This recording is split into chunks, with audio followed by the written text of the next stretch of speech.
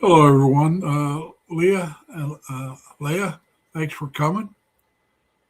I'm trying to get everything set up, so bear with me. Hey, Nate, man, thanks for coming, man. I'm just getting everything set up here.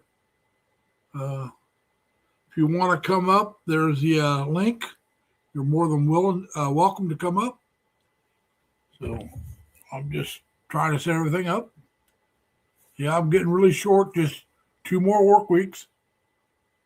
Mike Weiss, how you doing, sir? I'm not sure who you are. Uh, let me.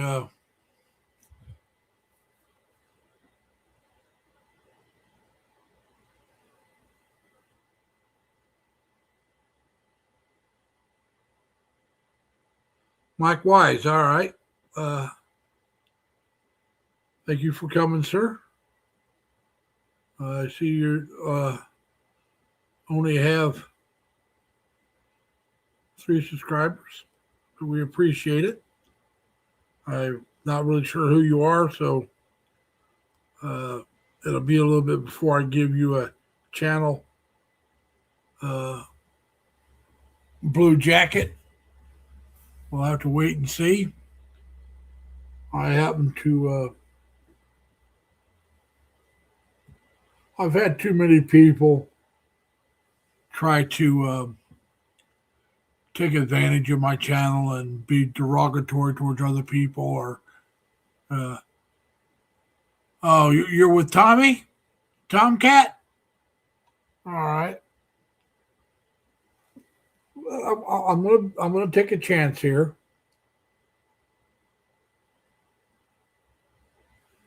We're gonna make you a standard man. Yeah, there you go. You got a blue jacket. I know you don't have very many followers. So what I do here is if you type in 3 L's, doesn't matter if they're capital or small, my Nightbot will drop your link. I know you don't have you're a new channel, so anyway, there you are. Welcome to the my live stream. I got, as it says, I got 8 working days, but I only work 4 days a week, so that's 2 weeks. So 2 weeks from today, it will be my official first day, full day of my first day of retirement. So I'm looking forward to that. I don't think it'll set in that I'm actually retired for a little while because it'd be more like on vacation, I think. But like it also says, right now I got 51 more days till I leave for the Philippines. So that'll be, let's see, that'll be 37 days, 2 weeks from today, till I leave for a little over a month after I retire. Uh, and that's about right because I'm going back to Indiana, which is where I'm originally from, to visit family and friends before I go overseas. I have no clue how long I'll be gone. I plan on trying to make a life over there. So we'll see if we can do that. Uh, I'm going to start off in Cebu City for those of you that don't know. Uh, so anyway, oh, excuse me here. Something I had to drink and plus what I had to eat. But yeah, we're going to be going over. Many of you already know, but like I said, Mike's a new guy, so we'll go over it again. I will be a retired security guard. In other words, I'm going to be going over on just my Social Security alone because of my own stupidity. I didn't start a 401k when I was younger. By the time I thought maybe I should, I was living pretty much paycheck to paycheck. So it was not a good time to do it. There never seemed to be one. Now, when they first offered it, I could have done it. I hadn't got myself in that kind of financial situation yet. But then again, I was not planning on being a security guard all my life, which turns out almost 40 years as a security guard. That wasn't my plan, but it's what happened. I can't blame anybody but myself. I mean, every accomplishment and every failure, I take full responsibility for. I don't care if there was somebody else involved. I still made the choices. I've dated some women that weren't actually the best women for me. I've dated some good women that I let get away. But like I said, that's my fault. Uh, I spent money that maybe I shouldn't have, but there again, I'm responsible. I don't try to put the blame on anybody else. In case you're wondering, Mike, that hat behind me, that's got the Filipino flag on it. As you can see, I'm kind of bald on top. There's a lot of thin hair there. But hey, Anna, how you doing? You got a different oh, you come up differently, Anna. How you doing? Give me a second here. I know who you are.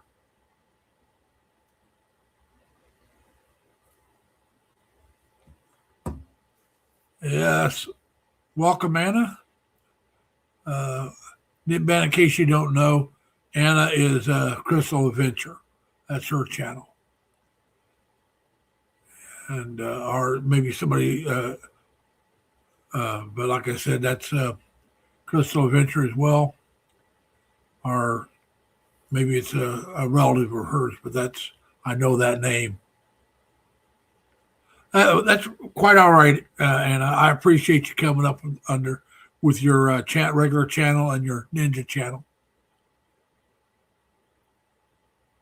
Hey, yeah, you're right, Dan. I take Tim. I take full responsibility for what I've done. Like I said, everything good and everything bad I've done is my fault. I mean, I'm not going to pass the buck. I may have done some of these things trying to impress the wrong people. I may have done some of these things just for uh, spur of the moment without thinking. I've done things like that. But yeah, we're just hey Mike, married to a beautiful woman, man. I didn't see you come in. Thanks. You came in before Dan, but I spotted Dan. But anyway, so yeah, I got 8 more working days, which is 2 weeks. So like I said, 2 weeks from today, April 11th, I will officially be retired.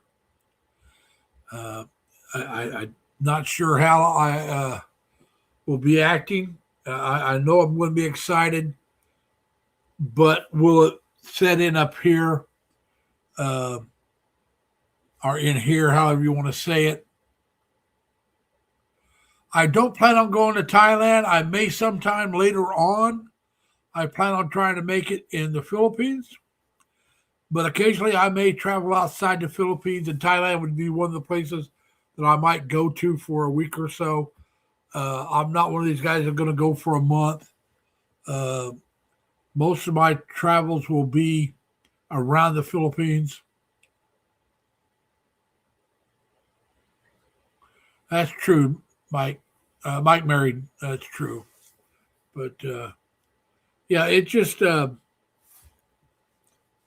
like the visa availability. I've worked with a lot of Filipinos. I like the Filipino people.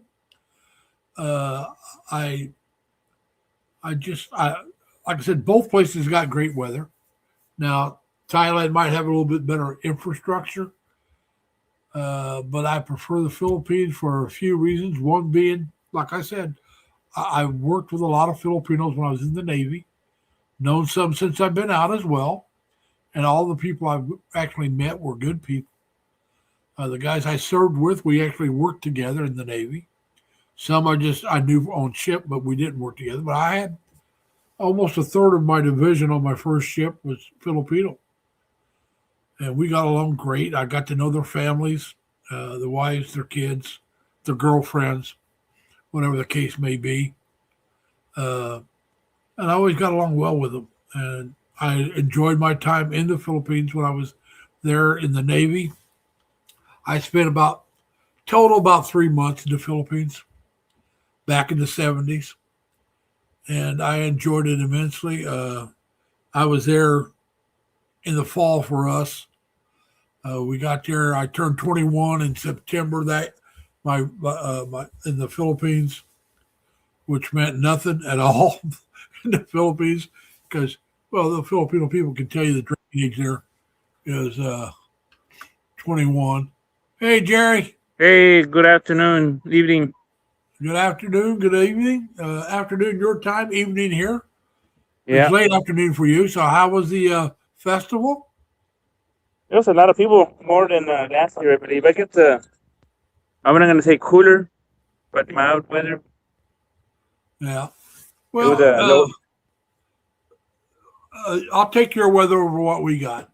Yeah, it was a low 80s compared to mid 90s yesterday. Yeah. Well, right now it's 0 degrees Celsius See, or or 31 degrees Fahrenheit. Now it's supposed to be a little warmer tomorrow. Uh, so and then a little that's warmer again on Monday. But yeah, it that's was horrible. spitting snow. Now it didn't stick and it wasn't big flakes, but it was spitting snow today when I was out running around. I had to I had to go by the AAA and renew my membership because well uh, we happen to my membership ends at this month, and I'm going to be doing a lot traveling back to Indiana and back here. And I want to make sure I got AAA in case I need it. I got Yeah, where they will pull me for 100 miles for free. So I thought about getting their travel insurance, but you got to have a return date, and plus it's not that cheap. I'll just get insurance over there if I decide to get insurance. I was talking about medical because of my age and I can probably get it over there as cheap, if not cheaper than I can get it here. over there in Indiana. No, I was going to get AAA insurance, travel insurance, medical. Oh, okay, travel insurance. Yeah, it's for medical, but you got to have an end date, and they're talking a few $100s a month. Hey, Yeah, Kevin, man, thanks for coming. Kevin's my Filipino American adventure. Now, Kevin, have you made it there yet? I know you're leaving earlier than what you were thinking. So I think you might be in the Philippines already. I could be wrong. No, I did not check the tickets through AAA. I didn't think about it, Mike, to tell you the truth. I'm doing quite well, Kevin. I got 8 more working days, which is 2 more weeks because I only work 4 10-hour days a week. And so on April 11th, 2 weeks from today, I will officially be retired. Okay, you leave on April 8th. I'll still be working when you leave. I'll retire 2 days after. My last day of work will be 2 days after you leave. And now Danny from Road to the Philippines. I think he's in the Philippines. Yeah, it's getting closer, but I don't go. I don't travel to the Philippines till May 18th. Is the day I'll leave. I'll get there on the 19th. Yeah, gas is rising again. It's going up here as well. Gas is. It's going up everywhere. And it's amazing how fast they raise the prices of gas and how slow they lower it when the cost goes down for the fuel. It really is amazing to me just how quick it goes up and how slow they bring it back down. yeah, It could drop in half tomorrow, and it would take weeks before you get to lower prices. But if it doubled tomorrow, you'd get the prices the next day. It's just crazy how they do it. yeah, Uh, and it should work the same way. I mean, I'm not saying they shouldn't double it quick, but if you double it quick, you need to reduce it quick.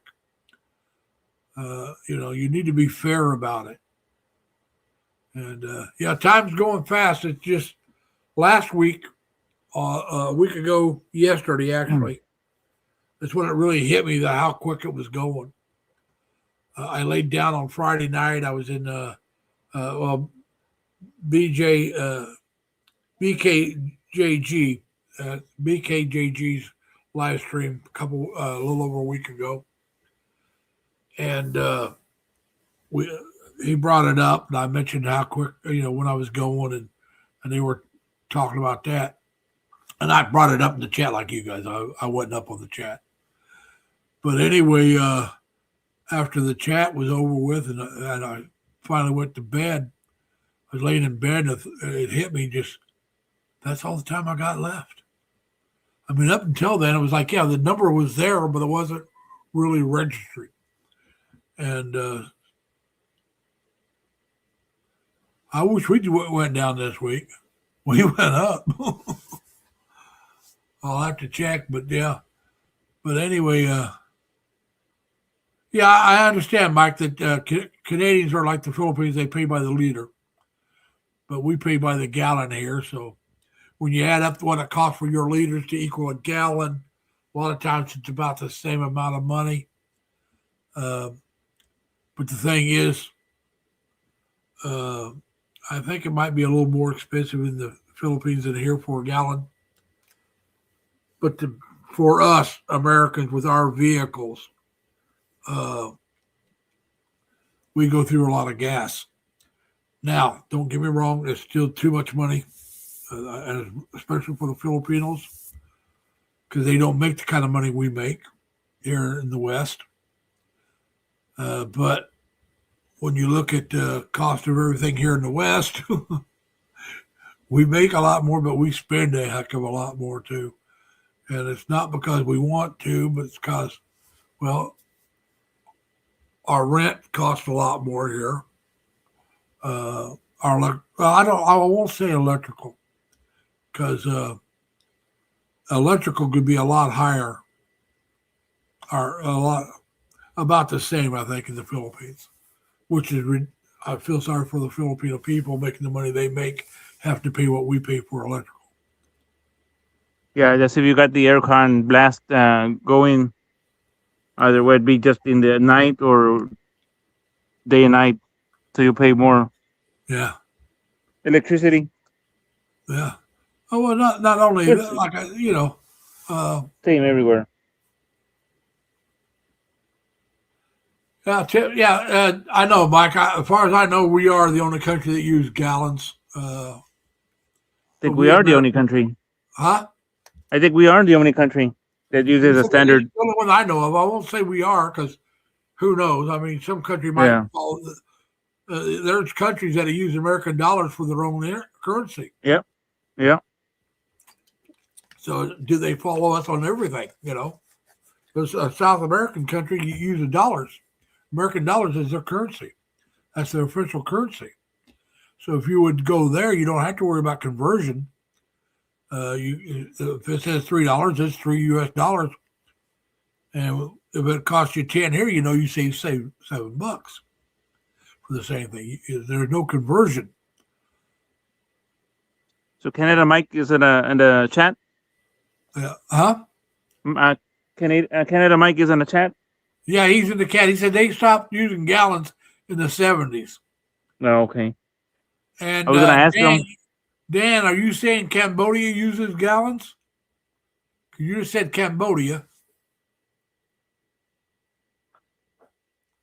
And Mike says El Salvador use the American dollar or Bitcoin. All right. I was going to ask Mike if Lady Enchantress is still in Vietnam. Well, the last video I told you. Yeah, she was in Vietnam. Dipbad says Cambodia uses dollars. U.S. dollars? What Dan just said. So Cambodia uses U.S. dollars too. Wow. I did not know that. I knew El Salvador did, but it's just, I believe it was El Salvador I read about. Hey, Coin, how you doing, man? But so yeah, we're just, like I said, we're just counting the days down, and I'm getting ready. I got to go through more stuff, and that's what really hit me is how much I got to do around the apartment, because everything for the trip, as far as planned out, and is either been taken care of, or I can't do it until just before I go. Yeah, like the e-travel thing. I've already got the tickets paid for. I already got the rooms paid for. I already bought my onward ticket. Sorry, guys. I went ahead and splurged and bought a real ticket. I got it for about $60. I figured I'd rather gamble the 60 and lose it because I got a good deal on my one-way ticket to the Philippines.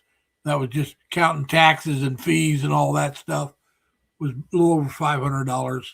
So I spent about $600 total for one way. I'm going to see if I can upgrade a little later on, so I might spend a little more. Because I want to spend a little more because I want to take a second check on, and so and that'll cost me about $100 or more just to take it. So I'll see if I can upgrade to where I can have two. Let's say if I upgrade, it costs me 150, but I get the second check on. I'm upgrading for 50. I'll look at that. We may do that. Have you thought about your first meal on their first food day there? No, I have not. My first full day there, I'm gonna. The only thing I know is uh, I'll be sleeping. Yeah, well, that's why I asked because I know like for me the I arrive at night, but then by the time I get there, there'll be morning the next day, and so basically that's why I said basically it'd be like 2 days later. Yeah. Well, I'll get there a little after 10 o'clock at night in the Philippines, and I probably won't be able to get to sleep right away. Mm-mm. Oh, the last year that I went, I arrived around 10. By the time I cleared customs and security and went to the current for the currency, leave the airport itself, Manila. Remember, so it took me about 2 hours, and then once I got the currency exchange, got Grab I'm and not going to worry go about to the bus exchange. station. I'm not going to worry about exchanging currency unless it's going to be simple in the airport. I'm just not going to worry about it because, like I said, the hotel I'm staying at will pick me up. It's part of the services they offer is free pickup. They That's also will good. take you back if you stay there the whole time. So I'm not. I don't need money to pay for a cab. So now, if it's simple, I'll go ahead and probably break exchange $100 right there. But that'd be all I'll do. Uh, so I don't plan on doing and I'm flying in. I don't know if you flew into Manila. I'm flying into Cebu. I hear it's a little easier getting through things there at that time of night because it's less traffic. Should be. It's horrible in Manila. No matter if it's in the morning or if it's 10 o'clock at night. Well, Mike says he takes pesos and Canadian dollars. Uh, hey, Jalen, I plan if I can exchange some money before I go to pesos, I will do that. I would prefer to do it before I got there. It might cost me a little extra to do it earlier. If I get down to New York City, uh, yeah, I believe it's going to be tight, Dan. I do believe that coming in internationally. But I just say I think it would be a little easier, a little more easement through, or a little easier to get through than Manila because of how much larger Manila is and how many more international flights are going in.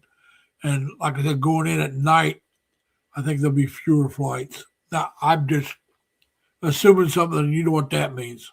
You assume something that makes a blank out of you and somebody else, blank out of you and me, you know.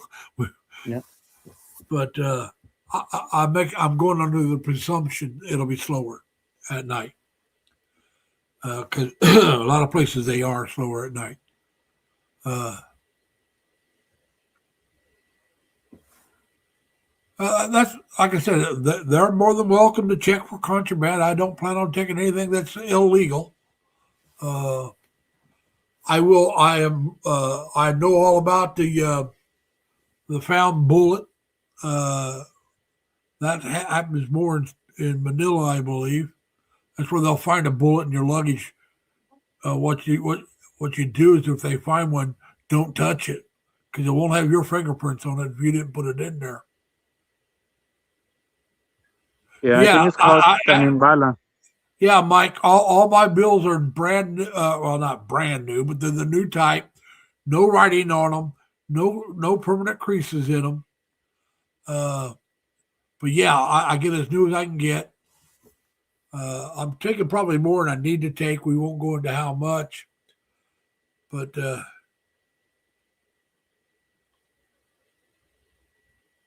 you pay a lot for pesos in the States. You would probably have to order them from the bank in advance. Uh, Tim, there's a Navy Federal Foreign Exchange right in New York City. Uh, you have to order it yourself, I think. According to my bank, they don't order it for you. And I'll find out the closer I get. I really don't want to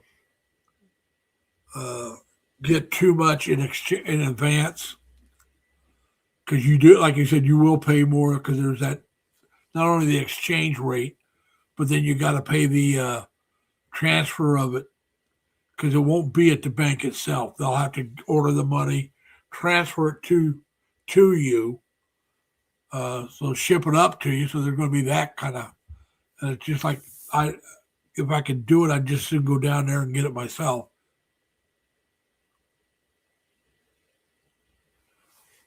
Well, like I said, if I can go right to the bank and get it, I will. Uh, and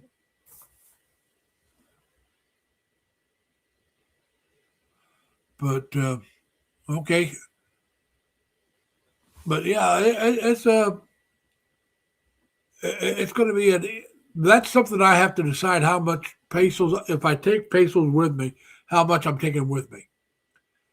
You know, because like I said, you don't get the best rate at the airport, so I won't check too much at the airport. Maybe $100 at the most. And that man, I'm going to Cebu. I'll be flying into Mactan. I'll get there on the 19th at night. I'll stay in Lapu-Lapu for a couple days, including the 19th. I had to pay for the whole day. And then I'm going to Cebu City after that. I'm not taking that much in, Tim. I could, but I'm not, no. That's just too much money to take a chance on getting ripped off. I'm taking in more than I probably should. Because, like I said, I got, excuse me, I have the USAA Federal Savings Bank, which they don't have any international charges on if you use their card overseas, and they will reimburse the ATM fees up to so much a month. So that'll be the card I'll be using the most. That'll be the bank that I will use the most. I have my other money. I have another bank account that my Social Security goes into every month, and I will transfer what I need out of that into the other bank account whenever I need it. But I got enough that I don't need to take for a couple of months. I won't need to touch the other bank account. That'll be a little closer to what I take, Tim. Probably still more than what I'll take, but that'll be closer to what I take. But like I said, it'll still be a little more than what I'm planning on taking. Now I could change my mind and take more, but I'm not. But yeah, that's closer to what I'll take.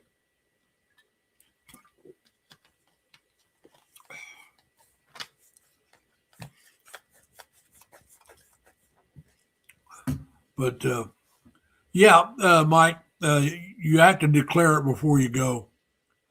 And as long as it's under 10 grand, you don't have to declare it. You can just go. Yes, I hope you're having a great Sunday morning there, Michelle. I hope you're enjoying yourself. It's still Saturday night here in the States. As you can see, it's still light out there in Texas where Jerry's at. Yes. Yeah, we got about another hour or so, probably. Yeah, that's 30. Yeah, between 30 minutes, 45 minutes, and it'll darken. Yeah, like I said, we've been dark now for over an hour ourselves Yeah. here. So, because like I said, we're an hour ahead of you, so Yep. we've already So been waiting for dark these for a things, while. waiting for them to go into the coop so I can lock it up, and then I Yeah. go indoors. My friend waiting for me to chat with her. My friend over there in Tarlac. Well, what I plan on doing, Mike. Mike says he sends through Western Union and pick up in the Philippines. What I plan on doing is just transferring, and I'm keeping my American phone number, so people can get a hold of the banks and stuff. So when I call, but what I plan on doing is transferring the money that my Social Security goes into the USA bank. I've set it up so I can do that, do a direct transfer, uh, and I can do it by my phone. I don't have to go on call and do it. I just do it online. Yeah, Uh, online banking.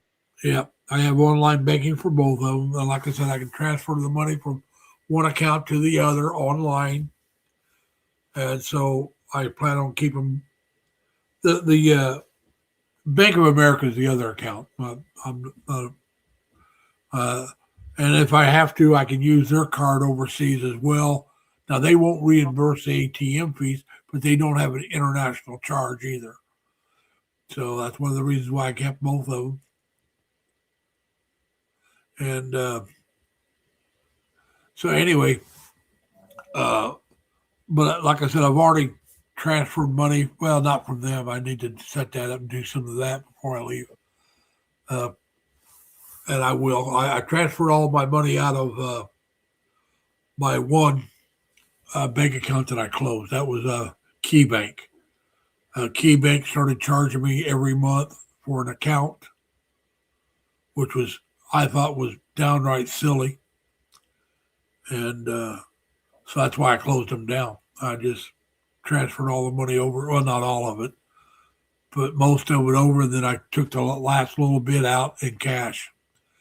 I did that because I wanted to make sure there was money in there in case a bill that I hadn't foreseen coming due without me changing it over. Yeah, it's And crazy anyway, the way they want to charge you. Charge you. My the bank that I do business, they say, "Oh, we don't charge you because your direct deposit goes in." Otherwise, because I created a second account after the fraud that I went through. I yeah, created a second account, but the lady was telling me no. The customer service would charge you for the second one is a very minor one. It's not. I can put any amount in there and it won't affect anything. But my main account said, yeah, we don't charge you a fee because your direct deposit goes in here. yeah. Well, I'm going to set up when I get there. The thing I'll set up, and I was thinking about doing it at the airport, but it depends on how quick my ride arrives. Well, I'd like to get a Filipino phone number set up, and then I try to get a later on because I think you can't do it until you get your ACR card or something. I could be wrong, but a For the SIM card? no, not the SIM card. I'm Okay. talking about setting up the Gcash. I Yeah, want to once you get have the phone number. Once you have well, I don't know because I didn't do it. My friends activated it for me. Same thing with the Maya. okay. And right now, Right now I'll go with Gcash. Maya may be something I'll do later. I don't plan on having both at first. that's the one that Dan doesn't like, but that's the one that has helped me more Maya than Gcash because I can't since I don't have a ID over Yeah, there. I yeah, can't verify my Gcash. that's what I'm saying. So I don't know if they'll let me do it until I get that. You have to be there for so long. Yeah. I'll find out when I get over there. It's not something I can take care of from here. It's not something I can change from here. Nope.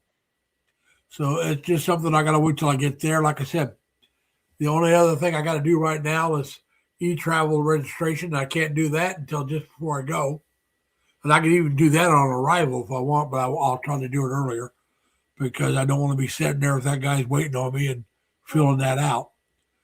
Um, so and So we're gonna get all that taken care of. But I'm looking at my side right now.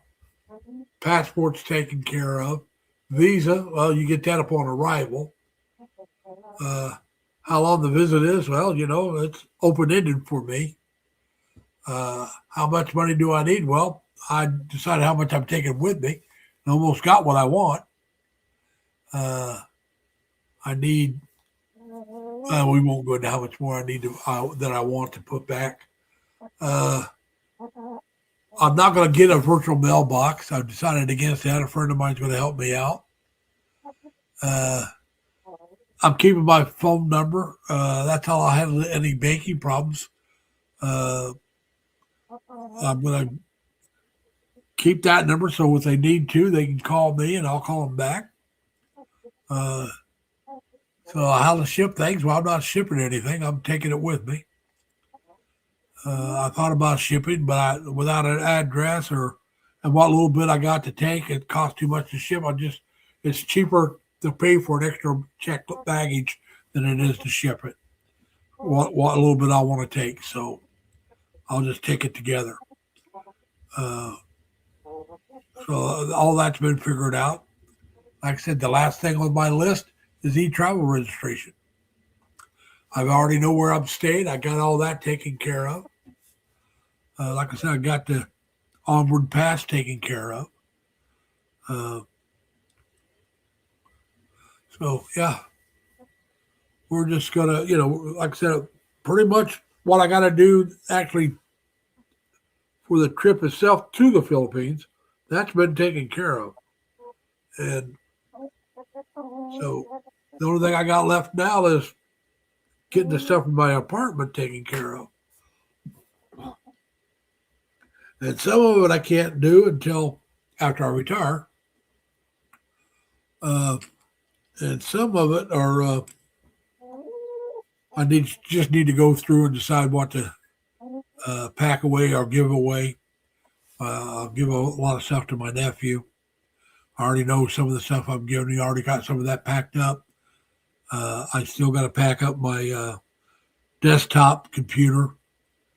So we'll get that done probably this week because I really don't use it. I'm going to use it this weekend. I still haven't done my tax return, so I'm going to do that this weekend. And then I'll pack that up and put it away.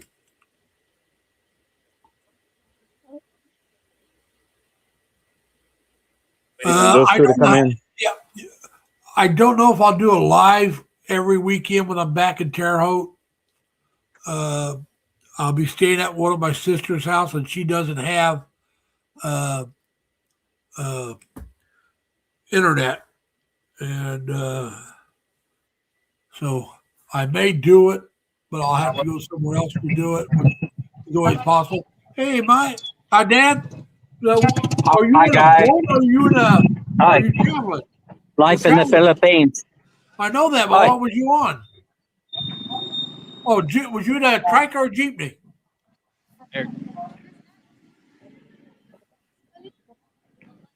I said, "Hey, Matt Minnie, how you doing, Matt Minnie?" Good. Right. How are you? Just wanted to drop by and say, hey. And we appreciate it, man. Now, sometime I'm going to want your the information of the realtor that you use that Leonard gave you. Remember? Oh, Leonard man. I'll But PM you. I'll PM you.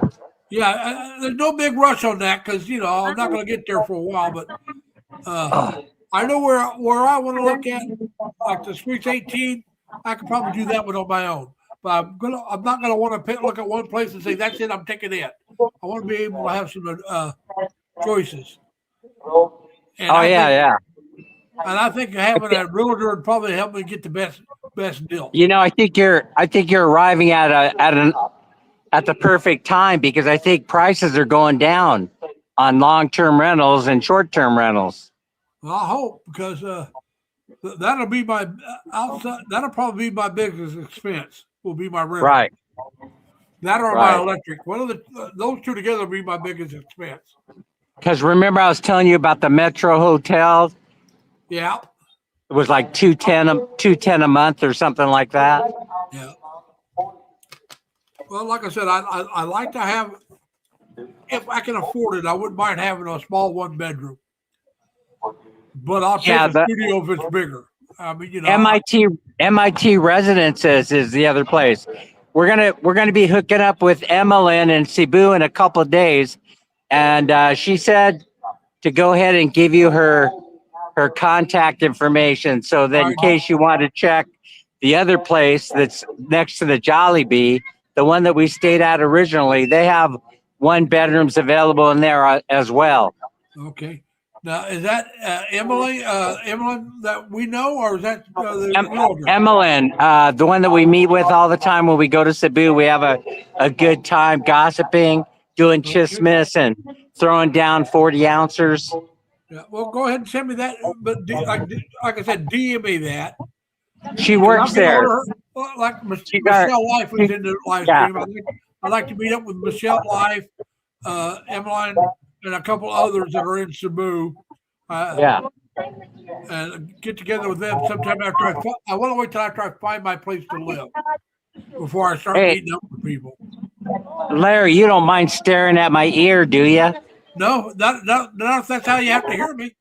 No, that's fine. I think I cleaned it out so I could hear a little bit better There today. you go. But How do you flip this around so I could show you what's we going just on lost around me? Gary. How does this thing flip? I'm not sure how this thing flips. I couldn't tell you, buddy. There should be a little button. There should be a button somewhere, you know? A little symbol. It's usually got like arrows. Arrows. Yeah. I got mic, I got camera, facing front. Oh, wait. Facing back, There you go. facing front. I don't know, man. Well, you're either facing front or you're facing back. Do it the opposite way. There's where we are by the church. Okay. Minnie's going in there for a minute. I'm not allowed in there. I'll be struck by lightning. Well, I would be afraid the roof would fall down on me and hurt everybody else as well. That's where we're at. We're in the park. We're in the original plaza of Bye Bye City Leyte. Okay. Yeah. Now, I'm going to have to visit Bye Bye City just to do it sometime. And Ormoc, Bye Bye, and the people over there. But I'm still getting everything together for the presents. Real good. I'll be giving away. I got Hey, are they gonna throw you a retirement party? By the way, already did that. They did it early. oh, they did. Yeah, they took me out to eat, Oh, well, that's nice. That's very nice. and on the company dime. They didn't have me clock out or anything. Did they throw you any money? Nope. They did. They because of how long I've been with them, they decided they were going to start doing this kind of like paper or something where they're going to talk to different people. They interviewed me, and they came in on site, did an interview. They asked me if I wanted to know what the questions were going to be beforehand. And I said no, because I don't want to overthink it. You ask me, and I'll answer honestly. And so we did an interview, probably lasted a half hour longer. And then the two main bosses from the office, my direct supervisor, and then his bosses that work for Maximus, all of us went out to eat. There were 6 of us. And one of the they come around, huh? Yeah. And one of the main bosses from the office paid for everything. I don't know, man. I think they should have shown their appreciation by throwing you an extra paycheck. That's all right. Hey, I didn't expect a free lunch either. You know, That's nice. I'll take that. But That's nice. That's real nice. You know, because of Easter week, they sent us our retirement check early, and so I was kind of happy to open up my bank account and find an extra paycheck in there. Yeah, well, see, like I was saying earlier, I was a dummy and didn't set one up. I should have set up a 401k back when I had the money that I could afford to set money aside. I should have done it back then before I got myself in living paycheck to paycheck, which I did a lot of my It's life. that money that we saved is coming in handy right now. Telling you. Oh, yeah, I believe it. Like I said, all I'm going to have is my Social Security. So that's why I said I got to look at trying to find a comfortable, affordable place.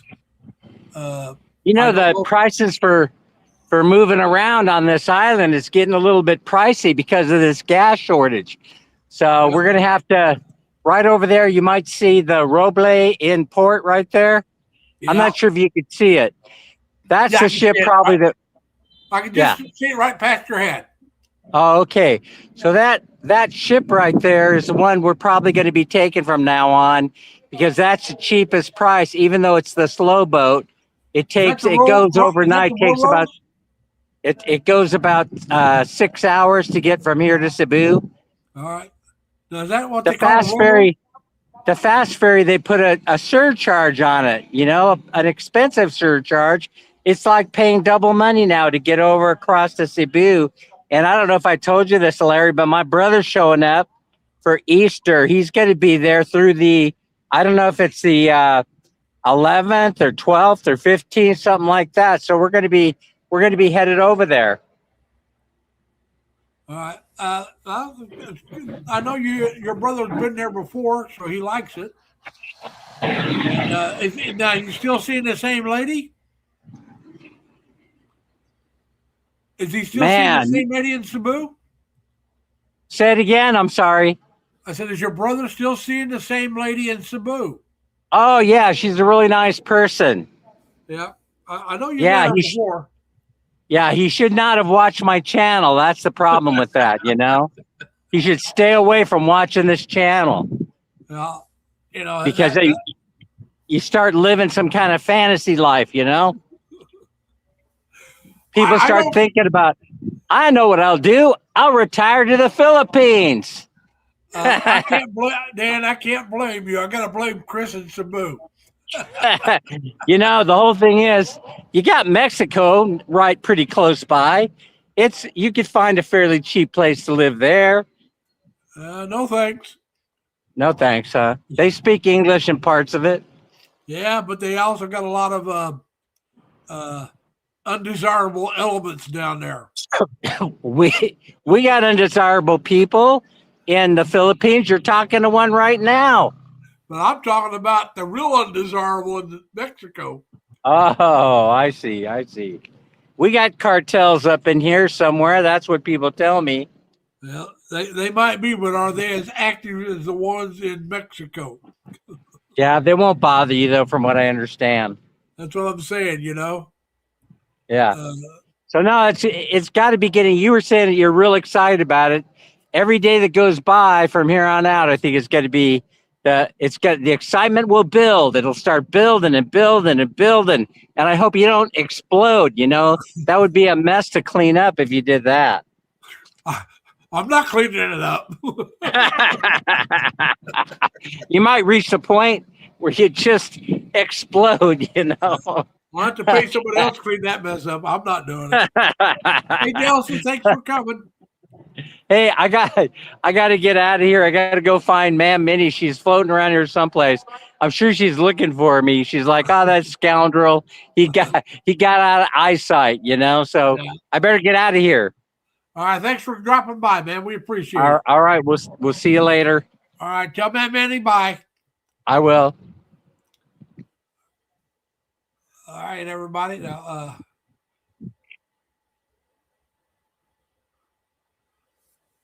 okay, now, hopefully everybody's doing well still.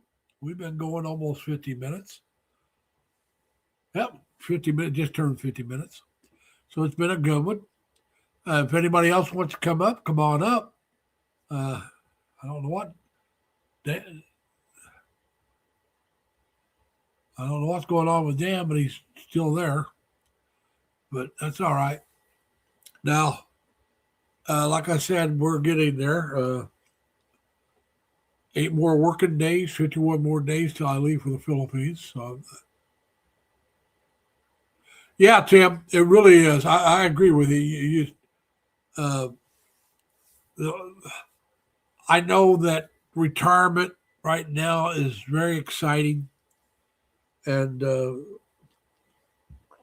but once you stop working, you got to do something, and that's one of the reasons I started doing YouTube. Give me something to do. Uh, and like Dan and everybody else over the Philippines been telling me, things are getting more expensive, so I may not be able to travel as much as I'd like. Uh, I'll be able to travel more over there than I can here without working, but it may be overnight or day trips. Go for the day, come back the same day instead of for 3 or 4 days or maybe a week. We'll see. Uh, I gonna do what I can to keep myself going and try to have a decent life.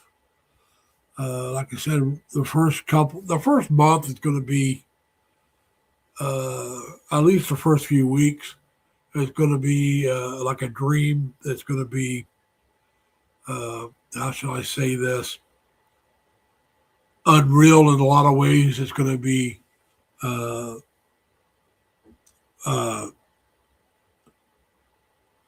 a honeymoon-like phase, especially after you get the first apartment. You settle in, and then it's all, everything's brand new. And I think I might have mentioned this on a live stream before, but it'll be very similar to when I moved down here from Rochester, or moved from Terre Haute to Rochester area. Everything was exciting. Everything was brand new.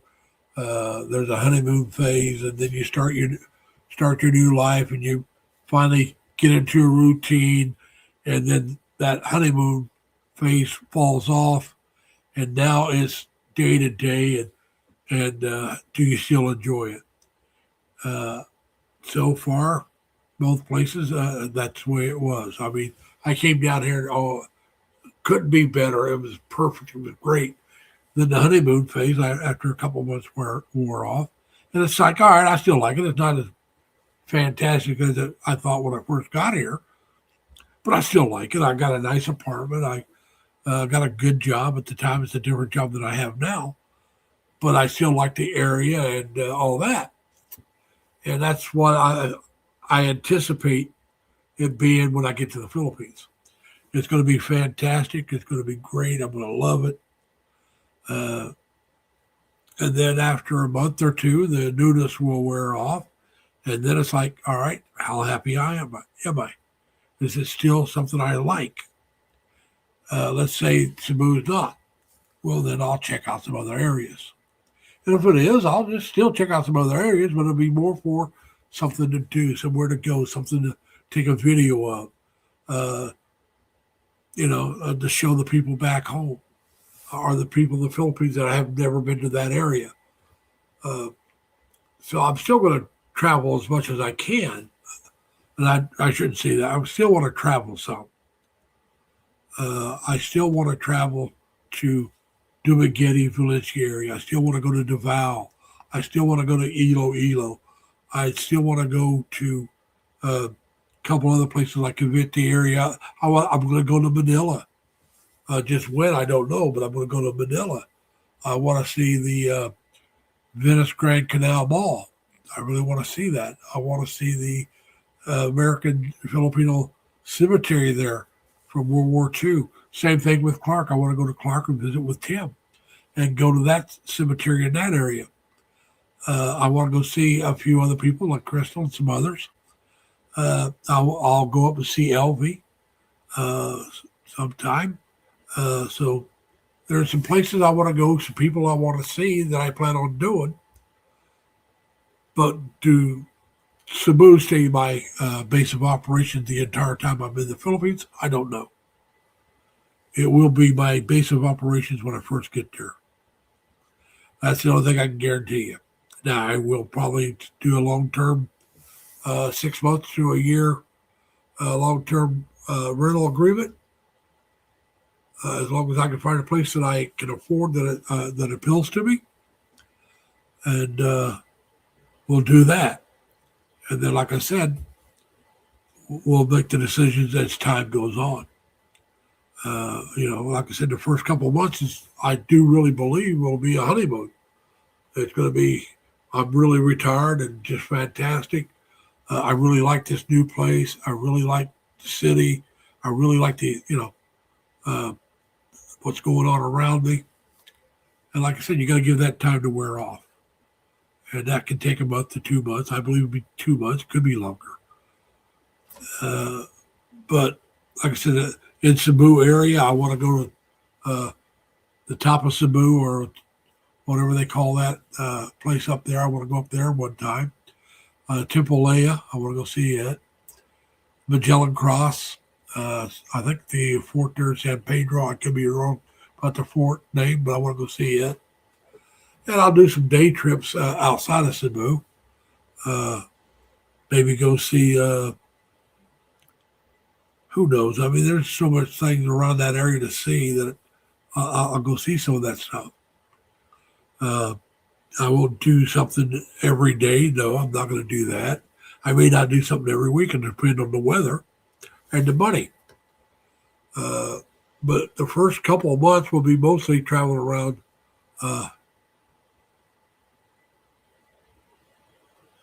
Well, Mike, if you're going to the Philippines, myself personally, I would say it depends on your income. And what do you want to do? Do you want to go to the beaches, or do you want to visit the cities?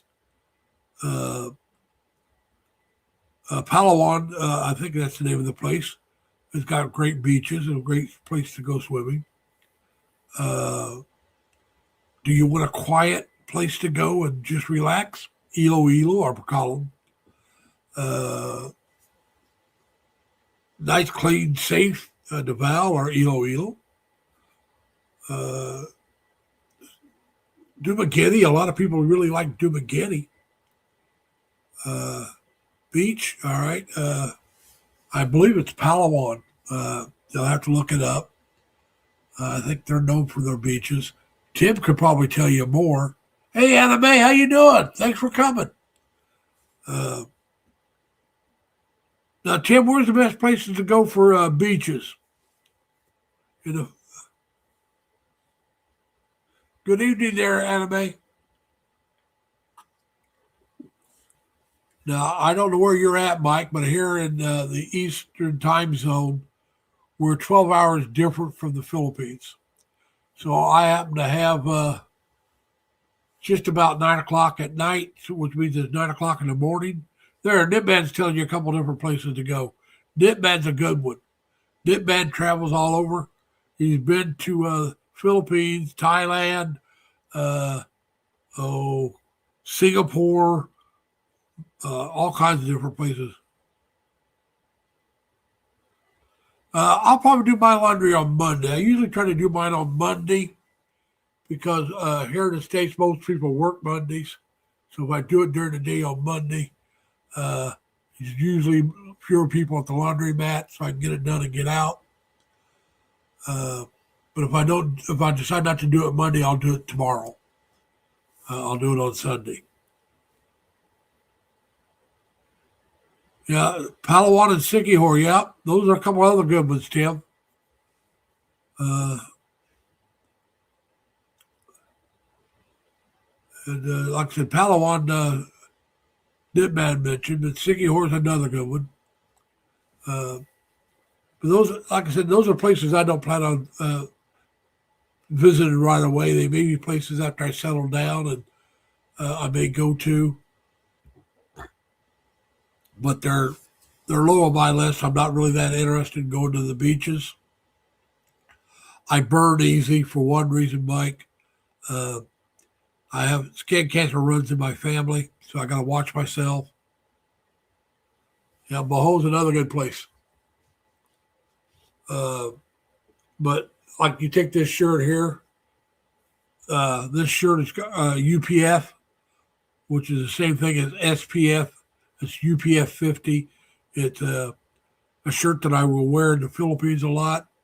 They're all long sleeves. I don't know if you can see that on my hand or not. Those are precancerous spots that have been removed from my hand. I've had the places up here removed. So I wear a hat when I'm outside all the time. I've had a cancerous spot actually removed from my right elbow. So yeah, I got gloves that are UPF 50s as well that I can wear that I'll take with me. I don't wear them outside a lot, but if I want to be out there a lot, then I'll put them on. So I'll have them with me if I need them. But if I'm just walking somewhere, I won't be wearing them. It's only going to be like if I decide to ride a bike, I can wear those while I'm riding the bike. It'll protect the hands from getting sunburned. Like I said, I've already had spots removed from my hands quite a few times. So it is something I have to worry about. And that's a shame because I used to drive convertibles. I had a couple convertibles, my favorite cars. I've rode a motorcycle for years. I used to ride a big bike, and I would always wear sleeveless shirts, no helmet. I was back when I was young and dumb. In Indiana, we didn't have to wear helmets, so I didn't wear one. Rarely wore gloves. The only time I wore jackets when it got cool out. Like I said, summertime, no sleeves, no gloves, no helmet. Same thing when I driving my convertibles. When I was in the Navy, I had a 68 Chevelle Super Sport convertible. I used to go down to the beach and have the top down all the time. As a matter of fact, it was that very car that taught me that when you have a convertible with leather seats, which I had, you have to put the top up when you get out of the car if you're going to be out of the car for any length of time because those seats get very hot and they will burn your backside if you're not careful. I did that once, and that was that's all it took to teach me. But then I had a 85 Ford Mustang convertible that I drove for quite a few years. There again, sleeveless shirts, no hats. Like I said, I was still a lot younger still before I started having the skin cancer problem or the precancerous spots. So I gambled with my health, and now I got to watch it. Have a donut for me, Dad. That's something I will have when I'm in the Philippines, donuts, but not every day. It's probably do it once a week, maybe, get a donut with a cup of coffee. Oh, I love donuts and coffee, but I am pre-diabetic, so I really got to watch what I eat. And I think that will improve in the Philippines. And a lot of people think, well, no, it won't. Yeah, it will. There's certain junk food here that I eat all the time that I shouldn't, that I won't there. I will walk more there than I do here. And I do believe I'll lose weight. And so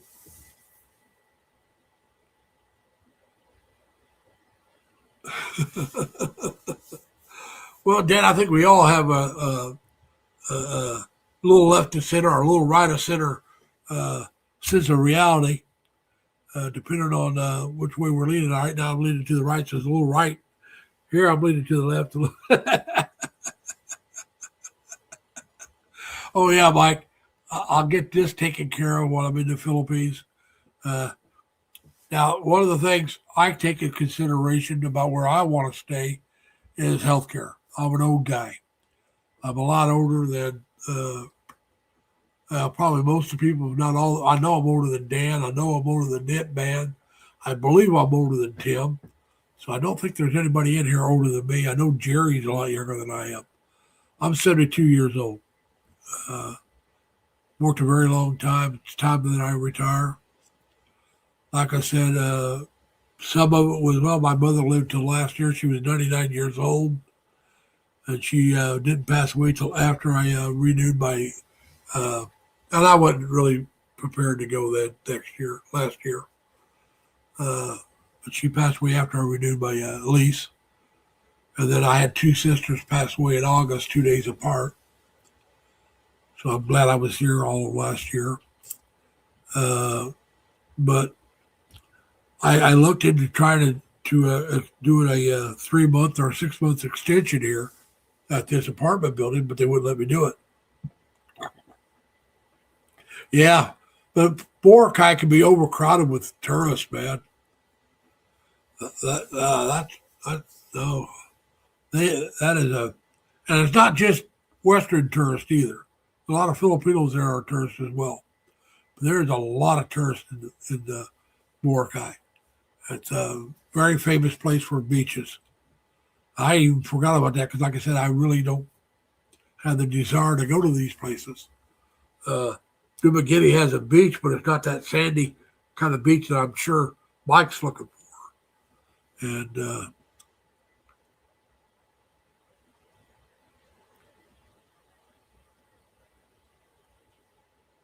now, Amazon dental service. Are you talking about Amazon here in the States? Or are you talking about, is there a name of a place over there? Because I'm going to check out a couple different ones. And I have a couple of teeth that have to be pulled out. They got to be cut out. I got just the roots left.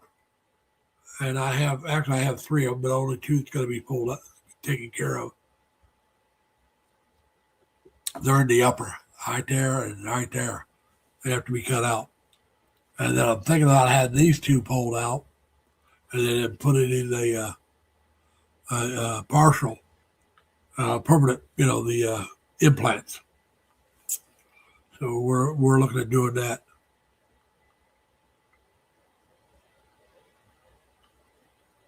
Yeah. Yeah, Mike, like I said, now I could talk about Cebu, I could talk about Dumaguete and some of these places, because these are the places that interest me. And they're not beachside places. Hey, Hannah, thanks for coming. They're really not, like I said, they're not beachside places. That's not what I'm interested in. They're close enough that you can go to a beach, most of them, which is fine. I mean, if you want to go to Cebu area, Cebu City, you want to go to Mactan. You want to go. You want to be on Mactan Island, but that's the more expensive area. But they got the best beaches in Cebu area. Thank you, Hannah. Good morning there in the Philippines. It's cheaper there, Dan. So I'm going to be in Cebu City. And if I want to go to the beach, I guess I could go over to Mactan Island, go to the beach, spend the day, then come back home. I don't know what it would cost. You'd have to go to one of the public beaches, but they're over there, I guess.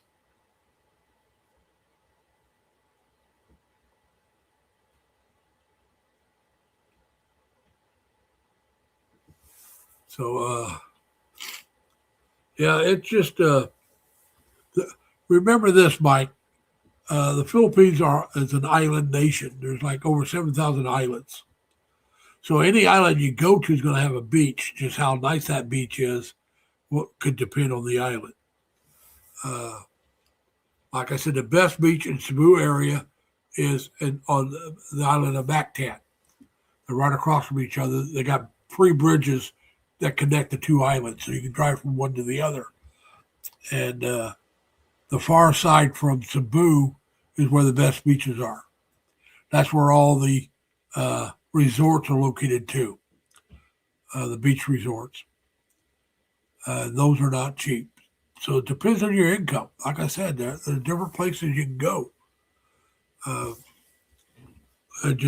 be staying in Mactan, but I'm not going to be staying at the beach resort.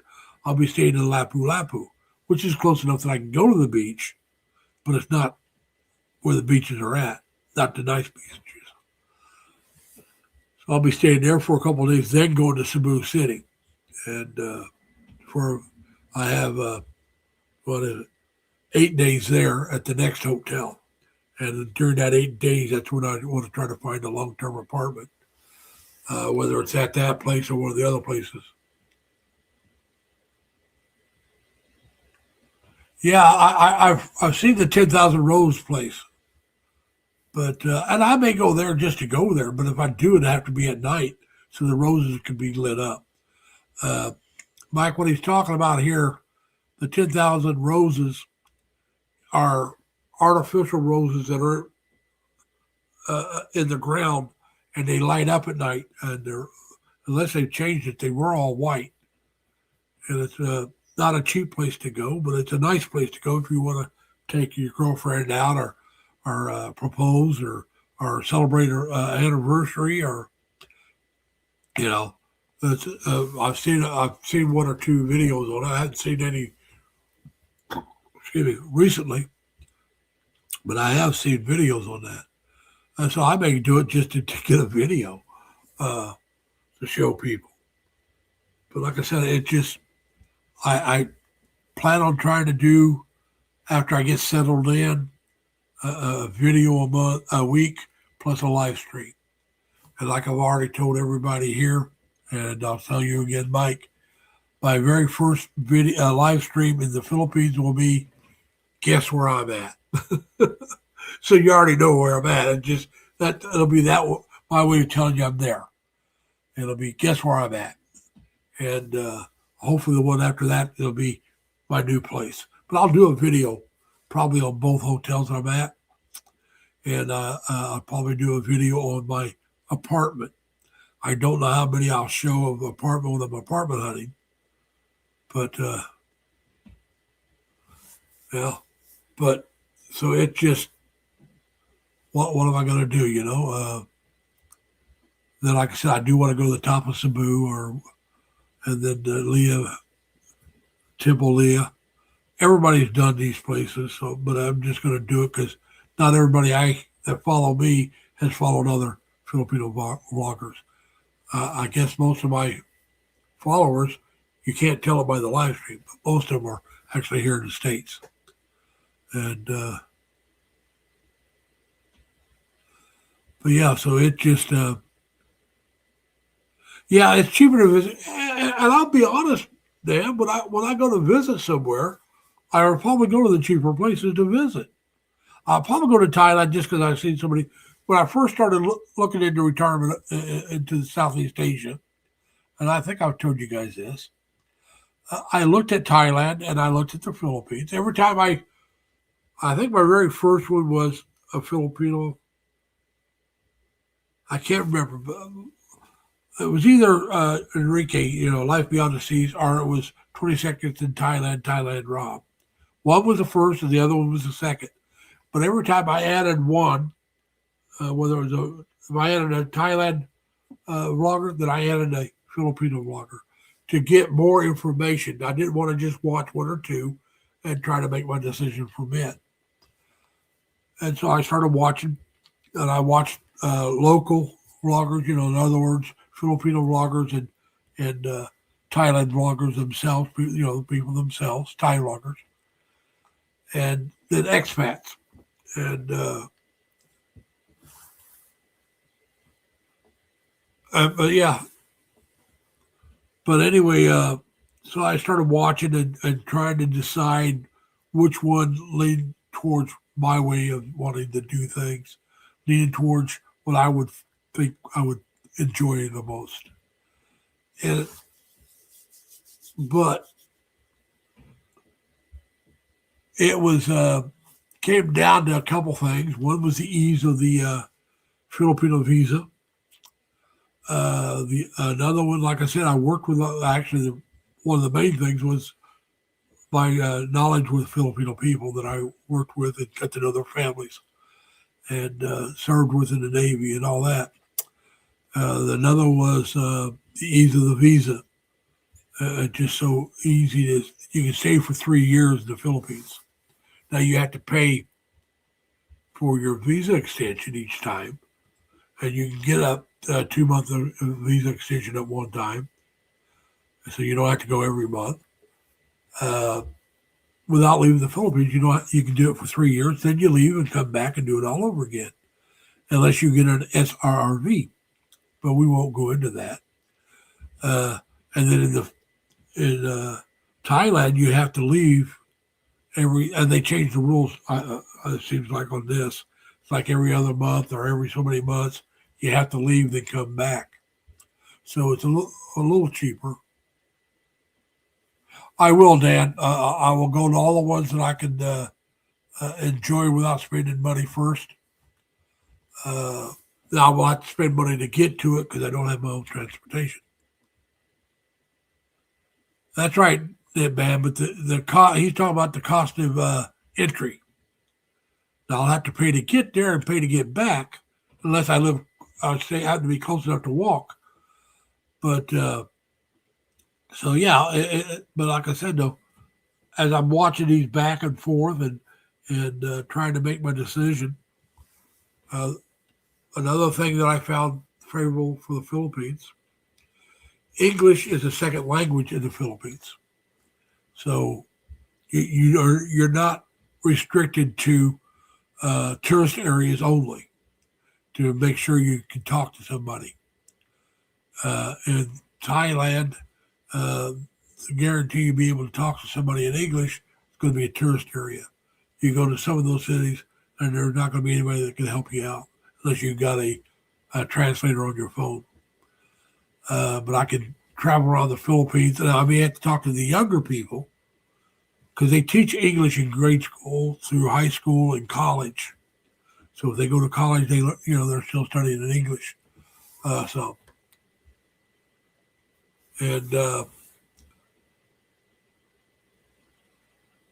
anyway, those are things I'm looking at, and like I said, all the signs are in English, so I can travel around by myself.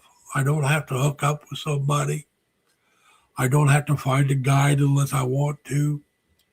So all that is like, that's okay. So it came down on the Filipino side, so I started cutting out a lot of the Thailand vloggers. I stayed with Thailand Rob longer than the rest of them, but I even finally cut him out because I'm not going to live in Thailand. I might go visit, but I'm not living there. So I don't need to follow the vloggers as much. Because you follow the vloggers, at least I do, to learn about where you want to go. And or to see the things you may want to see. And some people will follow vloggers because they know they're never going to go, but they travel through us, through the vloggers. It's like some people travel to the United States through me because I've been to Indiana, done some videos. I've done videos around here in New York. And if you've never been in those areas, well, you're going to see something you won't see on your own. So you're going to have people that have I should say no desire, but no plans on going where you're at. But they want to see it. So you want to show them what you can. And that's what I'll do when I'm in the Philippines.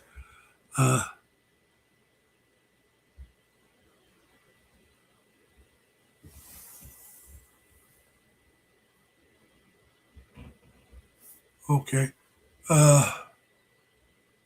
Like I said, right now I have no desire to go to Thailand. I would rather visit Cambodia or maybe Malaysia, Vietnam before. Nothing against Thailand. Like I said, once I go to those other places, I may go to Thailand. It'll probably be one of the places I travel. If I travel outside of the Philippines, one of the places I end up going. I do know I like to go see Vietnam, and I like to go see Cambodia. Now the other places, like I said, Malaysia, but none of these places do I want to go for more than a week. I'm just, hey, how you doing?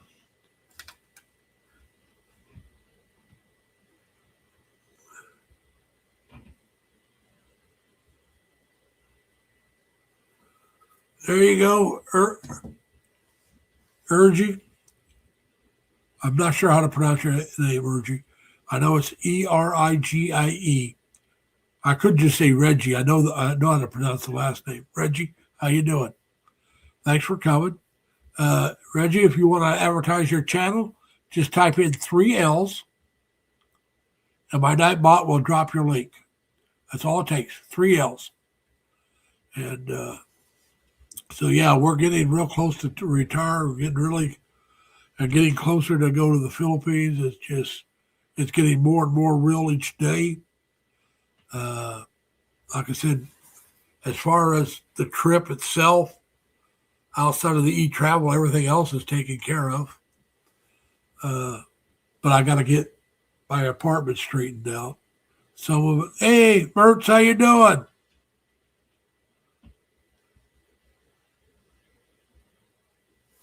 Well, thank you for coming, Mertz. So, like I said, now I'll be landed in. That's it. Yeah, 3Ls. That's all it takes, Reggie. They don't have to be capital. Next time you want, just hit 3 small L's. It doesn't matter whether they're 3 capital or 3 small or combination thereof. And so, yeah, we're looking forward to getting to Cebu. We really are. But like I said, I need to go back home, and I still have, like I said, I lost 2 sisters last year, but I still have 2 sisters living. And back in Indiana, I still have. I got a niece and a great niece, and then I have a bunch of cousins. So I'm going to go back home and visit with all of them. My best friend from back home has passed away. He passed away a little over a year ago. So I won't be able to visit him, but I might see his wife. But yeah, I'm going to go home for a couple of weeks. Then I'll come back to the States. My youngest nephew lives in Batavia, New York. And my brother-in-law, my oldest sister, who passed away, her husband is still alive. So, and the youngest nephew, well, actually, both my nephews are her sons. But I don't know if I'll be able to see the oldest one or not. He lives in Florida. But I'll see the youngest nephew and spend some time with him and visit my brother-in-law. And then I'll come back down here to where where I'm at right now. Not this apartment, but back in this area. I'll stay with a friend of mine until it's time for me to go. When I get back here, I'll sell my car, put that money in the bank, so I can. Hey, Christina, how you doing? Yeah, well, Nightbot he's just there. I mean, you just put, like I said, you just type in 3Ls and Nightbot will drop your link. I don't have him where he pops up and shows up, but outside of when somebody puts in the L's and then he gives the information. And so, yeah, it just, yeah, that's it. There you go, Christian. See, there's the Nightbot. But we thank you all for coming. But yeah, so it's like I said, every passing day. I'm gonna wake up tomorrow even a little more excited. Probably a little more conflicted about what I got to get done and how quick I have to get it done. And I got an old laptop that I need to wipe out send it back to factory settings. And no, this laptop's not going over there. Oh God, it's 7, 8 years old. It's an old one. I got a desktop I'm going to wipe out later. And it's a good 6 to 7 years old. The laptop's over the net. So it's minimum 6. Because I've been down here for over 5 years, and I had that for at least a year before it came down. And I had both. And I still have both. I still use both. But yeah, like I said, it's getting old. It's not worth taking with me. And so it's something we will take and give to my nephew probably. He's into computers. He's into working on them and stuff like that. I may not take anything off the desktop till I get it up to him and have him remove certain things off there so I can transfer it to this computer, this laptop, and get that information put on here. And there you go. For most of you guys, I'm the smallest. I know, Tim, and I appreciate that. I'll probably use you more after I get there. But I might use you a little bit before I go, but probably be a little more after I get there. Asking about travel and stuff like that. And, well, Netman, all right, so you're smaller than I am, Netman. I take that back. You have the most interesting life. You should really do a lot of posting.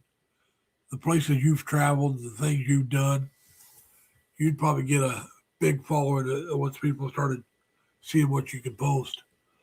And if you haven't followed that man, that's probably something y'all should do. Like I said, he goes all over, and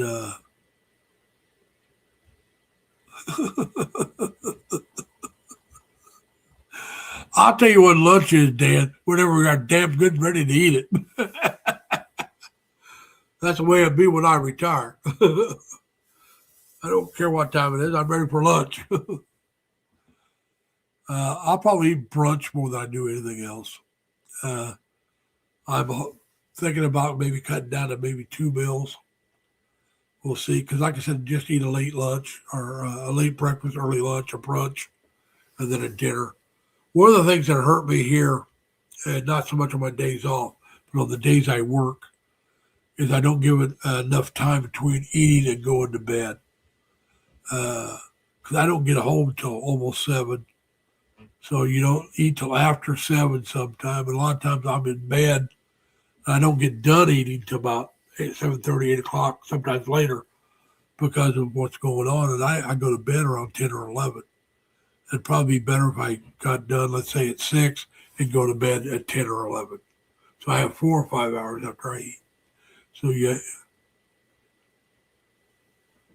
that's all right, man. Like I said, you need to put up some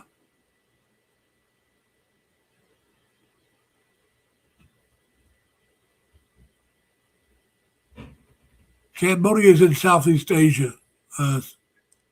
It's over there around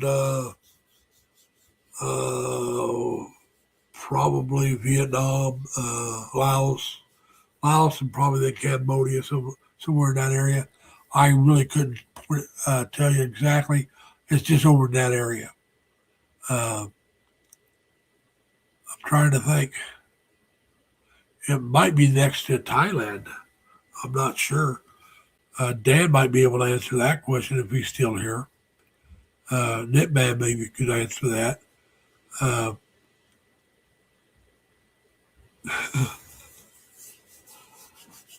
right, Tim.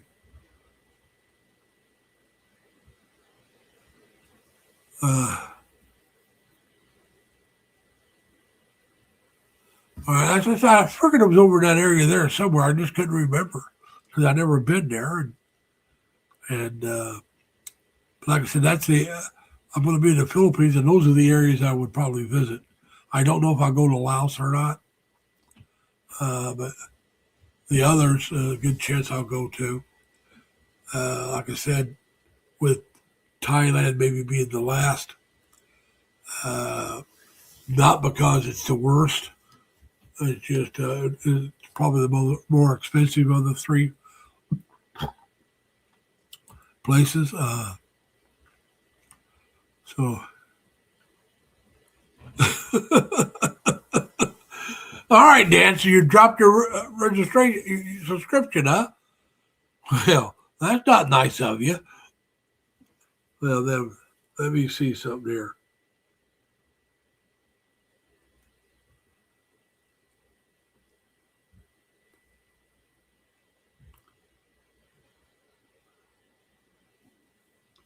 All right, man. I'm going to be honest with you. I never subscribed before, but I am now. So you're back up to 41. Actually, it still said you were at 41. So you, once I watch a video, you'll be up to 42. And I will watch. But like I said, you have been some very interesting places. If you would start actually doing some real vlogging, you'd probably grow a lot quicker. But yeah, so yeah, like I said, all my shirts, but one or two that I take with me will be these UPF 50s.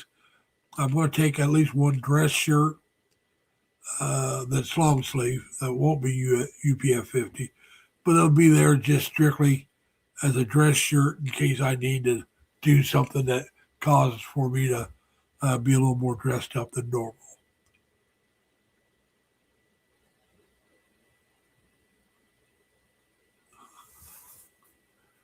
No, it's not there, India. I'm going to tell you, Ski. I'm just going to say Ski. I'm going to tell you, Ski. There's scams everywhere. There's scams here in the United States, and there's people who say they're in the States, could be somewhere else scamming you as well. So.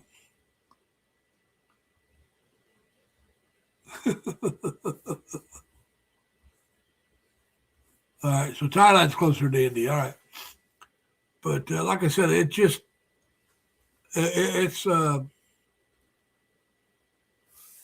doesn't matter. India's going to have scammers. We're going to have scammers. Canadians have scammers.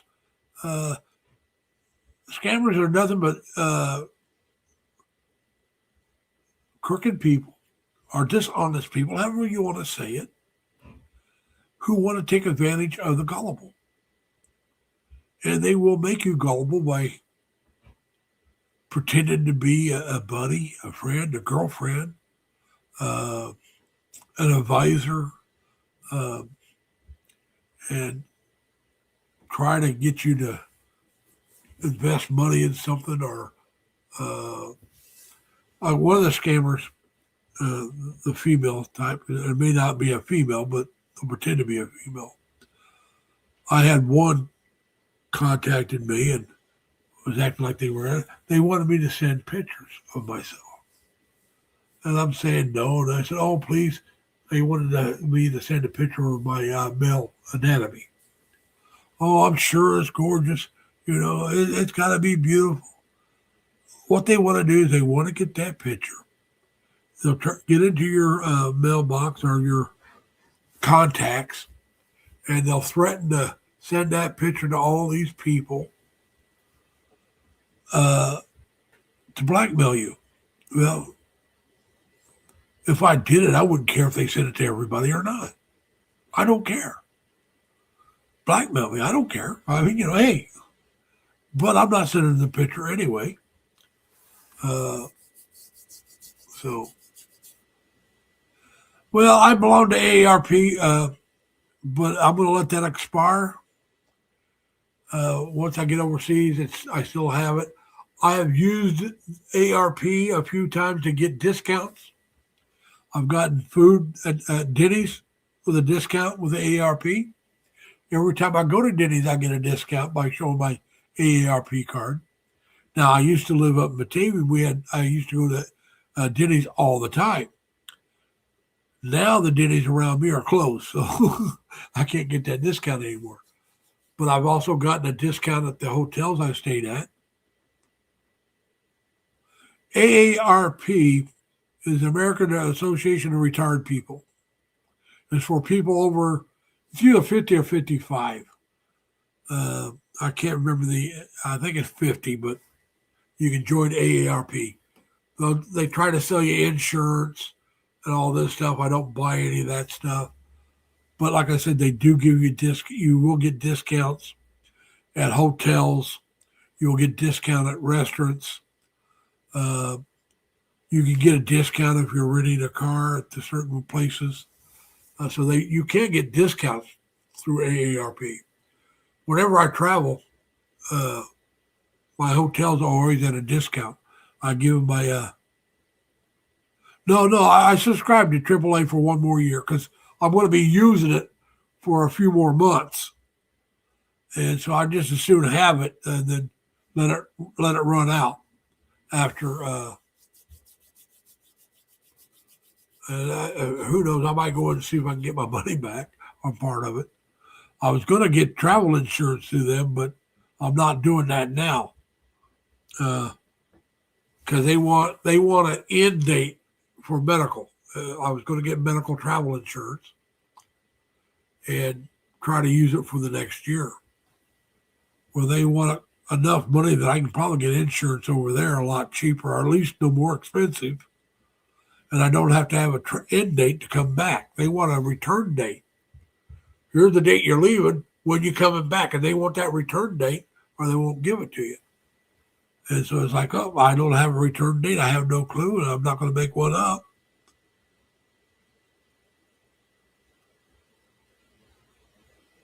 No, I don't even know who Alex Jones is. I really don't. People told me I sounded like my younger brother when he was still alive, or they told him he sounded like me. Depends on who knew who. Because my younger brother, he was a card. When I was still in the Navy, he would call home and pretend to be me. Now, he still lived there, but he'd call home. My mom would answer the phone, and he'd pretend to be me. And she wouldn't. I would call later on, and she wouldn't believe it was me until he walked in. She thought it was me, him giving her a hard time. And like I said, my friend that died a little over a year ago, his mom was. My parents were good friends, and we could, if Dave, that was his name, Dave. If Dave wanted to stay at our house, we'd call his mom and tell her, "Hey, Dave's staying over." Because as long as my parents didn't care, she didn't care. Same thing. If I stayed at their house, as long as my mom and dad knew, nobody cared. And the same thing with my younger brother. He was great. Dave was like the missing brother, but he was almost perfectly halfway between my younger brother and myself in age-wise. So anyway, we called his mom when I was home, and we had two phones so we could both talk at the same time, and it drove her nuts. Which one's talking now? Which was this? Because she couldn't tell us apart, and we sounded that much alike. And Gary was a lot taller than me. I'm 5'8". Gary was like 5'11", maybe 6 foot. He was thin. Now, he was a redhead like myself, although his hair was a little more red than mine, but we both had the red beard. My beard turned white, I think, sooner than his did, but Gary passed away at 56. Now, my brother Jim, he didn't sound like either one of us. Now, Jim was about 6 foot tall as well and thin until his thyroids went bad, and then he got way overweight. But he was dark complected, had dark hair with a beard with a reddish tint like our dad did. My dad had a beard with a reddish tint, but he was dark-headed. Now, the dark complexion came from my mom. My mom's was part Native American, part Indian, part Native, whatever you want to call it. It doesn't bother me to say Indian, but some of them it does. They want to be known as Native Americans or natives, so fine. My grandmother, her mom, was raised on the reservation. So they had that's where the darkest complexion came from. But my complexion came from my father's side of the family. So did my younger brother. We took him after our dad as far as skin complexion went. They both took up after our dad, and they were taller. Our dad was like 6'3", around 6'3", 6'4", somewhere in there. Our mom was about 5'2". I got stuck. I used to always say stuck in the middle because I used to say my dad was 6'2". I was told he was taller than that. I used to say I got stuck in the middle. But they were both taller. Both thinner. Our dad was thin when he was young. He put on weight when he got older. He was thin when he met our mom, but he drove trucks cross country. So he said a lot, ate a lot of the wrong food, got overweight. But like I said, I got my dad's built. I just didn't get his damn height. My dad was very short-legged. I'm very short-legged. If I had the normal leg size of a person my height, I would be over 6 foot tall. And I'm only 5'8". Okay? That's how short my legs are. Like I said, my dad was like 6'3", 6'4", and his leg length was 30. I'm 5'8", my leg length is 25. Average leg length for somebody my height is about 30. So you add 5 inches to my height, that puts me over 6 foot. Even if we only go 4 inches to 29, that would put me at 6 foot. And I'd still be short-legged.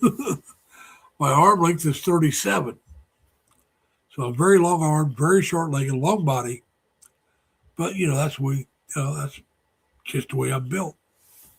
That's one of the reasons I can carry my weight as well as I do. I won't say how much I weigh, but I'm well overweight.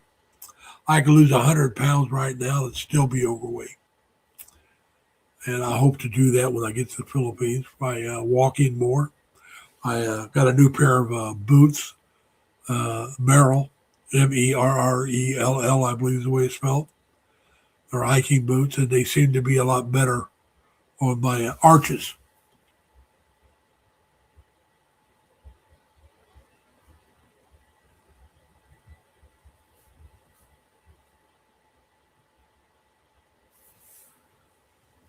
But so yeah, it is looking forward to it. Like I said, I went walking today with the new boots. First time I went walking in them. I just got them the other day, and I put them on. I went down and got my mail. Took some trash down, checked on the mail, and there was no mail. So I took a longer walk than normal. Normally, if I walk about 1,200 to 1,500 steps, my arch is killing me. I walked over 2,000 steps. My arch really weren't hurting that bad at all, but the shoes being so new was causing me a little trouble. So the feet were hurting a little bit, but not the arch. So that gives me some hope that once they get broke in, I'll be able to walk a lot more, which will make me extremely happy because I actually like walking. I like to walk. So I'm hoping that will help out. If I can walk more, I will lose more weight and get in better shape. But like I said, which will help with my sugar, which will mean help with my health. So kind of all connected, So we're planning on doing that. These boots were not cheap, but I've heard before that's a good shoe. They're supposed to be really good for people with flat feet or falling arches. I have falling arches. Yeah, I have a low center of gravity. But so yeah, it's something I'm looking forward to. Oh, Dan, the easiest thing for me to do is gain weight. And my older brother said he was on a seafood diet. Seafood, eat it. Well, I'm the kind of person, I look at 5 pounds of candy, I gain 10. So, I mean, it's now that was my older brother. My younger brother was very picky eater, very picky. Yeah, you can have one for me, Dan. I appreciate it. I like the coffee cakes or cinnamon buns, depends on how you want to call it. I've heard people call them the same thing, the same donut, those two things. That makes sense to me. I always called them cinnamon roll. Coffee cake is it's actually very a cinnamon coffee cake is good, but to me it's not a cinnamon roll. So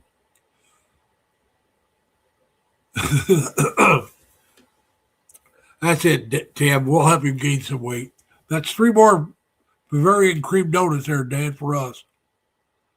So yeah, we're trying to enjoy ourselves and we're seeing where everything's going here. I I don't need it. Norton just popped up on me. I don't need that. I gotta check something here real quick. Pretty good. But so yeah, so I gotta decide when I want to do my taxes. I gotta do that, then I'll take that computer down, desktop. So next week I'll be back in my bedroom doing these lives instead of my living room, and I'll have the whiteboard behind my head on the door. So we'll be back to doing that next week.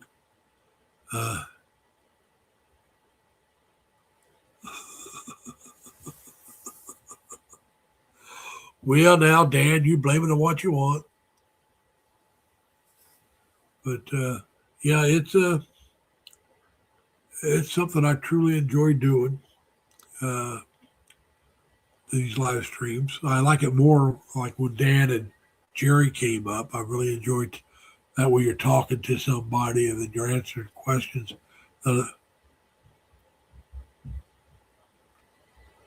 That could be, Reggie. Live seems like a lot of people like live streams. I don't know. I don't go to a lot of live streams. I do go to some. But I try to watch a video or a short from everybody. I don't get to do that I've got so many people that I kind of indebted to that I don't get to everybody like I should. Once I get to the Philippines, it'll be probably even fewer because I'm going to be busy doing more. Because right now, when I'm at work, I'll check videos out. I've popped in people's live streams while I'm at work because I sit at a desk and the door is right in front of me. So you can't come in without me seeing you. I can have my head down. You can't get in without me knowing it. Now I watch cameras as well. So I'll be watching the cameras and listening to a live stream or watching a video and just checking things out. It's not real hard to do this at the post I'm at. I've been at posts where I could not do that, but where I'm at now, I can. Especially if I'm at zone 3. Because zone 3, nobody comes in illegal. They're already in the building.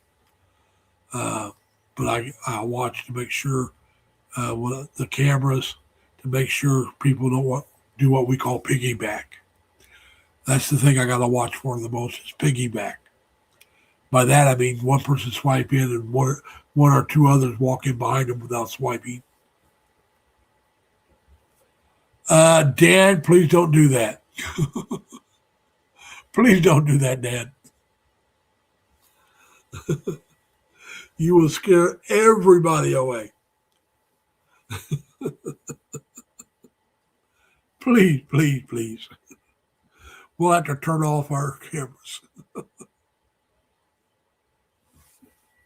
But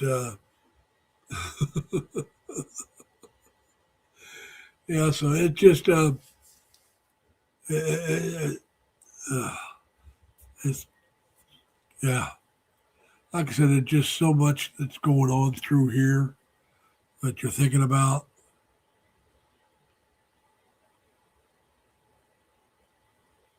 Now, Mike, we got an East Greenbush here in New York. Is that what you're talking about? Mike, where are you located at, man? I live right outside of Albany, New York. I don't. Yeah, I live right outside of Albany, New York, Mike. I'm from Indiana, but my mailing address is Waterville, but I live closer to Latham. and I've driven through East Greenbush.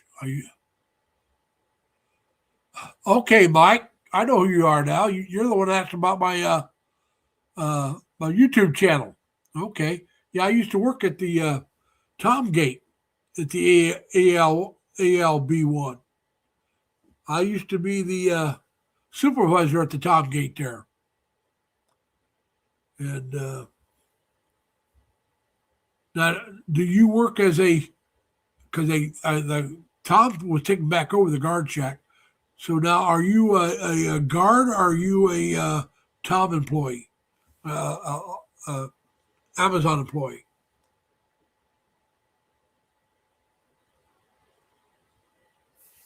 Your Tom team. Okay, yeah. I don't know if you remember me, Mike, or not, but I used to be the one that was in charge of the Tom Gate for the security guards at the end, and towards the end.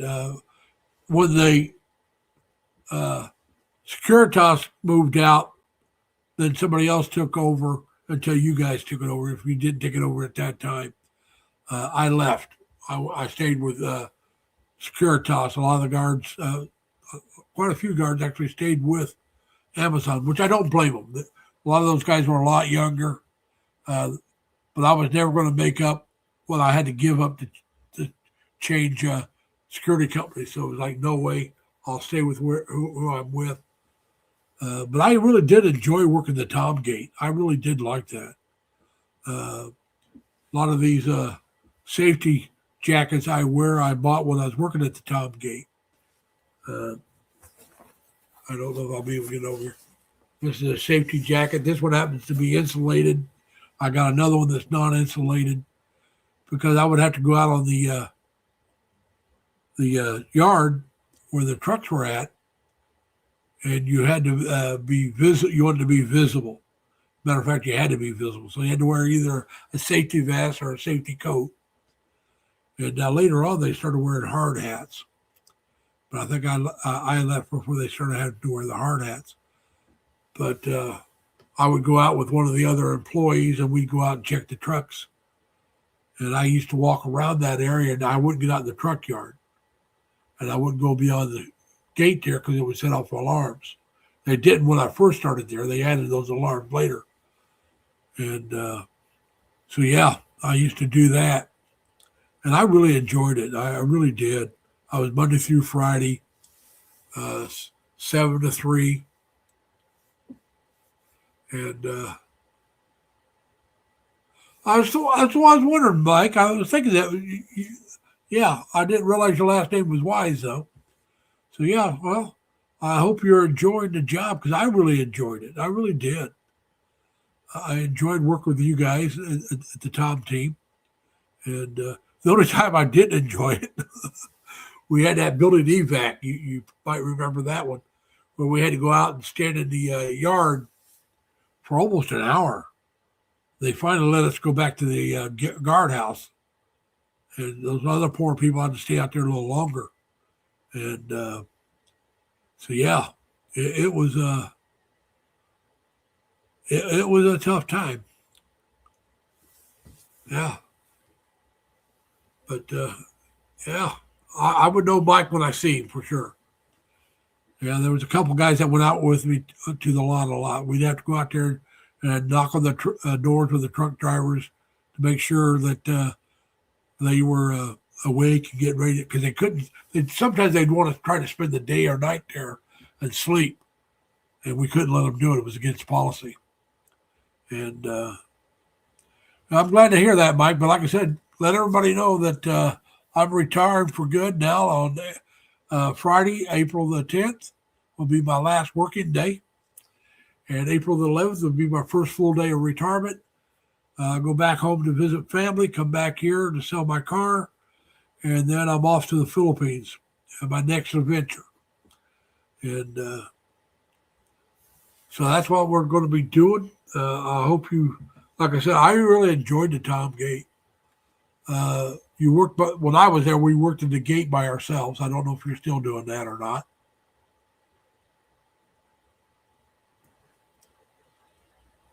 I appreciate that, Mike.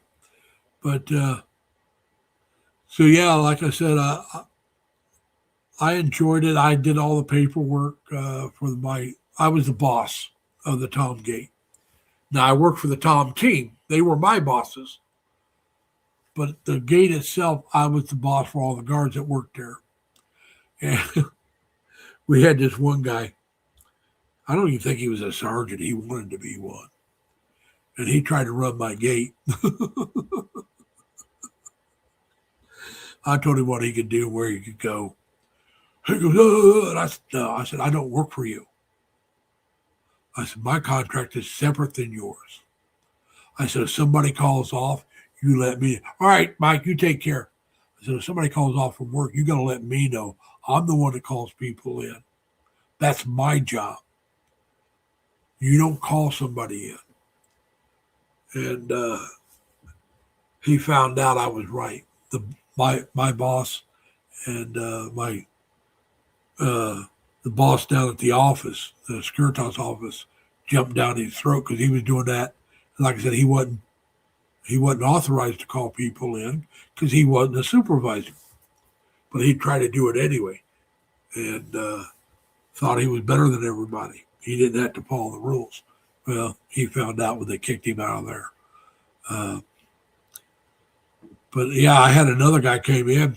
Now he was the boss of the other section.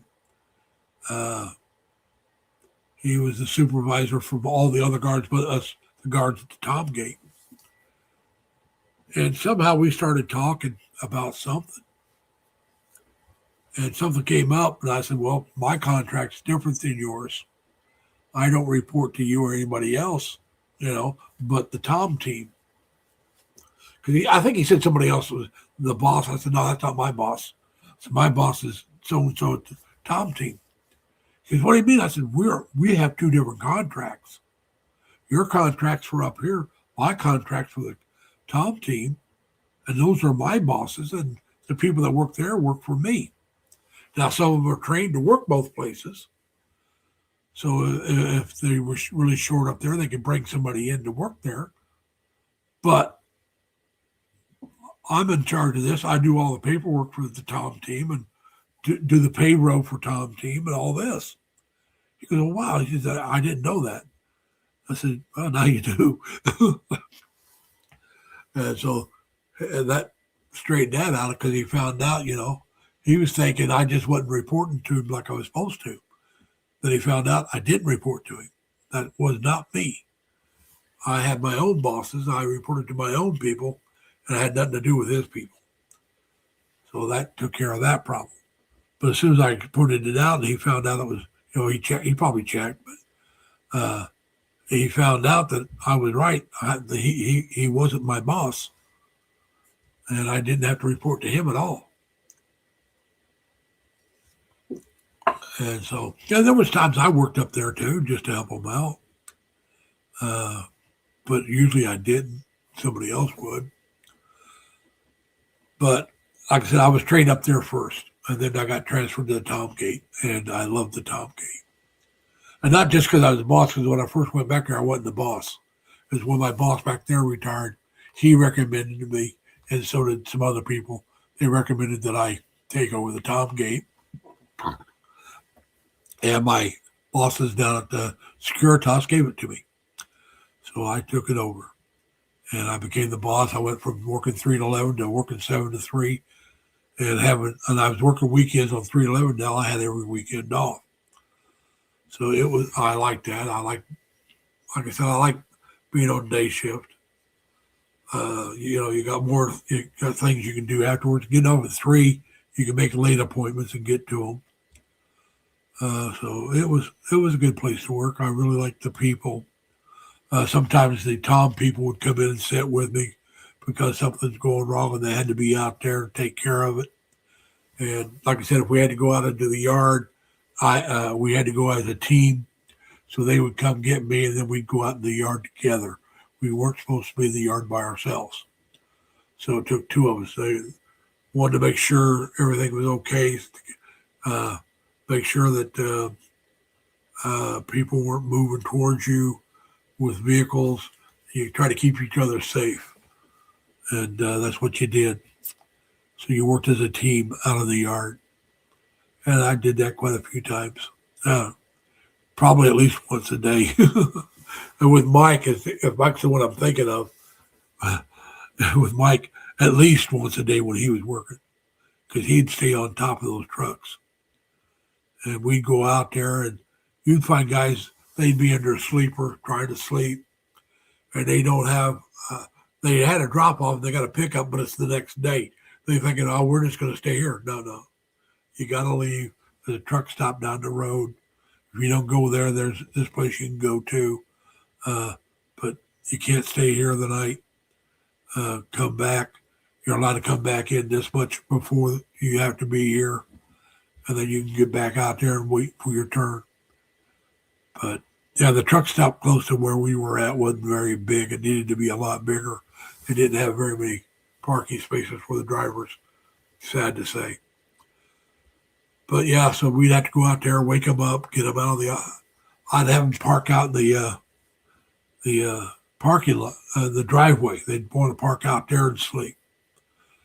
Come in a couple hours early. You think, well, I'll just sit out here in the driveway and pull off to the side here, and trucks can get by me, and I'll just sleep here. No, you can't. You can't. We can't have you here. It's just not allowed. It's against the rules. So I'd have to go out. I'd have to let them know I'm going out, what I'm doing. And I'd go out and check on the drivers, get them out. Sometimes the trucks died. And you get somebody out there and give them a jump. But yeah, so I dealt with truck drivers a lot when I was working at the Tom Gate. It's Transportation Office Management or something like that. That's what Tom stood for. I don't remember exactly, but it's Transportation Organization, management, and it was just called Tom for short.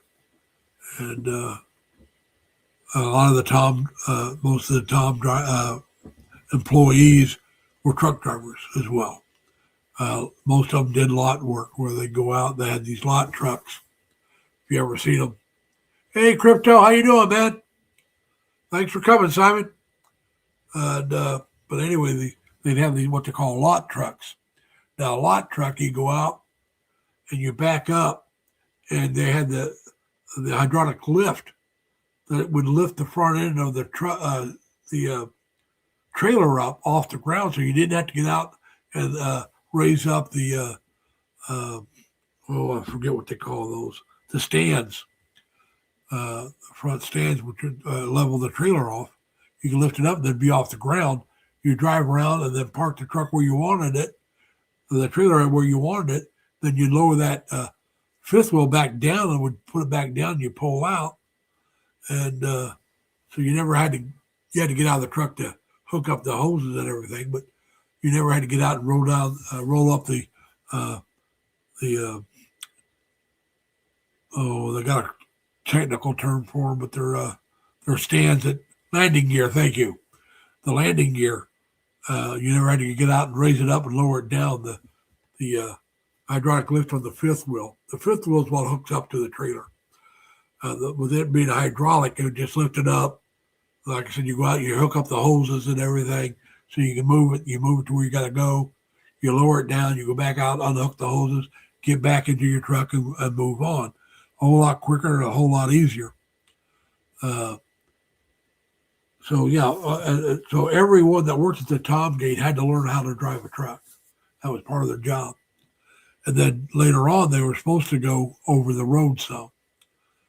And so a lot of times, there was not a lot, but there was a few drivers that didn't want to go over the road. So when it came time to go over the road, they went back inside the plant and gave up the Tom Gate, the Tom team. Even though they really loved the Tom team, but they didn't want to drive over the road. There was a woman that was that way. She was married. She didn't want to be gone from the family that much. I don't think they were gone a lot, but they had to be gone some. And that was, to her, it wasn't worth it. And I think there were some other guys that were the same way. It's nice to have that money, but I'd rather go back inside than drive, from here to Massachusetts or New Jersey and back. They just didn't want to do it.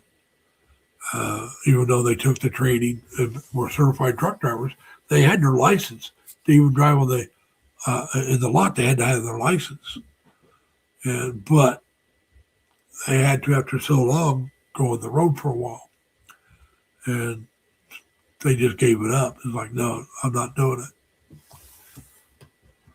Some of them did it, and then when they got done with it, they left Amazon and went to driving trucks cross country for them, instead of working for Amazon. So, there was usually a fair amount of turnover there because, like I said, Amazon paid for them to go to driving school and get their license. And so it was, if you wanted to drive a truck, that's probably a pretty good deal. Get in the Tom team. They pay for you to drive a truck. Maybe you have to drive for so long before you don't have to pay them back. If you don't stay with Amazon, whatever it is, you drive for Amazon, get your hours up on the road, and then when you're ready, you leave Amazon and go drive for somebody else, maybe cross country. Like I said, my father was a cross country truck driver, so I've been around truck drivers. But yeah, you'd have trucks coming in bobtailing. Bobtailing means they have no trailer; they're coming in to pick up a trailer, or they'll come in, drop a trailer, and bobtail out. We used to have UPS would do that a lot. They'd come in, drop a trailer, leave, come back in, pick one up, or maybe sometimes they would drop one off, go out, turn around, come right back in because you had to leave to pick up. You couldn't drop off and pick up. You had to drop off, leave, come back in and pick up. And so a lot of times that's what they do. They come in, drop off, drive to the outgate, go up far enough, turn around, come back, and come right back in to pick up. And it wasn't just UPS. There was some other companies that did it. My dad drove cross country for dang near 26 years. I know it was 26 years driving a truck as a teamster, but I don't know if he took some time off cross country, drove local. When my mom had a miscarriage between myself and my younger brother, and she got really depressed, so he took a local job so he could be home every evening and home on weekends to help out around the house with my mom and his kids. Then after my younger brother was born, and my mom was a little bit more like herself, he went back driving cross country. But he retired at total disability at 47. He lifted something wrong, went from 258 pounds down to 150 in 3 months. He could never pick up more than 20 pounds or so without getting sick. So he was done working. And now during the war, my father drove semis cross country. He was never going to be drafted because of his job. He hauled ammunition bombs around the country. He would pick up bombs. Well, there was a naval base that made bombs in Indiana. And he would go there, pick those bombs up, and take them wherever they needed to go. He delivered bombs to the Navy. He delivered bombs to the Air Force, the Army. Well, the Air Force was the Army back then. The Army, the Navy. He hauled bombs all around the country. And that was his job during the war. So he was not draft eligible. So he wasn't drafted because his job was considered needed for the war effort. And but anyway, so like I said, he drove cross country for over 26 years. Exactly how long, I don't know. I just know it was over 26. He retired on full disability, got his full pension because he was disabled. He always planned on retiring at 55. He had to be 55 with 20 years. So he had the years, just not the age. And he retired early because, well, what happened? He always said if he was faking his injury, he could enjoy his retirement. In other words, he didn't mind not being on the road. He enjoyed that, but he didn't like being sick, which I don't blame him. So Yeah, like I said, I grew up around trucks, in trucks. I made my first cross country trip at 3 years old with my dad. 2 years old somewhere, about 3 years old with my dad. Uh, you know, and I'm not saying it was way cross country, but it was cross country. It was out of the city, out of the state. I went across a couple states. Uh, my family, when we were younger, my dad was healthy and driving, and my mom was healthy. And this is after my younger brother, and even my little sister was probably born. I still did it. We'd go over to St. Louis in Missouri. There's a zoo over there, real nice zoo, and that's you have to go through all the way through Illinois to get to St. Louis. So I used to drive with him all the time over there. He let me ride in the truck with him, and I rode besides that. I've gone farther than that. I've actually gone where my mom didn't follow us, and I come back with my mom.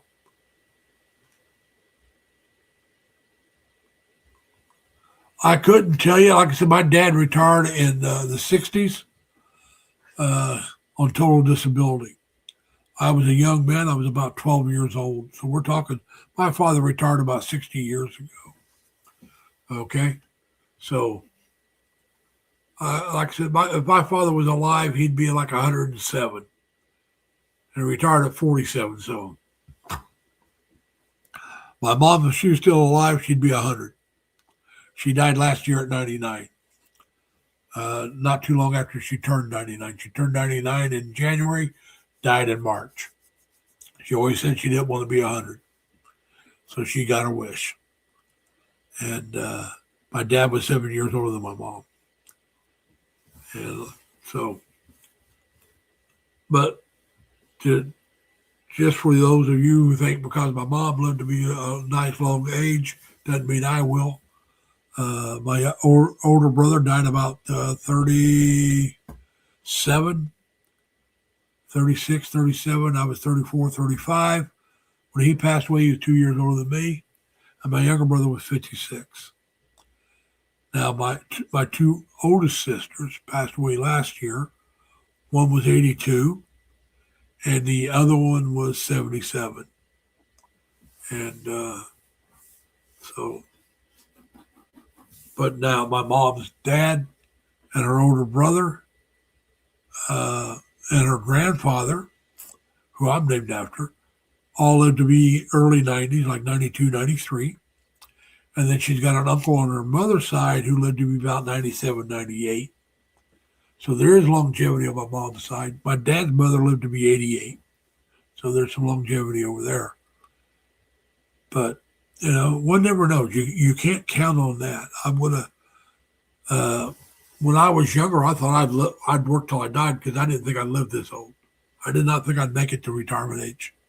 That's why I lived my life the way I lived it. I lived like I wasn't going to live to be old enough to retire. That's why when I had a chance to go somewhere, I didn't mind going in debt. That paid it off later. I was like, sure, sounds like fun. Let's go. I went to China in 99. I didn't care. It's like, I'll go in debt, no problem. And, I went in debt. I paid for the plane tickets and my hotels, and all that was on credit cards. I had some cash, but most of it was on credit card. And then I paid it off as I could. But I enjoyed the trip, so I don't begrudge myself for doing these things. But it did push back my ability to retire. But what are you going to do? You have to live your life in whatever way you think is best for you. And so that's what I'm doing. I'm trying to enjoy myself and see what I can do. And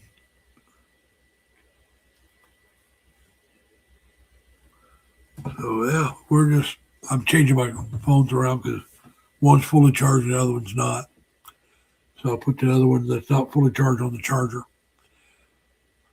Yeah. Yeah, I'm up there, Simon. I really am. Most people say I don't look it to guess me younger than what I am. That's partly genes and also partly because I'm fat. Well, let's be honest about it. The Us fat people don't show wrinkles that much, so it makes our skin smoother, makes us look younger. Like I said, my grandfather, my mom's dad, he lived to be just a couple of days after his 92nd birthday, he passed away. Now his birthday, he was born in 1900. St. Patrick's Day, if I remember right, March 17th, 1900. And if I remember right, he passed away on March 19th, 1992. Like I said, 2 days after he turned 92, as I recall. I know he was 92, and it was just a couple of days. I could be off on a couple of days. Maybe it was the 19th. He passed away on the 21st, but I believe his birthday was St. Patrick's Day. Simon, I wish I could afford to do that. But the only way I could afford to have done that is if I'd stayed in the Navy.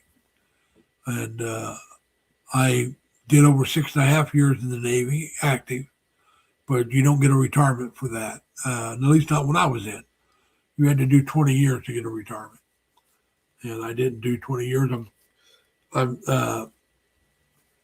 in some ways, I'm sorry that I didn't do the 20 years, but other ways, I'm happy I didn't. Because when I got out, my dad was still alive. He lived a couple more years after I got out, and I got to spend that time when he wasn't. During the winter months, my mom and dad would go to Texas, down in Jerry's area. They went to McAllen a couple times, or once or twice, and then they went to Brownsville the other times, which is down close to where Jerry lives. But they'd go down there during the winter because my father, well, the winter of 77, 78 was his last winter. No, it was the winter before that, I think. But it got down below zero and stayed there for about a month. So that was probably 76, 77. And anyway, that was his last winter in Indiana, because he could not leave the house, and because he couldn't, his body, with him being as sick as he was, his body couldn't handle the cold. He'd go out, that was devastating to him. So he had to stay in. He had to stay in the house, couldn't go anywhere. Now, my father liked to go shoot pool. My father was a hustler. My old man could shoot pool, let me tell you. So anyway, he was stuck at home. And so my mom was a factory worker. And so anyway, he looked at my mother and he told her, said, well, you can either retire and come with me, but I'm going to Texas. I'm not spending another winter here. And it's kind of a good thing. My mom went ahead and retired, and they went to Texas. Now, the very next winter, I'm in Washington State in a place called Pacific Beach, Washington, and we called it Pack Beach. And they got like 3 foot of snow or more in Terre Haute.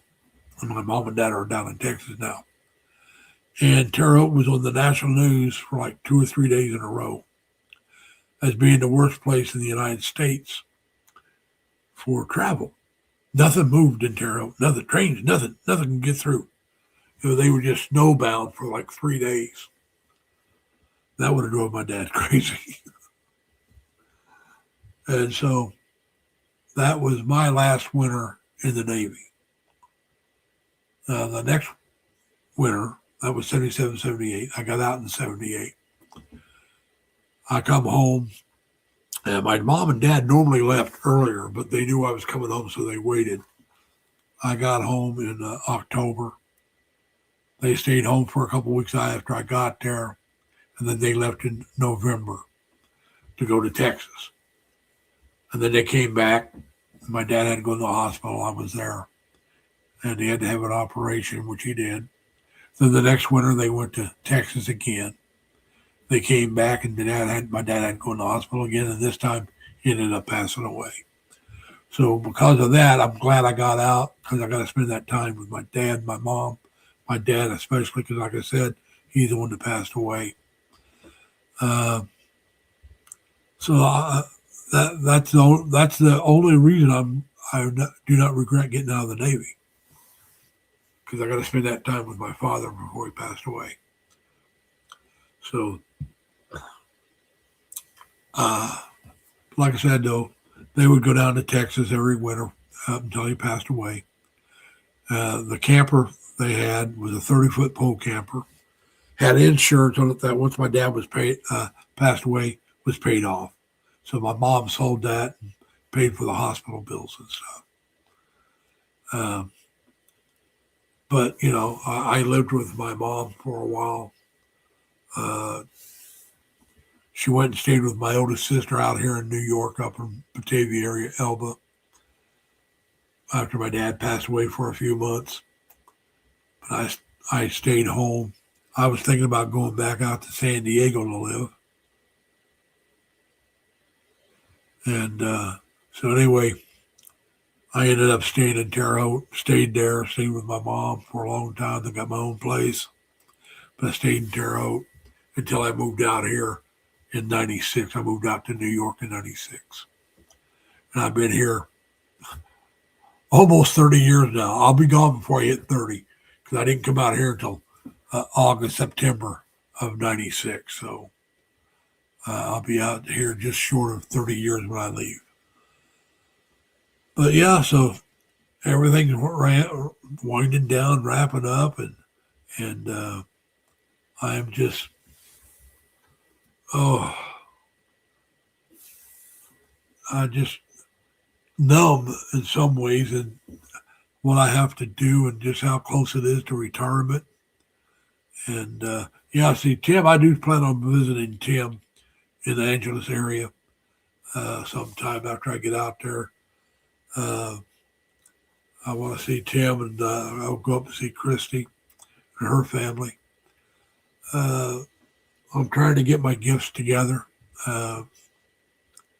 I've got some. I don't have everything I want. I don't know if I'll be able to get everything I want before I leave. All right, Tim, thanks. I'll be wrapping up probably pretty soon. I've been going almost 2.5 hours, which is a long one for me. But yeah, so remember now, enjoy yourself, Tim, and tell your girlfriend hi for me, all right? So take care, man. So yeah, like I said, it's getting harder and harder to wrap my head around the fact that I'm actually retiring. And after I retire, I'll start coming into focus and then wrapping my head around I'm actually going to be in Cebu and looking to start a new chapter in my life. Like I said, I've had many chapters, starting with, before the military, then after the military in Terre Haute, then moving out here to New York State, and now retiring and then moving to the Philippines. Those are all different chapters. And there's many sub-chapters inside those chapters. Like I said, when I was a kid, I went to 6 different elementary schools. And one of them I went twice. I lived in 18 houses by the time I was 12. I lived in 4 houses in 2 years in Casey, Illinois. I went to both elementary schools in Casey. So yeah, like I said, there's a lot of little mini chapters in each, or maybe you might want to call them books, separate books. I don't know, however you want to do it. I call them chapters. There's a lot of little sub chapters or mini chapters, and those all affect us. They all help shape our lives. One of the reasons I'm not afraid of change is because of my childhood. I mean, believe me, you change grade schools, you go to 6 different grade schools and one of them twice, you get used to change. You get used to meeting new people and doing something you've never done before. You live in 18 houses where you got 18 different neighbors. and sometimes they're not even anywhere close to each other. You don't even, because as young as you are, you never see the other people again. It just happened. That's the way life was. And then, like I said, when I was 12, we settled down, and I did not move again until I went in the Navy. From 12 to 18 years old, I lived in one house. That's as long as my entire life at that time, as long as I ever lived anywhere. I've lived here almost that long. I've been here over 5 years now. Back in February on the 15th, it made 5 years here. So I'm just a little over 5. I lived in Leroy, in my apartment in Leroy, for about 14 years, maybe 15 years in that apartment. That's the longest I'd ever lived anywhere in my life. So, I did over 6 years in the Navy. I went place to place, different. I was on 3 different ships. I was 3 different bases, not counting the trips overseas. So, like I said, there's been a lot of change. I've gone. Hey, Tina Marie, thanks for coming. But like I said, I've done a lot of transitions from one thing to another over my lifetime. And the strangest transition is going to be this one for me, retirement. Because outside of my childhood, I've worked. I had my first real job at 15 years old. I worked at an A&W root beer stand, or restaurant, whatever you want to call it. My second job was working at a Bonanza Steakhouse. It was a cafeteria style. Then I went into the Navy. Now, I did work some other jobs before that, but they weren't,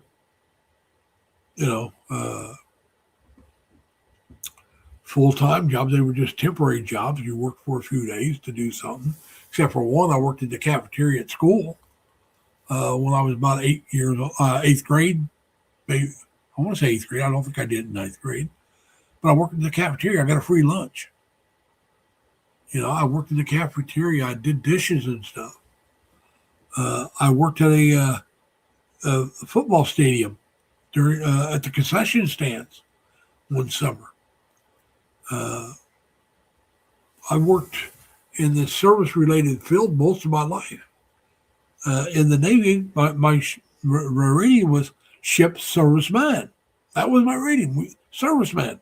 I was a serviceman. I was providing service for my fellow sailors. They're now called retail specialists, from my understanding, but at my time it was called ship serviceman. And I was a barber. I ran the gas station on shore. This is what I did on shore duty. I did 4 jobs every day on shore duty. I'd start off working in the Navy Exchange, restocking the shelves. Then I'd leave that job and I'd go around and fill up all the vending machines. All right. And part of my job of filling up the vending machines, I had to put in the request to order new supplies. So when I got low on something, I'd write up a request and have them, my bosses, order food for me, order the candy bars, order the pop, all that stuff whenever I needed. They'd order it, it'd be delivered. I'd put it away where I had the storeroom, and I kept track of the storeroom. That was part of being the vending machine. Then I'd go open up the gas station. I ran the gas station for, I want to say an hour. It might have been an hour and a half. And I'd run the gas station. That's all it was open. That hour and a half. That was it. Monday through Friday, that was it. So all the military people and all the retired people that were allowed to come on base and buy gas knew our hours. Deborah. How you doing, Deborah? Thanks for coming. Happy Sunday to you. It's Saturday here. If you notice my title, I retire. I got 8 more working days, which is 2 more weeks. I retire April 10th. And then I got 51 more days till I leave for the Philippines. And so about 37 days when I actually retire. After I retire, about 37 days till I'll leave for the Philippines. So like I said, I'd open up the gas station for about an hour and a half. Everybody come in, get the gas. Now the ladies, it was self-serve, but I'd go out and get the pump the gas for the ladies or anybody that might have been handicapped or disabled. I would also check their oral for them. Didn't do it for the service guys. They did it themselves. But I'd do it for them. Then I'd close that, and then I would go open up the barber shop, and I worked the barber shop until time to get off at 4:00. So I get off at 4. It was either 4 or 4:30. I want to say 4. So I closed the barber shop, and that was my daily routine. I did that every day. So by the time you're about bored with one job, it's time to go to the next one. So it was never boring. Now on ship, there was no gas station, but I did help restock the onboard. Basically, Navy Exchange on board the ships. We call it the ship store. Now, the ship store sold stuff that you, as a sailor, would want for your own comfort. If there was a certain style of uniform that they gave you, we sold a style that you could buy that would still be acceptable, but it wasn't the official uniform they issued. We sold lighters,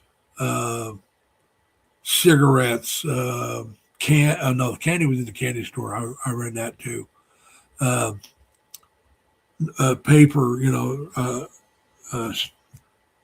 note papers, and envelopes, and soap, and all kinds of stuff that you'd want just for yourself to use.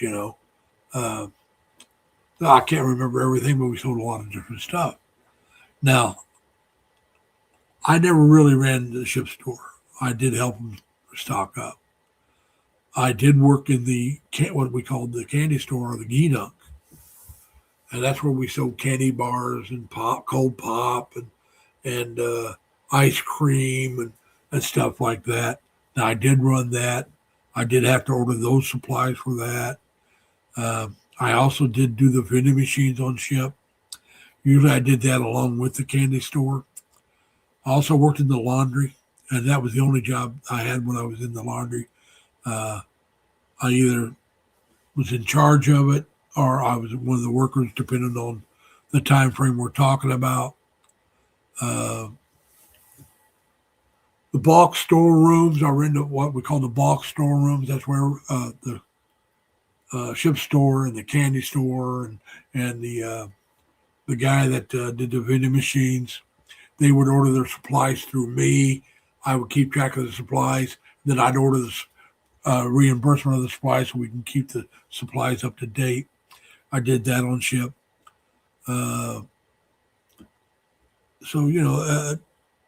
They're just different jobs I did. During general quarters, that's when general quarters is what they would call it during wartime or combat. And you would practice that even during peacetime. Now, I went in during Vietnam, so you practice it. And one of the jobs I had, we had a little 5-inch cannon on our ship, and I worked in the magazine, and we'd hand the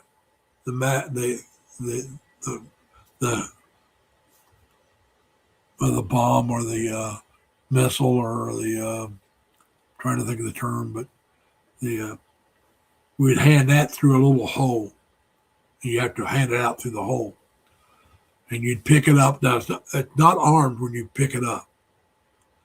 All right. And you'd take a screwdriver and you had it. There was a little bolt that you'd turn about a quarter of a turn, maybe half a turn. I can't remember now. But you'd turn it a little bit, and then it's armed. So if you drop it, it goes off. If you hit something, it can go off.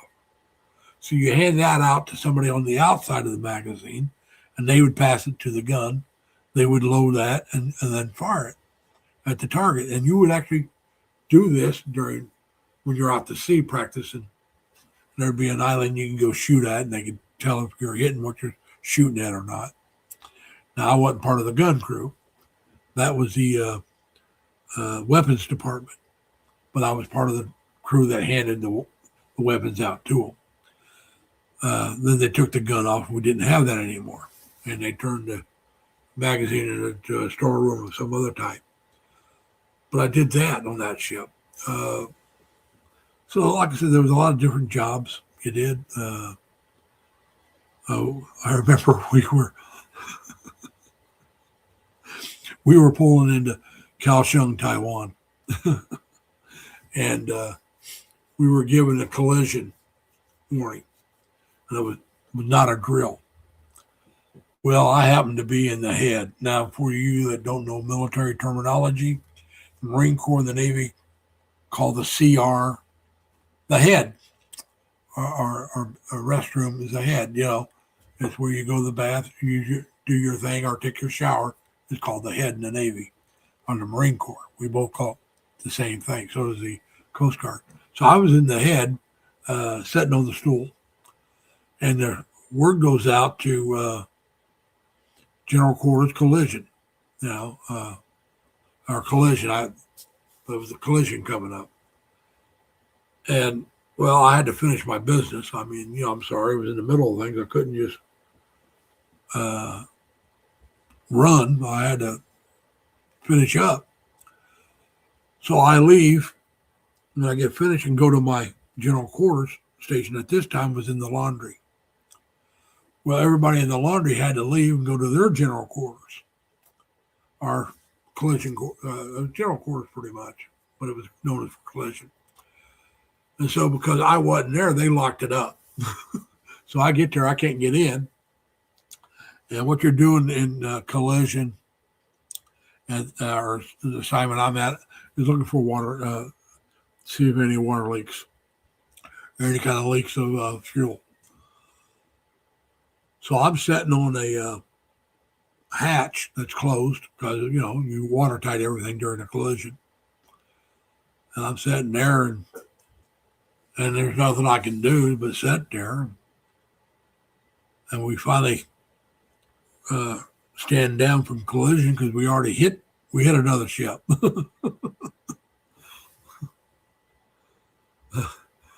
I feel sorry for the hull techs because of this one. But we were under pilot. A pilot is a tugboat that brings you in. They're responsible for keeping everybody safe. Well, somehow this pilot wasn't very good, and we hit another ship and did some damage to their ship and our ship. It was a merchant marine, I believe, we hit. And so the hull techs had to go on 12-hour shifts, 24 hours a day. So there was 12 on, 12 off until they got all the damage repaired. So the first week or two, we're in Taiwan. These poor guys, they're working their tail ends off to get things done. And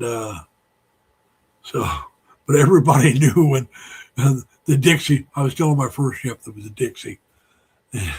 Everybody knew when Dixie pulled in. But yeah, that was a crazy time. All right, everybody, look, looks like everything's calming down. If anybody wants to come up, come on up, and we'll talk for a while. Otherwise, I'm going to shut this one down. Shoot, I got 7 people here already. And that's gone up. Well, I'm glad everybody's here. But like I said, I'm running out of things to talk about. You know,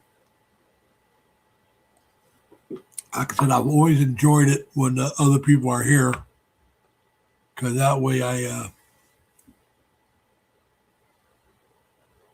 have. Now, Deborah, did you drop your link? Did you type in LLL? I didn't notice.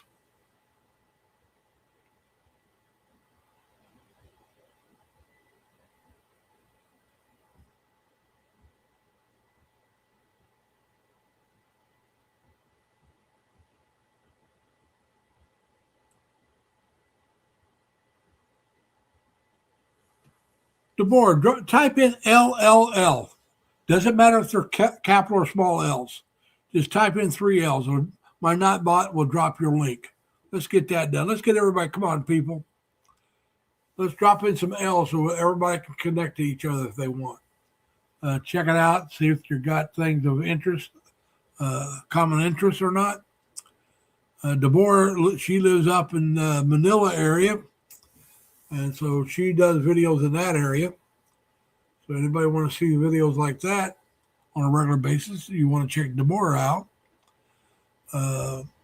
Now, Tina Marie, she's Filipina, but she spends about half her time in Canada and part of her time in the Philippines and part of her time in Japan. And I think you were in Thailand this year as well.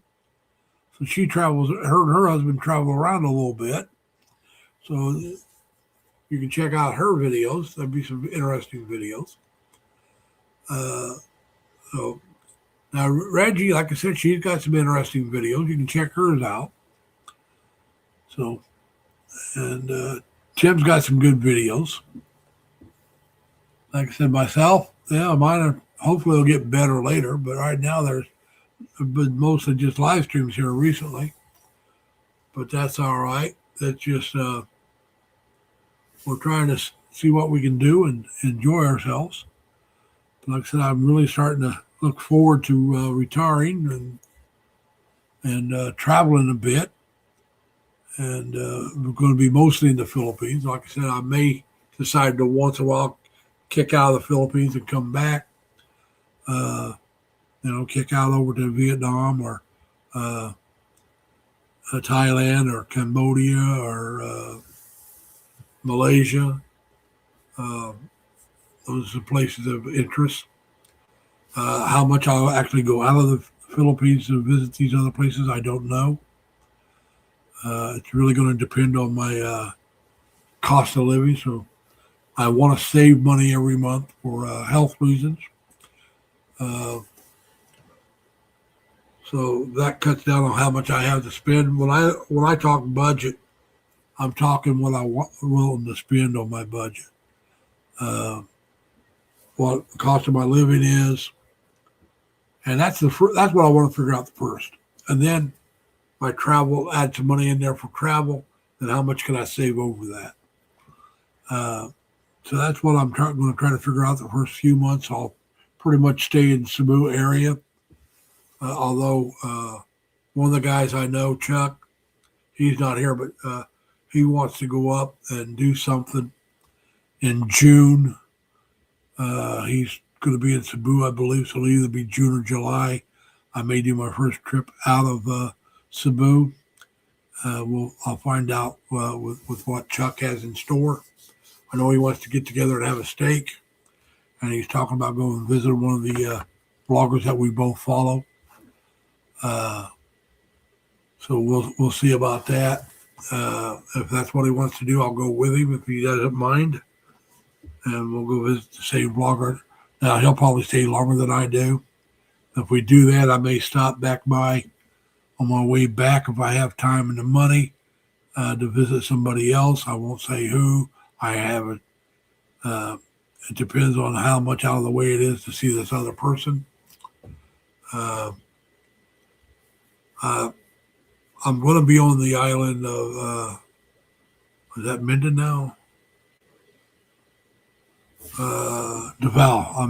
I may stop by Davao on the way back for a few days. There's a couple of vloggers I know that live out close to Davao City. They don't live in Davao City, but they live not too far outside of it. And Davao is one of the places I want to check out. Like I said, this all depends on how much money I can afford to spend at that time. Because like I said, with the cost of everything, I may have to, even though, all right, and thank you again for doing it. Everybody, y'all need to drop the L's. Maybe cost prohibitive, even though it would be cheaper to stop back by on the way back to Cebu. But it may be, well, I can't really afford to do that, even though it would be cheaper than doing it by itself on its own later. So that's something I'll have to figure out. And so that's just, that's what it is. I gotta watch what I spend. I will lose about 2/3 of my income when I retire. All right, because like I said, I'm going to go strictly, not quite 2/3, but well over half of my income is going to be gone. It ain't coming back, darling. It's done. That's gone. And I'm talking about after taxes. I'll lose well over half of my income after taxes. And now, if we're just talking about before tax, I'll lose at least two thirds. But I get taxed pretty heavy, so more than half, but less than 2/3, I'll lose of my income. So I really got to watch my money, like I said, because I'm going to be probably self-insured.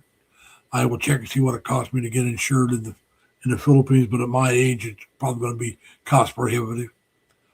That's why I'm building up my savings, which I don't plan on touching.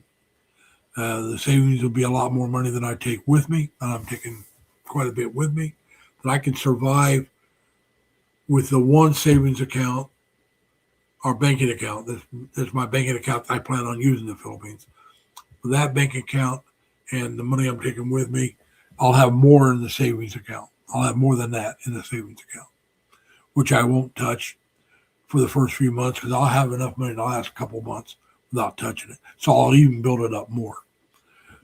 Because, like I said, the first couple of months, if I can, I just want to stay in Cebu and do the day trips. No overnight trips, I don't think. Just do day trips. And what does it cost me per month to do that? And I'm going to go out to eat once in a while. So that's got to be, all that's got to come into consideration. So what does my apartment cost me? My utilities. And I'm going to have internet. I'm going to have phone service. I'm going to have phone service that I'm taking with me. My local phone's going with me. I got my WhatsApp on that. So I can get a hold of my family back here. I got a lot of family members that have WhatsApp. Some of them that don't might get it just so we can keep in contact. It's something I'm going to do. Is try to figure out my monthly cost of just doing a staycation, what I call a staycation. A staycation, you stay close to where you live. You do like these day trips. You go visit, come back the same day, maybe an overnight trip once in a while. Now, I want to know what that's going to cost me with going out to eat. I don't plan on cooking that much.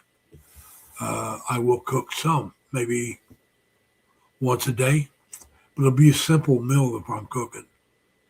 I'm not planning on cooking big meals because it's just me. So maybe I'll fix my breakfast and then go out for dinner, or maybe I'll go out for dinner or a lunch and fix a simple dinner.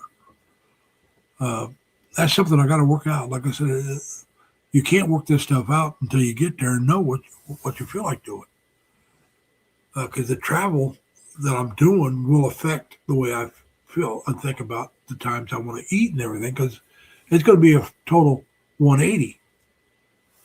See, right now it's almost 11 o'clock at night here. Not quite. It's about not quite 10:50. What is it?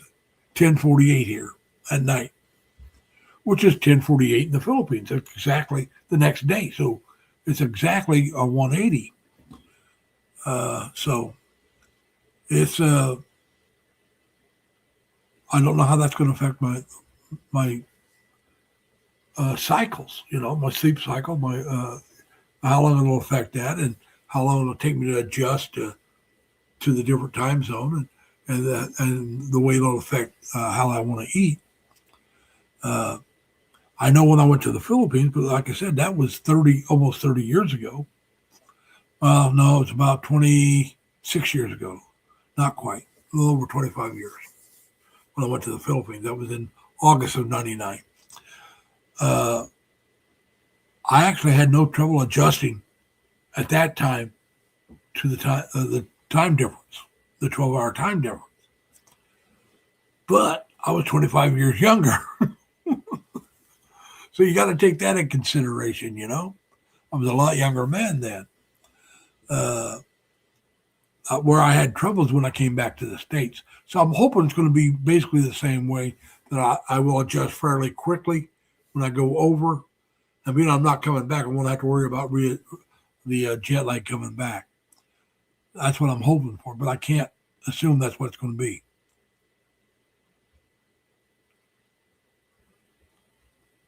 Well, everything's getting harder because of the cost, Reggie. But I'm not going to keep working. I'm done working. And so it's just, I got to go. I made my decision a while back before all this started, and I'm not changing my mind. I've already paid for my plane tickets. I've already paid for my hotels. Now, you could say, well, just take it as a vacation. But no, I do not want to work another winter. I'm done. I'm tired. Like I said, I'm 72 years old. I cannot live here without working. I can't do it. My rent and my utilities alone is almost what I make in my Social Security. It takes up almost all of my Social Security just for my rent and utilities. We're not talking now. If you throw in my cell phone, you throw in my internet, and you throw in my groceries, I don't have any money left. Matter of fact, I don't even have enough money to pay for all that stuff without working. Where I live, I mean, New York State, Albany area is very expensive to live. There's places I could maybe move to, but do I want to live in those places? Just because a place is a little more affordable doesn't mean it's desirable. And I'm not living. If I stay in the States, wherever I live, it's got to have a VA close to me because that's my medical. My medical is the Veterans Administration, the VA hospitals, and that's been my medical ever since I was in my 40s. That's been my medical. I've always, that was my late 40s when I started using the VA. I want to say I was 47, 48, somewhere in there when I entered the VA system and went full time a year or two later to where that's all I use. And so, I have Part A. I don't even have Part B, if you know what that is, because the VA doesn't take it. They don't take Part A. They don't take Part B. They don't take anything from the government. They don't charge the government. The Part A is free. Part B, C, D, and all that you got to pay for. Well, if they won't take it, there's no reason for me to pay for it because all I use. I've gone outside of the VA system since I've been in the VA.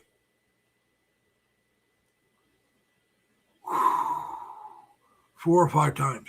And I've been in the VA system for, like I said, 24, 25 years.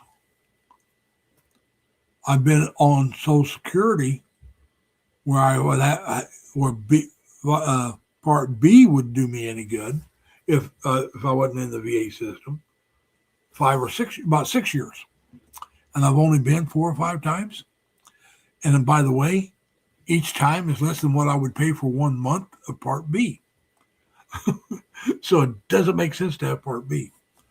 So yeah, I really, I'm going to go get some shots. It's going to be outside of insurance. I'm going to have to pay for it.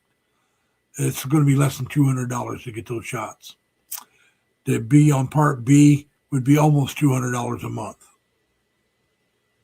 I haven't been outside of the VA system for about a year.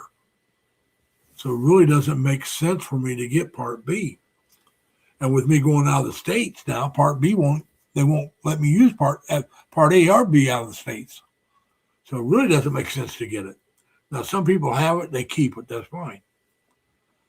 But I don't have it, so I'm not keeping it. Because if I come back, I'm going right to the VA again.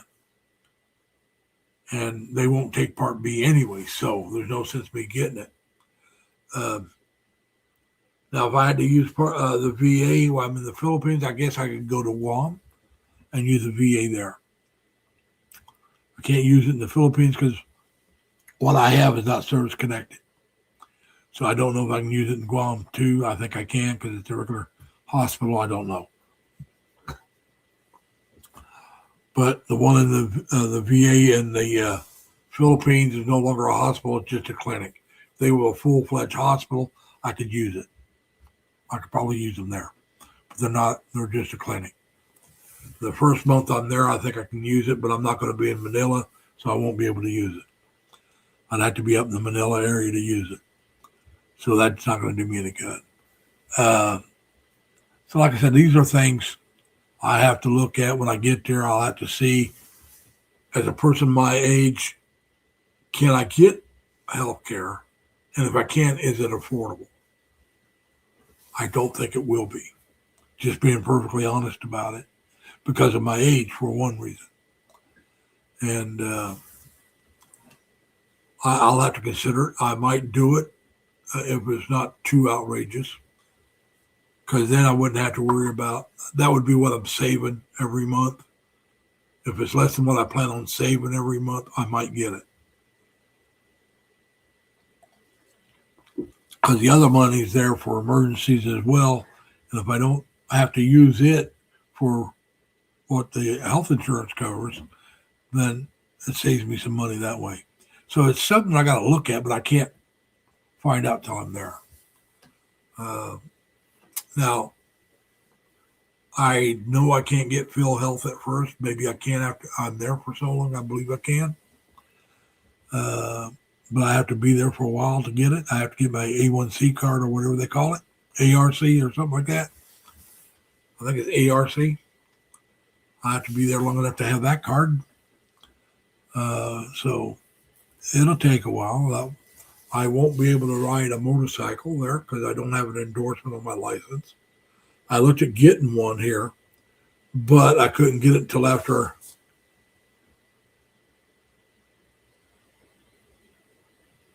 Daniel, I don't know who you are. Give me a second here.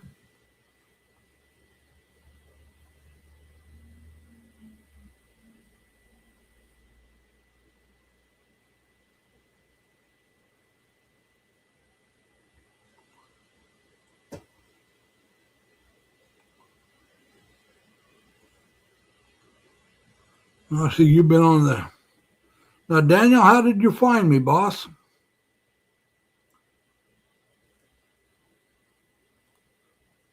If you don't mind my asking, was you just going around looking and found a live stream and decided to come in, or did you find me through somebody you know? I know, Daniel, I can tell that you're new. I know you've had your channel because I looked since 2020. But how did you find me is what I'm asking. Did you find me through somebody you follow? Did you just, did I just happen to pop up on your screen and you decide, hey, let's check it out? Now, Daniel, as if you read the description of what this live stream is about, I'm about to retire in 2 weeks. It's 8 days. I work 4 days a week. So 8 days is 2 more weeks. I'll retire on April 10th. And then if you read farther, you see that in 51 days, I'm going to the Philippines. Now, I plan on going to the Philippines and staying for as long as I can. As long as I'm enjoying myself over there, I plan on staying. So,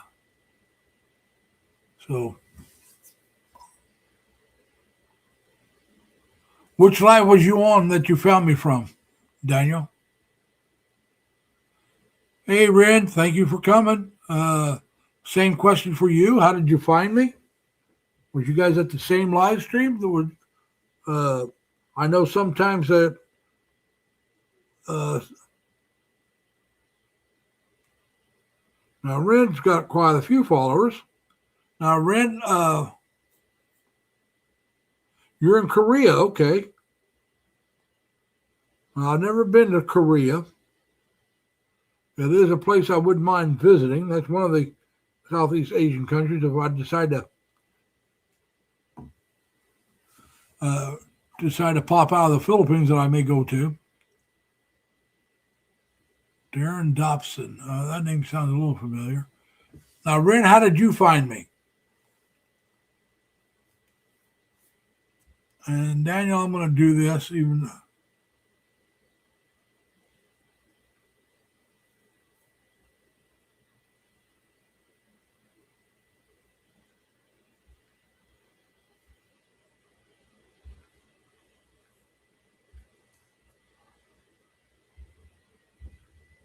All right, give you both monitors.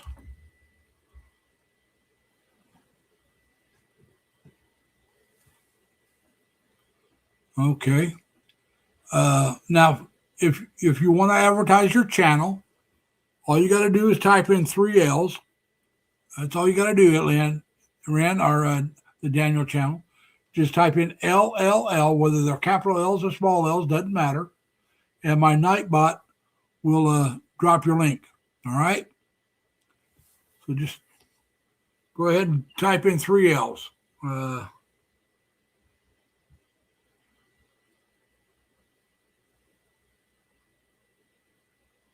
So there you go. Now my Nightbot will drop your link. See it? You got 49,800 subscribers. So you're about the largest one in the group.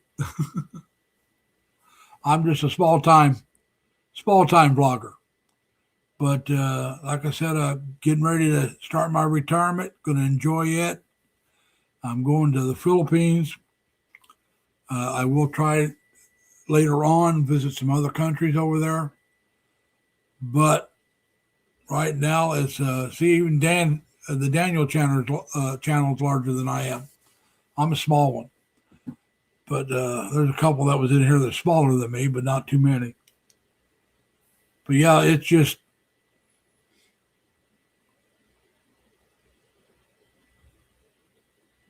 yeah, really, it's more views. It's more about your views than your subscribe. You got to have so many subscribers. But after you get to 1,000, it's more about the views and the hours. I'm not monetized. I don't want to get monetized right now. I have no desire to do that. Like I said, it's just not something I'm interested in right now. Maybe later on I will be. Yeah, Reggie, but like I said, I'm not in this to get monetized. I'm like I said, a while back I decided I was going to retire, and I've been working most of my life. Very little time that I'm not working over the last 50 some years. All right.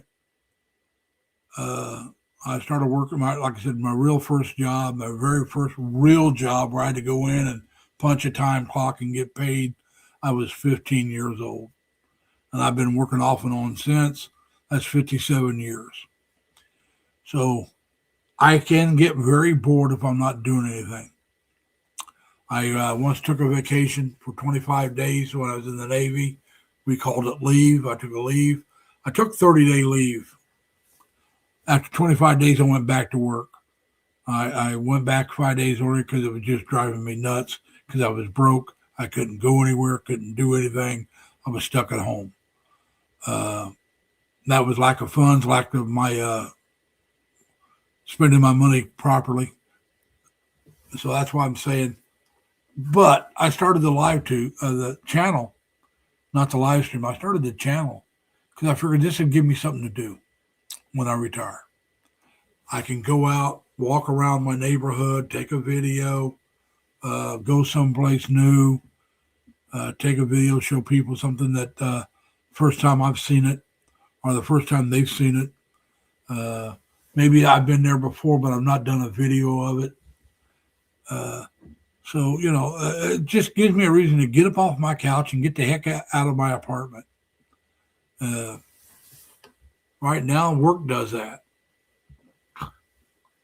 But if you go back, you see I've done a lot of videos before.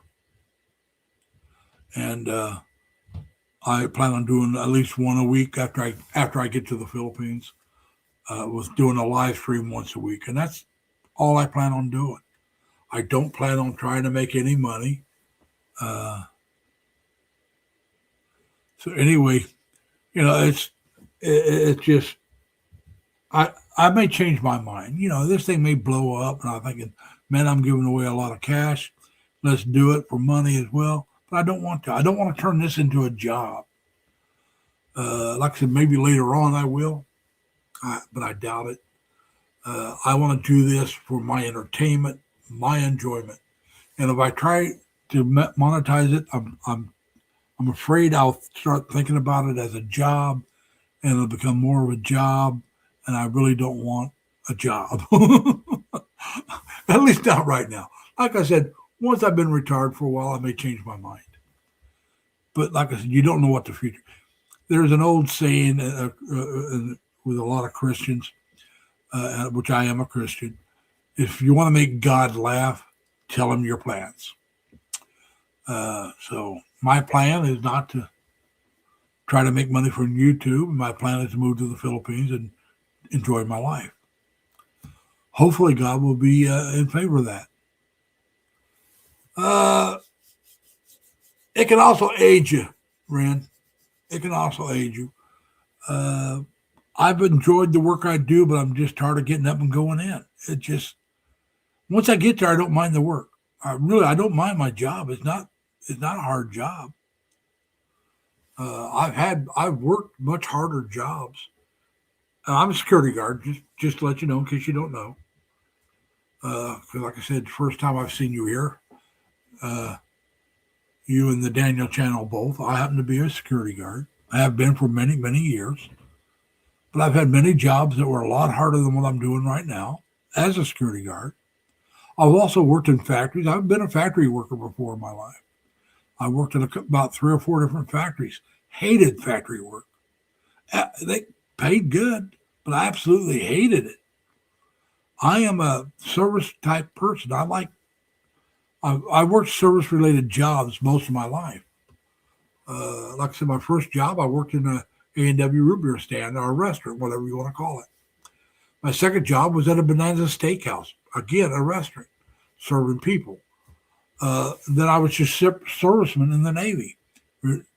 Listen to the name, serviceman, a ship serviceman. So I worked with people. So I've always enjoyed the interaction with other people. And as a security guard, I interact with the customer. I interact with the client and their customers. So I enjoy that type of work. I enjoy that kind of, that type of stuff. But I'm tired of it. I'm 72 years old, Ren. I don't think I look it, but I am. I'm 72 years old. And if I quit working, I cannot afford to live where I'm at. And besides, when I retire, I don't want to live here because I don't like cold. I don't like the snow. Right now is, I'm trying to see what the temperature is. It still says it's -1 Celsius, which means it's about 30 degrees Fahrenheit. That's actually warm. It's cold for this time of year, but that's not bad. I mean, I can remember being 10, 15, 12, or 18 below Celsius, -Celsius. I have lived where it's below 0 Fahrenheit, which means it's about 20 below Celsius or more.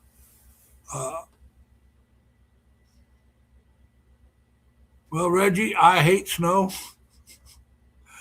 When I was a kid, I liked it. It was fun to play in it when I was younger. But if you have to go out, clean your car off, you have to drive in it, you have to shovel. Now, I live in an apartment, so they plow the driveway and they shovel the sidewalks, but I still have to clean my car off. I still have to walk in it in the areas that are not shoveled. I still have to drive in it. And then if there's ice, you can slip and fall on ice, which I've done a few times in my life. I've done it this winter a couple of times, slipped and fell because of ice. Yeah, it was really tough to go to work there. I know Korea gets snow. So, yeah, you understand. It's gorgeous to look at. It really is. If you can see snow where nobody's walked in it, and it's clean and it looks very refreshing, but it is a pain to walk in. It's a pain to shovel. And if it's the wet, heavy snow, oh my goodness. That is, and on an older person who's not used to that physical exertion, there's a lot of guys my age have heart attacks this time of year cleaning snow. I don't have to do that. I do have to clean my car off, and that can give me sore muscles because of that heavy stuff. Now, if it's light, that's easy. That's no problem. You clean it off a little bit, drive down the road, and the wind blows it off. And a lot of people do that. I clean mine off as best I can before I drive down the road, so it's not blowing off in somebody else's face. But when it's light, fluffy stuff, that's easy to clean. It's that heavy, wet stuff that's really a pain.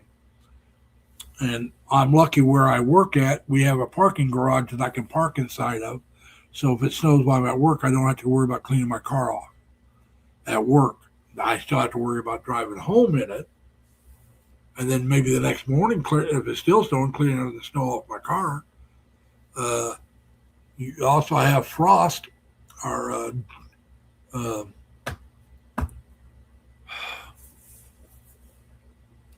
but frost, gets on your car, it becomes it's kind of like ice, but it's not. It's a term slipping my mind right now. But you have to scrape it off because you can't see through it. Sometimes it's so heavy, and so yeah, So what I do, I have a remote start. I'll start my car up and let that clean the windshields off. But that kills your gas mileage, and the prices today.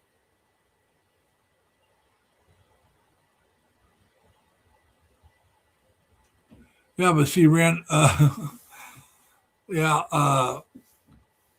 like I said, I can't afford to live where I'm at without working. Can't afford it. We have what we call Social Security here in the United States. And according to how much money you put in, they judge that on how much you'll get back. And as a security guard, I don't put in as much as somebody working, if they're at a good factory job. Thank you, Tail. I don't know how you found me, but thanks for coming. But you get so much a month. And if I quit working, my Social Security will not pay for my living here. It would pay my rent. It would pay my utilities. It would pay for my phone and my internet. But it wouldn't pay for all my groceries I would need. It would not pay for my car. It would not pay for my gas or my insurance. It just wouldn't pay for any of that. So I can't afford to live here without working. And no, Tail, I'm going to retire in Cebu City. I'm going to be in Cebu City. BGC is a little out of my price range. Give me a moment, folks. Oh, excuse me. Sorry about that. But anyway, hang on a minute. I didn't want to sneeze on camera. But anyway, like I said, BGC is a little out of my price range. When it comes to Social Security, I'm towards the lower end. I'm not at the lowest end. There's people who make a lot less money than I do on Social Security. But there's people who make a whole lot more. If I had double what I got coming in on Social Security, BGC would be within my price range. I could probably make it in BGC, but I wouldn't be able to go anywhere. Once again, I'd pay for my rent, my utilities, buy my groceries, and then that'd be almost it. I couldn't travel. I might be able to go out and eat once in a while, but traveling would be out. And there would be no savings of money over what I already saved. So that is not something I want to go through. I do want to visit BGC.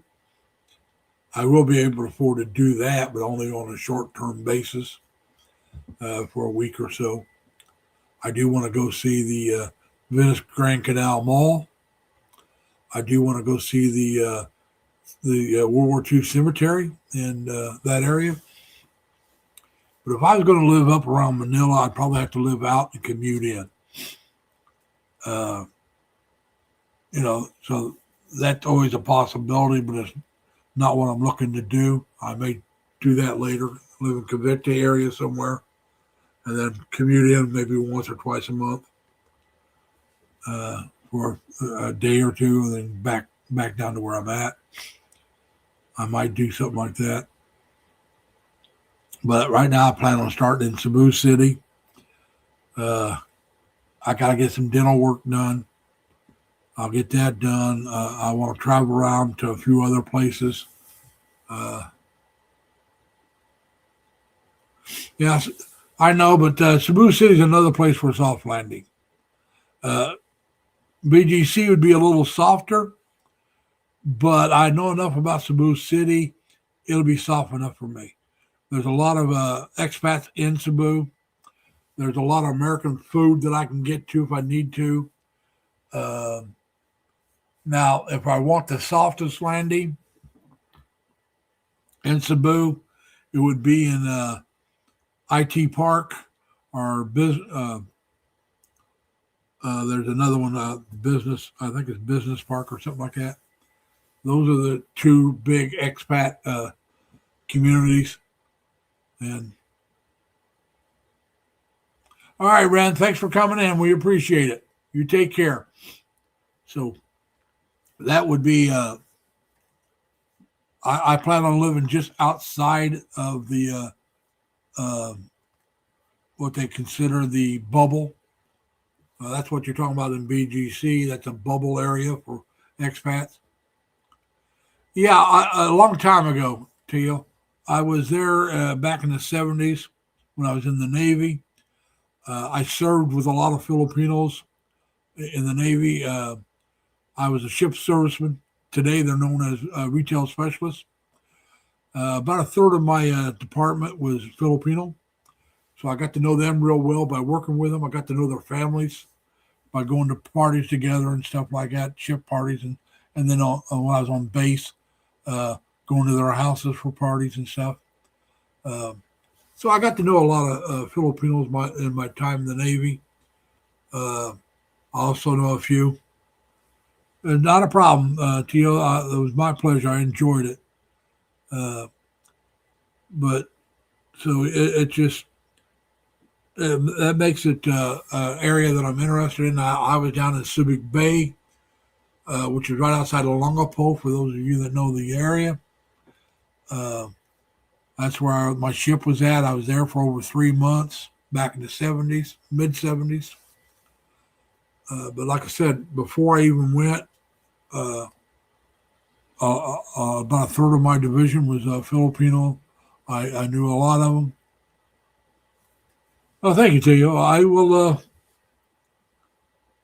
let me give you a monitor.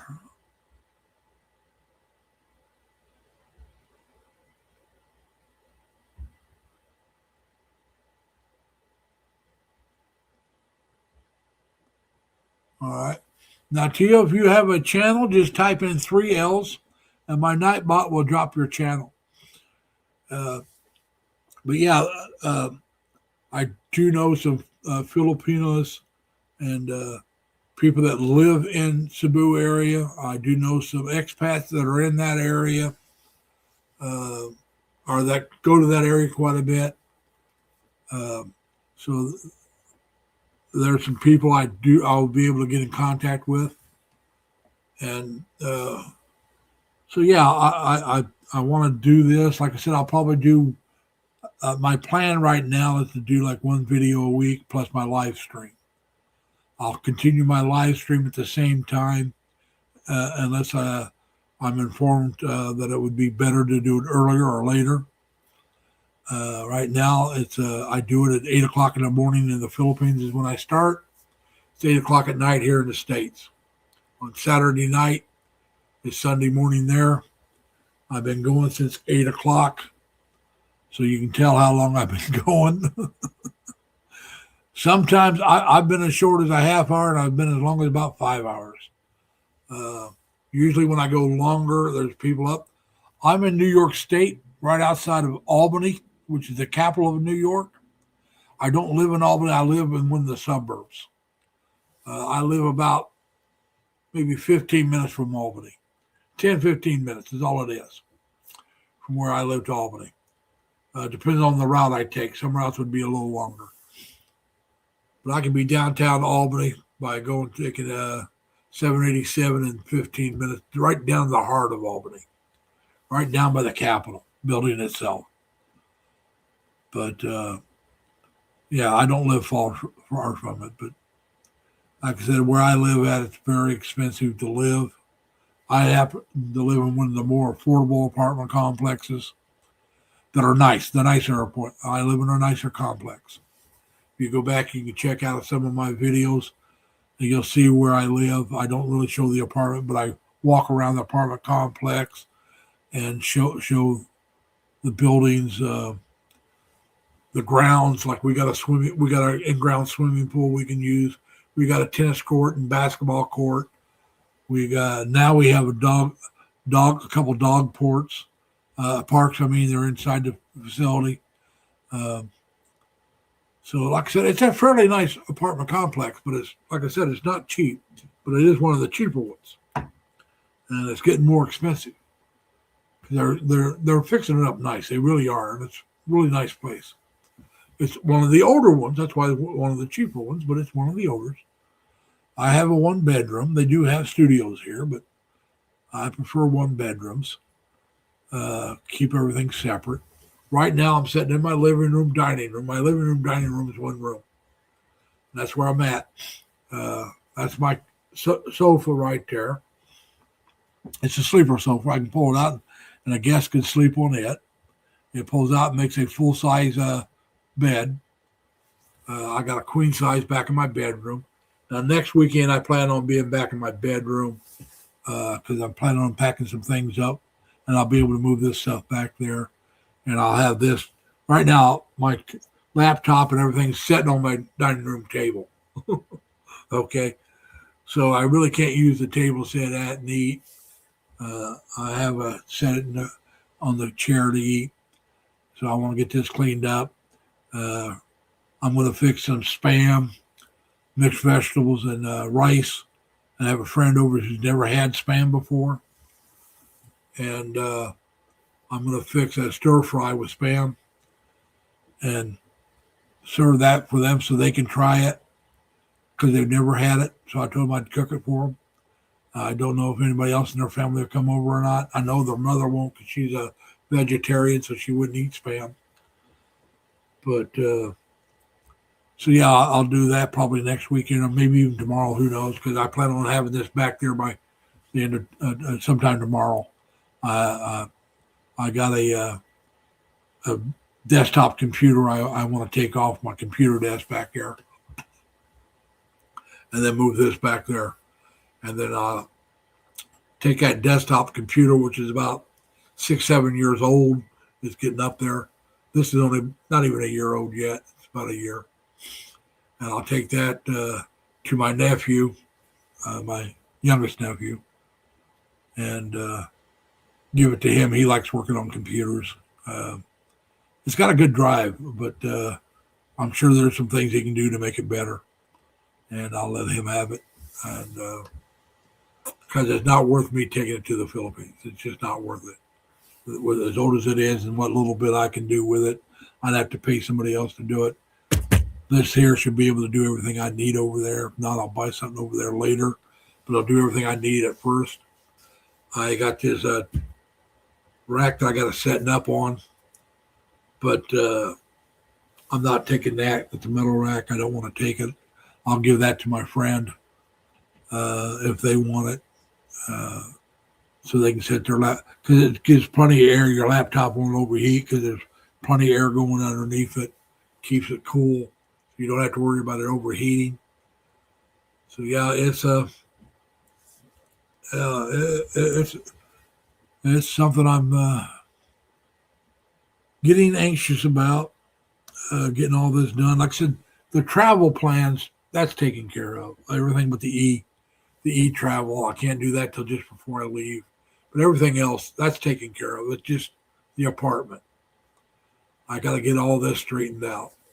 And because, like I said, I've already paid for my plane ticket. I've already paid for my onward ticket. I've already paid for my hotels. Now the onward ticket I don't plan on using. Don't tell anybody. Because I want to try to stay in the Philippines. I want to stay there. But you got to have an onward ticket to get your entry into the Philippines.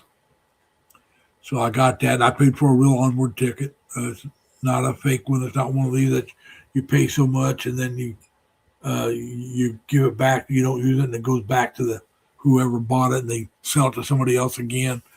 No. This one's mine under my name. It's everything's mine. It didn't cost. It cost more than one of those fake ones that you would buy, and I call them fake. They're supposed to be real tickets, but it's fake because you're not planning. It's not. You just bought it from somebody else, and I actually went in and bought one, and I can show all that. And I made it like 28 days after I arrived because I think it's supposed to be like 29 days, so I did 1 day less to play safe. It wasn't that much to me.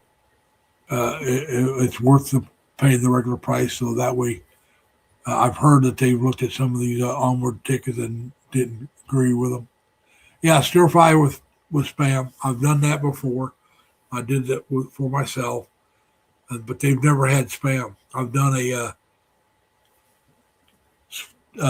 fried Spam with eggs for breakfast. Did that video. There's some cooking videos in there. All right, Reggie, you take care. You enjoy yourself. Yeah, like I said, if nothing else, I'll be back. I'll be back up next week. I just happen to be. No, I don't like the low sodium. I do not. I've tried that. I do not like it. I don't care for the low sodium. I don't like the taste of it. For whatever reason, I just don't care for the taste of it. I tried it because, it's healthier. It's supposed to be healthier. Now, Spam is low in carbs, which is good for me. I worry more about carbs. I don't have high blood pressure. I really don't. I don't have blood pressure problems. So sodium is not a problem. Carbs are. And Spam is low in carbs. So that's a good thing. Yeah, my blood pressure is pretty good. Let's see what it is right now. Blood pressure. But yeah, my blood pressure is really good. It always has been. I've never had blood pressure problems. Even though I'm well overweight, you would think I would, but I've never had blood pressure problems. Carbohydrates, yes.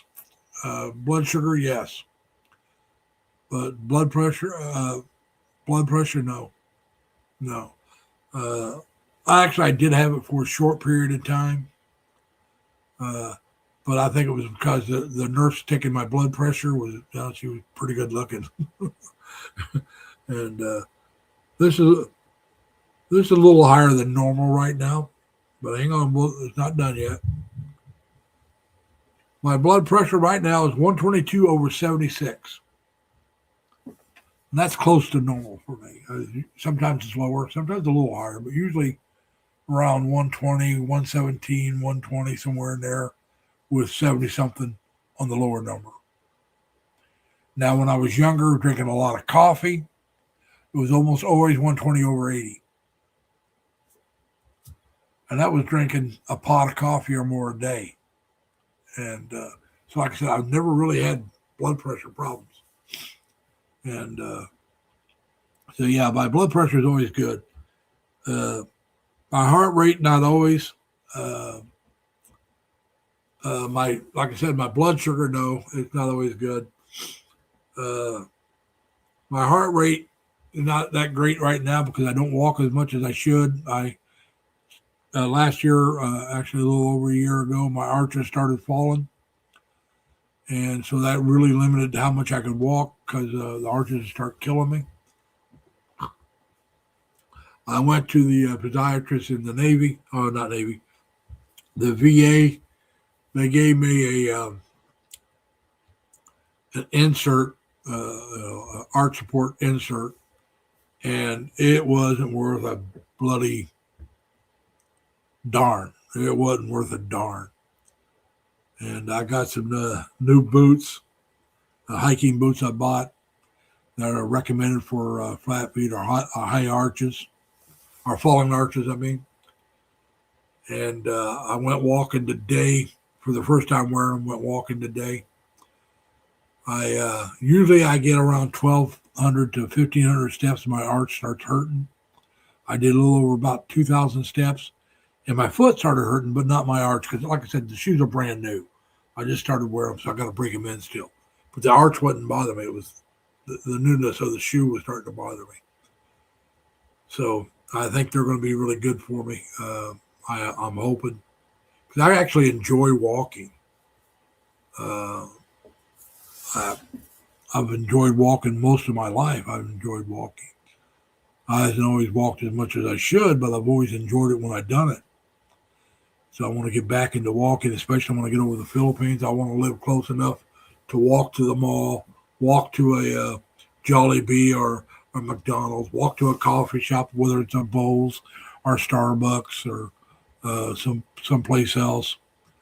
I want to be able to walk to a restaurant, whether it's a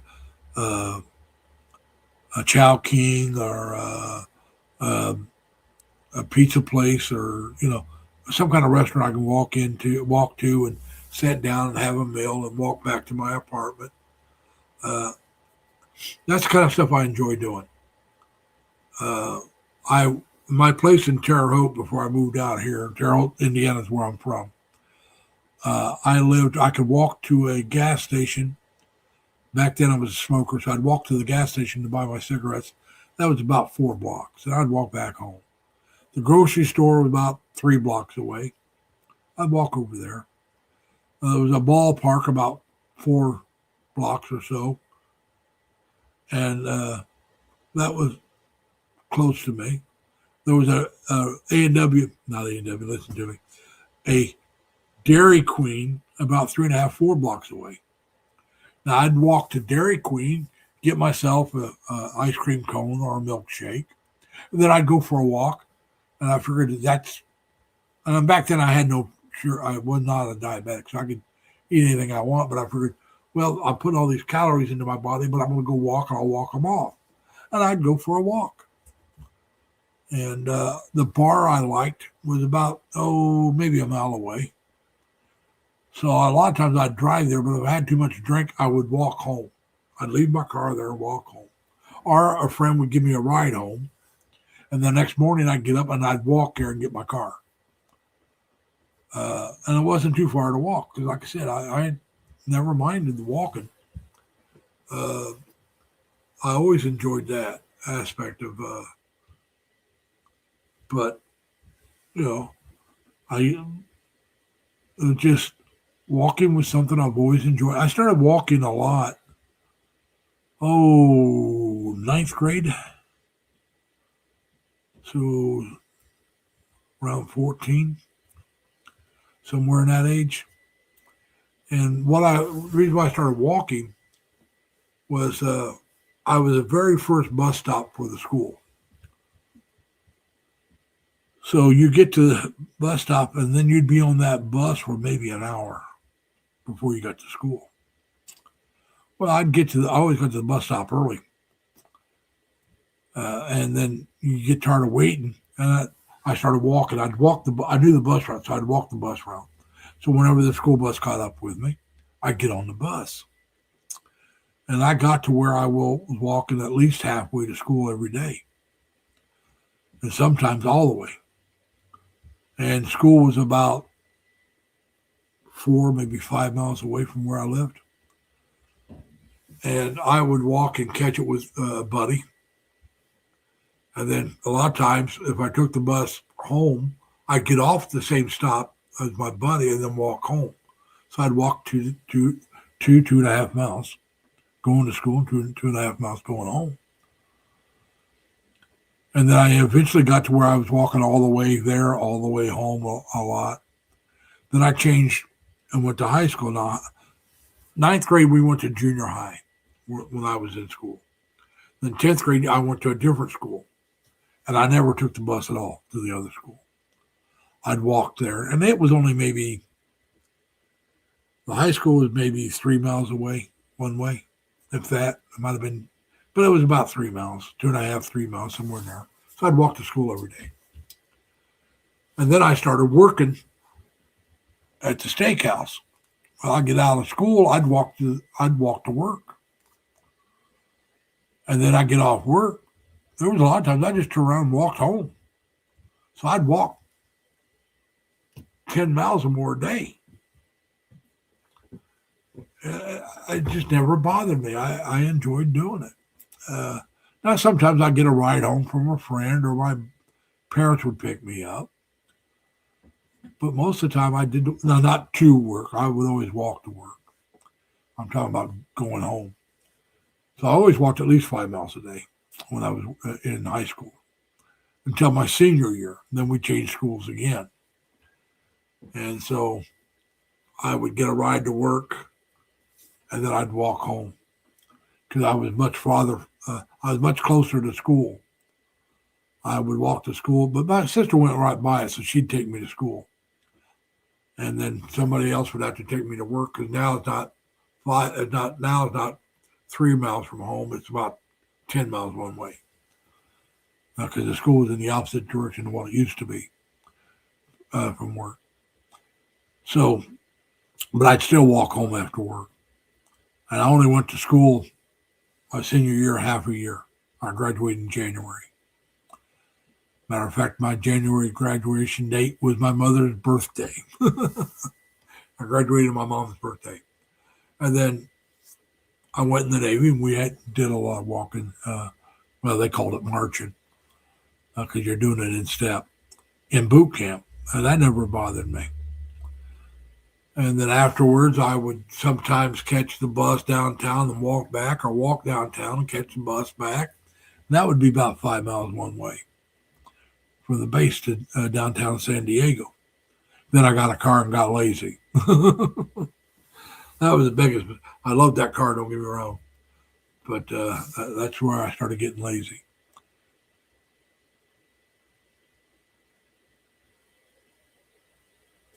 But yeah, so like I said, it is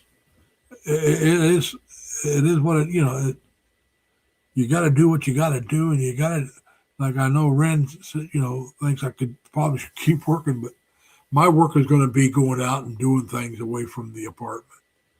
Now, I'm not going to do it for money. Like I said, that may change. That's not my plan. My plan is to go out and do things for enjoyment and then do videos of it and put that up and answer like I do. If you ever watch one of my videos and make a comment, I will answer that comment. I answer every comment.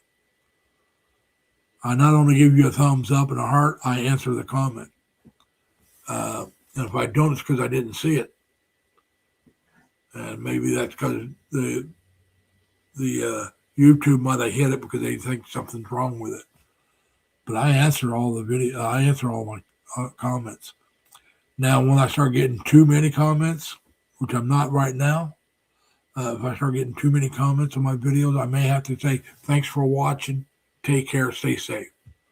May have to cut it way down to how I answer, but I will answer every video comment, at least for a long time. I will always give a thumbs up and a heart just to show that I read it. So I know I read it. But hey, Danny, how you doing, man? Dang, come on up, buddy. We'll keep going. I've been going 3 hours and 40 minutes. I wasn't planning on doing this long, but I've had a lot of people show up. A lot of new people show up. So, but if you want, come on up. Now, Danny rode to the Philippines. Him and his mother is in the Philippines now. if I remember right. His wife stayed in the Philippines. He'd come to the States and work. He was a nurse, and then he'd go back and visit his wife and son, then come back to the States and work some more. And now he's finally retired, and he's taking his mom over there with him. So it's going quite well. It's going quite well. Like I said, 8 more working days, buddy. 2 weeks from today, I will be officially retired. Isn't that great? 2 weeks from today, man. I still got to get my apartment straightened out, but I've already paid for my plane tickets, paid for my hotels.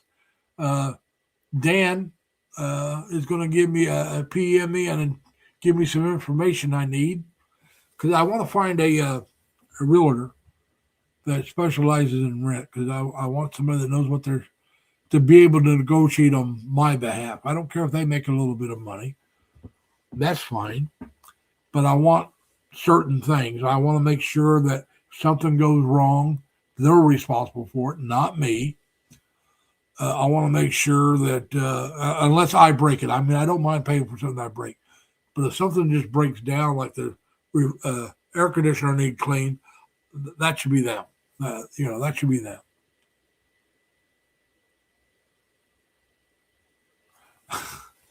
Yeah, 8 more working days, 51 more days till I leave for the Philippines. So next week, that means 4 more days and 44 more days to the Philippines. And then the one after that, it means officially retired and 37 days to the Philippines. So, yeah, we're getting there, buddy. But so like I said, yeah, we got to get some things straightened out. I want to get this table cleared off, but I got to clear off that desktop computer in my bedroom first, get that off there. Then I'll move all this stuff back there. And then I'll clear this off and get this straightened up so I can actually set up my table and eat.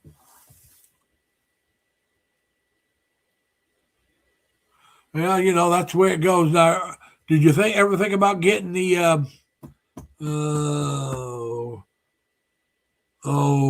Telsa's Starlink? You ever think about getting Starlink? I don't know what it costs, but I mean, as long as you got clear skies, that would probably work better. I could be wrong, but from my understanding, it's not that cheap either. But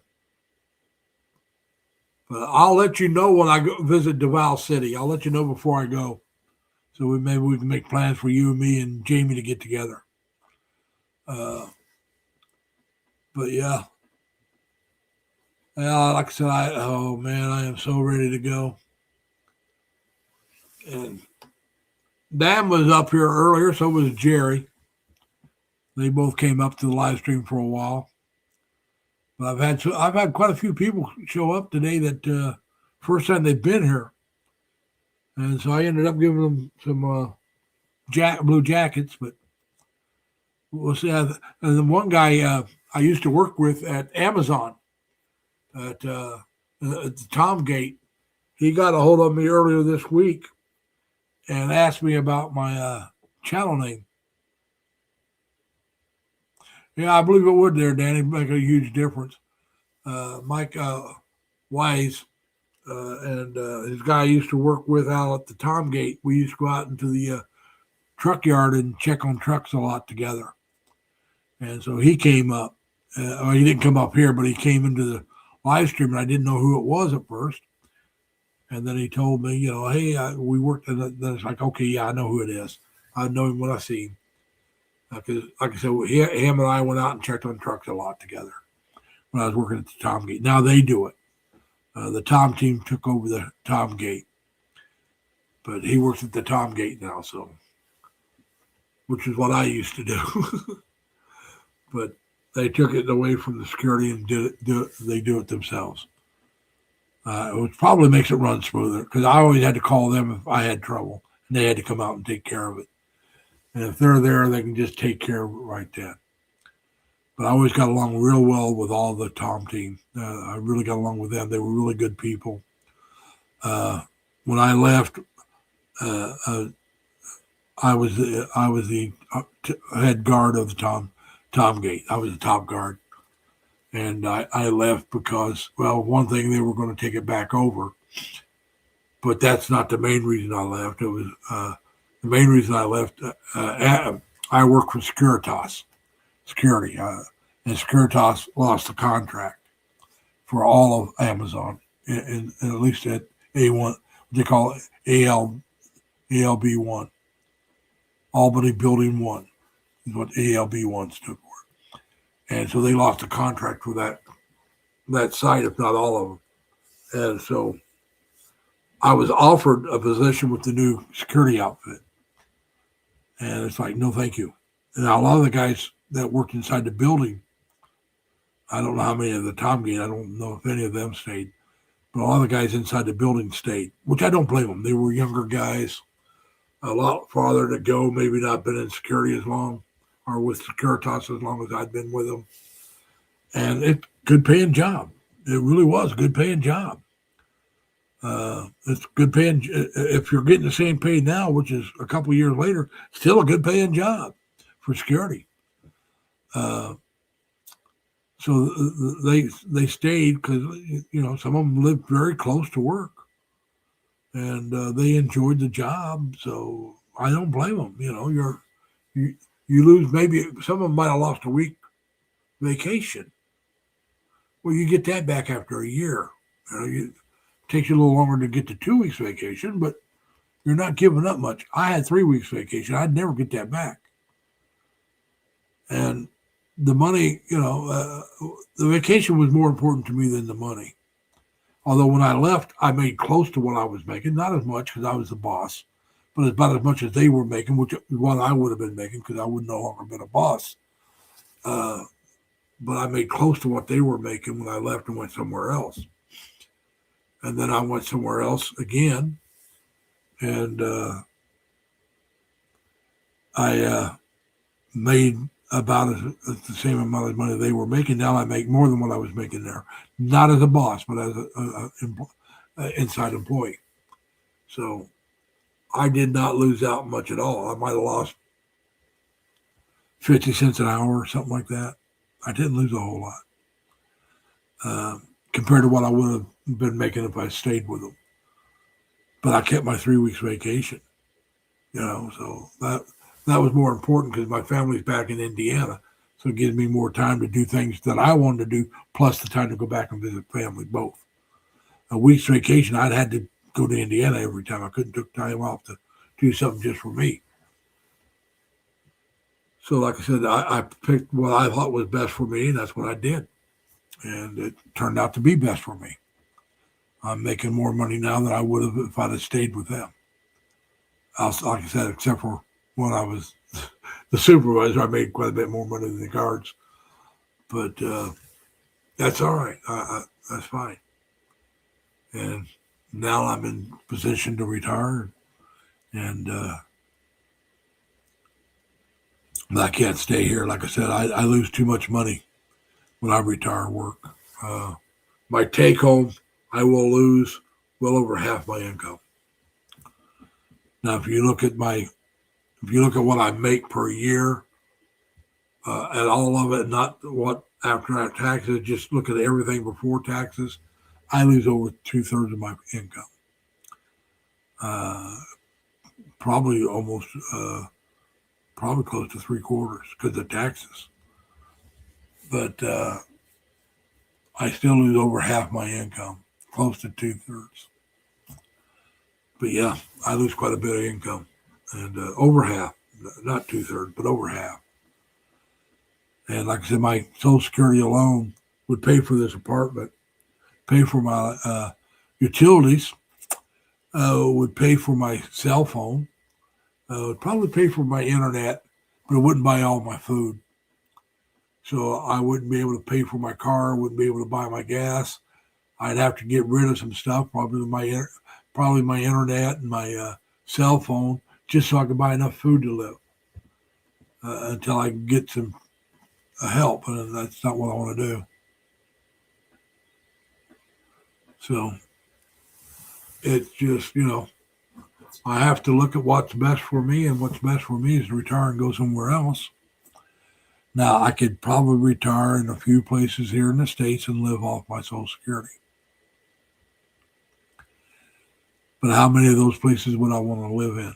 And plus, I require the VA to be close by because the VA is my health care. And so that also cuts down on where you can live. You got to have VA for your health care. And you want to be able to afford to live on just your Social Security. When I say afford to live, I'm talking about paying your rent, paying your utilities, having a vehicle, and your food, and a little cash to do something. So that really cuts down on where you can go. There's some places I can think of that I can survive. And now I could really survive if I wanted to go back and live with my sister, but I don't want to live with my sister. I can survive probably fairly decent if I wanted to live with my nephew. He's offered to let me live with him. I don't want to do that. I don't want to live with somebody else. Because I don't care how close you are or how well you get along. You still got to adjust what you do to how it affects them. I mean, if I come in after midnight and wake him up, that's not good, or my sister, either one. Now, with my sister, let's say I met some girl and I wanted to bring her home. That's not going to work with my sister. And my nephew would probably put up with it.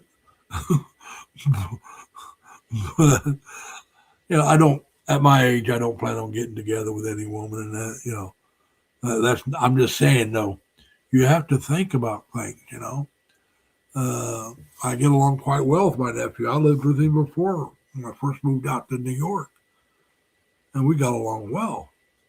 But my work determined when I came home what I didn't. And they had to accept that if I was working the night shift, which I worked 4 to midnight back then. I didn't get home until after midnight. So I'd come in. I did my best not to wake them up. But I could sit and watch TV at a low level and not bother them. But, so yeah, we got along, my nephew and I got along quite well. But eventually we both went our separate ways. He lived by himself now, or his girlfriend, with his girlfriend. Right now he's living by himself. I think she comes up and visit, or he might go down and see her. They're living in separate cities. But, once you get out and get on your own, you get your own habits. And I stay up late. I listen to TV. And on the days I'm off, I mean, shoot, I got to do something here real quick because it's almost midnight. And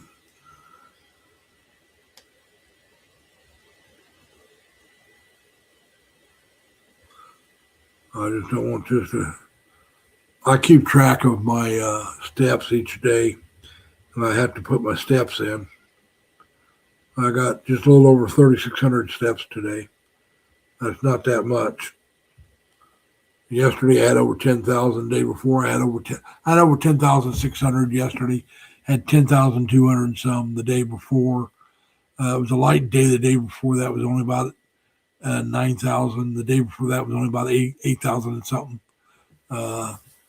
But on my days I work, I usually get over 8 I get between 8 and 10,000 usually on the days I work. My days off, the nicer weather, I get more in. If I go shopping, which I didn't today, I didn't do any shopping. If I do go shopping, though, I get more steps in. I may do that tomorrow after I do some work around the apartment. But, so yeah, we're just trying to figure out what I want to do, what I need to do, and all that good, happy stuff. And so, like I said, right now it's getting, I got all these movies and CDs, music CDs. I got to take them down, pack them away. I'm not taking them with me. I'll probably give them to my nephew, and he can sell them. Maybe I can make a deal where he'll sell those. The ones he doesn't want, we'll sell and split the money. But we'll see. He's got one of those accounts where at least he used to. What is it, eBay or whatever accounts, sell stuff, and so I'll give you some stuff. What he doesn't want to keep, we'll sell. Yeah, like I said, I got a new pair of hiking boots, Merrells, Merrell, I believe is the way it's spelled. And I walked in them today, and it's the longest I've been able to walk without my arches hurting me in quite some time. And what reason why I didn't walk farther, because I thought about it, was my feet started hurting because they're brand new shoes. This is the first time I went outside and walked in them. I had them on the other day for the first time, and they felt pretty good, but I didn't go walking anywhere. I stayed inside. It's after I came home from work. I just tried them on to make sure they fit properly. And so today I put them on and decided to go out, walk down and check my mail. I took some trash down, went down, didn't have any mail. Oh, not trash, it was recyclables. Took that down, dropped it off. I did not have, hey, Satch Bucci, how you doing, Satch? Thanks for coming. But I didn't have any mail, so then I decided, well, let's take a little bit longer walk. And I was walking on that. Let's do this. I haven't done this for a while. I want to try the shoes out, see how they do. So usually after about 1,200 to 1,500 steps, my arches start hurting. Well, my knees started bothering me, but my arches never did. I walked over 2,000 steps. But my feet started hurting because, like I said, the brand new shoes, first time walking in them.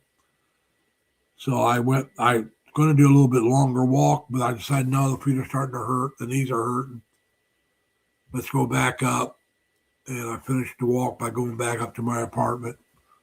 Went back in. Like I said, the arches never bothered me.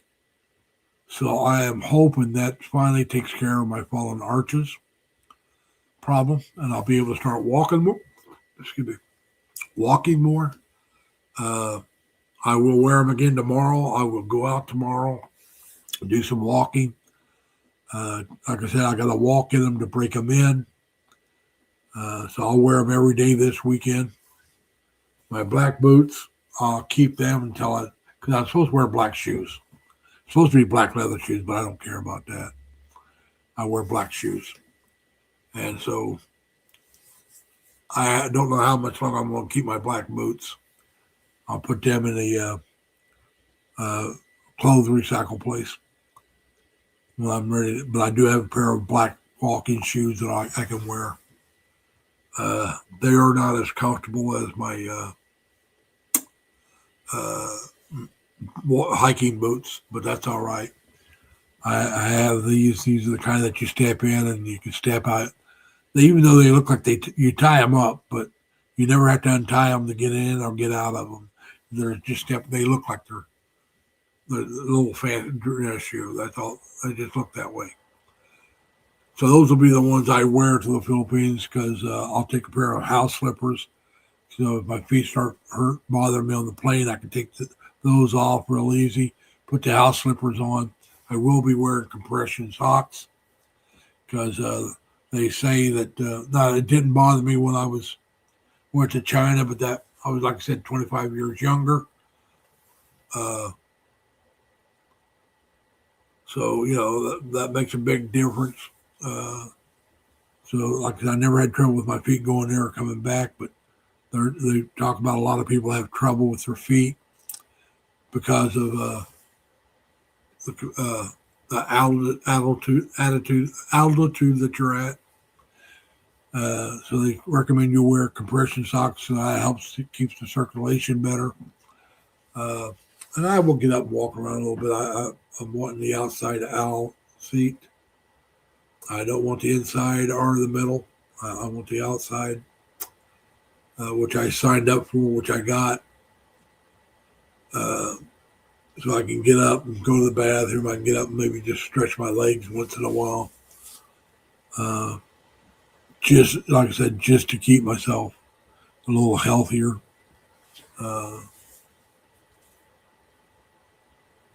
It just turned midnight and everything's lost. So, yeah, my watch that keeps track of everything resets itself at midnight.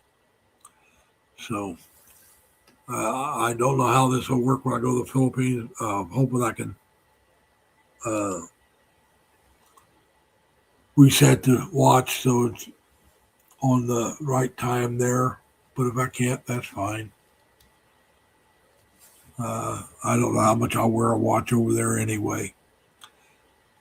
But yeah, so this just, like I said, oh man.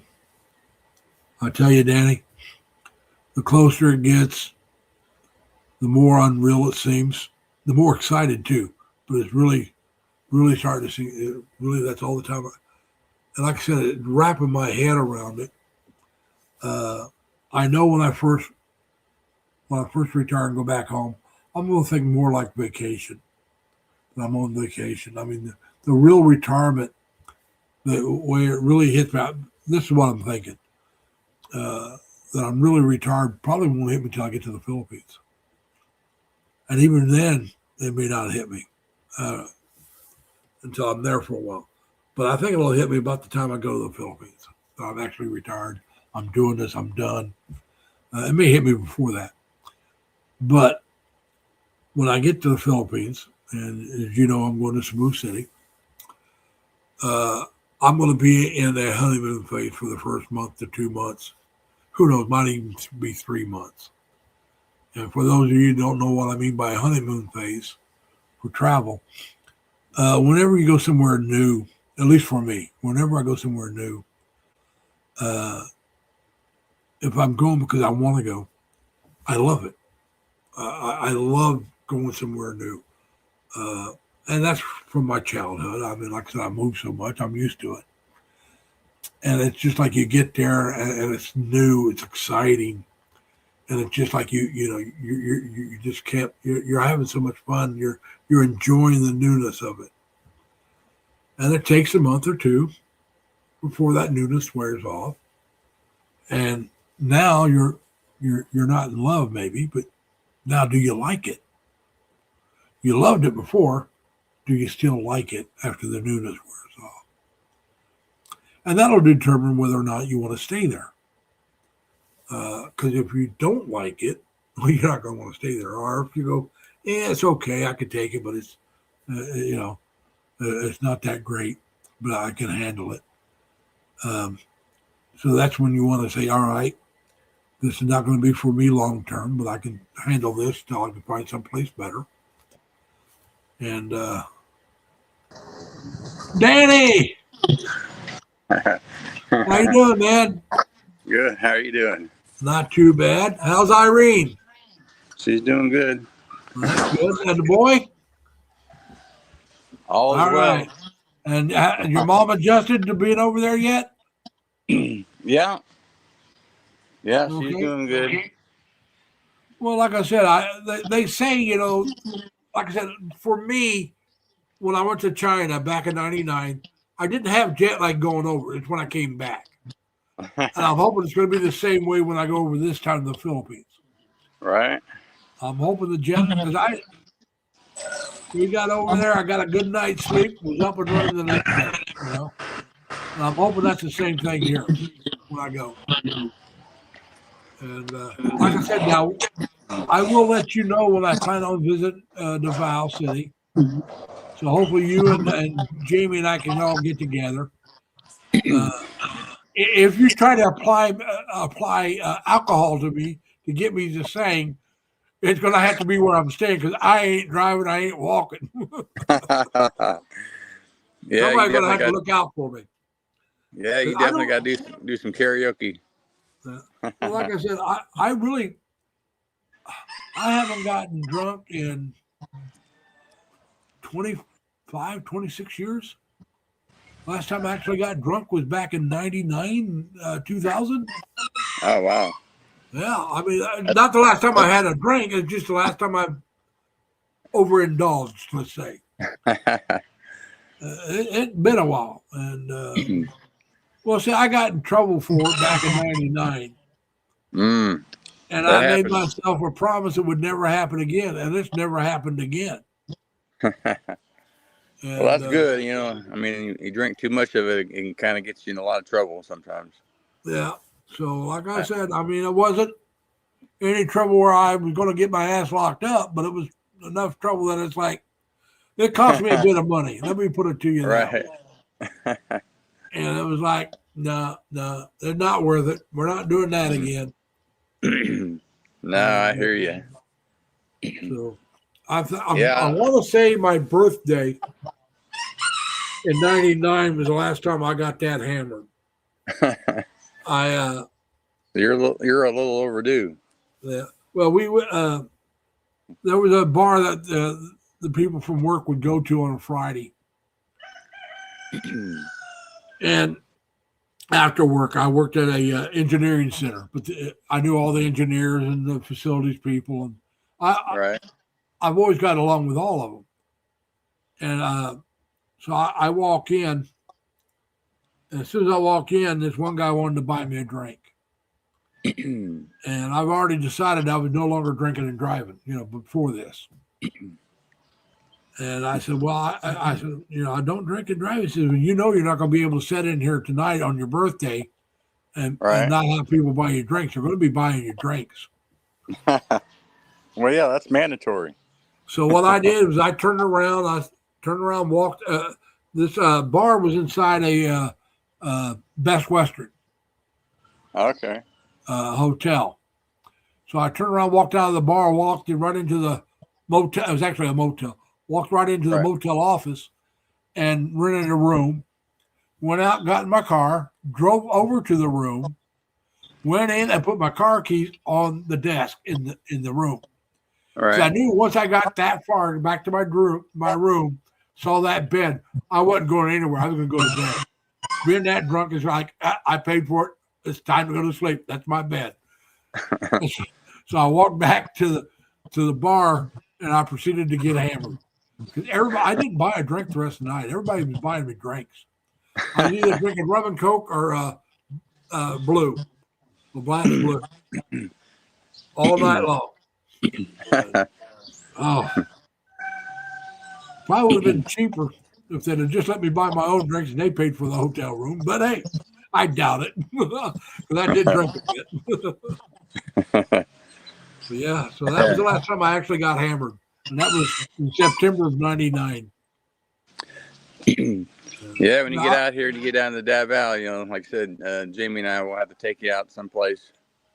Like I said, there's been times I've had more than a couple drinks, but somebody else is always driving or I'm staying where I'm at. But they actually hammered. That was the last time I got hammered. So 8 days left, huh? Wow. Well, yeah, That's amazing. Yeah, four working days a week, 2 weeks. My last working day is April 10th. Okay. So my first actual retirement day is April 11th, 2 weeks from today. All right. Oh yeah. And, that's a good feeling, man. oh yeah, it's getting there. Believe me, it's I've never tried that one, but anyway, it's just time to. Like I said, I've been working off and on since I was 15 years old. And it's just time to quit. There's been times I worked 2 and 3 jobs, work a full-time job. There were times I actually worked a full-time job and 2 part-time jobs at the same time. Wow. Now, yeah, well, I was a security guard working full-time. I substitute teach at that time, and I worked a second security job for somebody else at the same time. Now, the second security, I was working day shift. I got off at 4, and I would start the other job around 5:30 and get off around 11. then go home. Now, I only worked substitute teaching on my days off. You know, if I had a day off, which was I want to remember, it was either Monday, Tuesday, Wednesday, something like that. I had off every week. One of those Monday, Tuesday, Wednesday. I can't remember which anymore. We're talking. Right. That was, oh God, that was 2002, something like that. I'd have to look, see if I can find the badge. But it was well over 20 years ago. And where I was doing all three jobs. And the substitute teaching was just during the school year. And the other security job was just during racetrack season. I was working at a Batavia Downs, which was a harness racing. And I only worked the harness racing side. I didn't work anything else because that's all the license I had was for harness racing. So it was during the harness season that I worked. Now, later on, they let the guards that actually worked for the casino, they let them have both license, and they started working the track as well. And they only kept like one person most of the time that wasn't a full-time employee for them. And that guy happened to be my old boss at my other security job. Yeah, you sound like me working all them extra hours. And well, I was trying to do my way out of debt because I was always putting myself in debt. Right. Yeah. Well, like I said, you know, I went to China on my credit cards, man. I didn't have that money saved. It was like the tickets. Here's my credit card. Need this. Here's the credit card. You know, I had a few $100s that I took with me that I exchanged for the yen, the Chinese money. But most of a lot of that, even that was I paid for the hotels with my credit cards while I was there. I didn't pay cash. The cash was for when I went out and did stuff. But the credit, the hotels, everything I had to pay a ticket. If I could, I used the credit card on everything. But like I said, the entry fees to some of the tourist areas are going to the restaurant and buying something to eat. Those I paid cash for. But the plane tickets, the hotel, the train tickets, all that was on credit cards. Yeah, that sounds like me when I used to come over here on vacations. Yeah, I put everything that I could possibly put on my credit card. That's what I would do. Yeah, but I had to. I couldn't afford to do it without doing it. I didn't have the money. I had to pay it off later. It was like I had a chance to go. Some friends were going. Wanted to know if I wanted to go. It's like, count me in. I'm going. I'll pay for it later. You know. Well, I do it because Capital One gives me 1.5% cash back. So actually, Capital One gives me money for going on vacations. Well, I'm going to use the USAA Federal Savings Bank. I got a bunch of money in there, and it's going to stay in there, and I'll use it over there, wherever I can use a card, or I can pull money out of the ATM. There is no international fee with them. USAA didn't charge you anything. Nice. And they will reimburse, if it's out of network, they will reimburse so much money per month for using the other ATMs.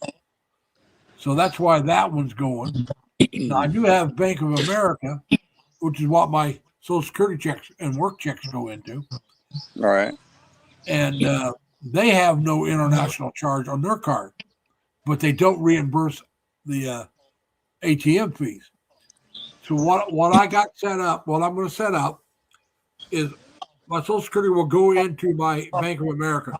I will transfer what I need from that to my USA bank and use that card unless I really have to use the Bank of America card because maybe the emergency is more than what I got in the other bank and I have to pull so much money out.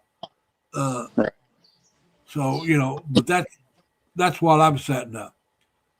And matter of fact, when I sell my car, it's going into the Bank of America. That's my emergency fund. Good, I got enough money when I get there to the Philippines. I'll be able to go 2 or 3 months without touching the Bank of America money. I'm gonna have enough money with me, and in that bank account. I should be able to go 2 months and maybe up to 4 months. Depends on what things cost me. But I plan on 2 months. Good. And I won't be touching that money in the Bank of America. So that'll also add to the savings. So after 3 months, I'll pull some money out. Now, like I said, when I get there, I don't know about you, how you felt when you first went over. But with me, when I go somewhere new, I get that euphoria feeling. Right. This is great. I call it the honeymoon feeling. The honeymoon phase, everything's perfect, yeah, that's how I always was too. Every time I come over here and visit. Yeah, but see, now it's different. You're actually your euphoria is because you're with your wife. Your new life. Right. Me, it's going to be something new. I haven't been anywhere but Subic Bay and Longapo. All right. So this is somewhere completely new for me. And even if I went to Subic Bay and Longapo, it's so much different than when I was there. Right. It's going to be like, this is great. This is perfect.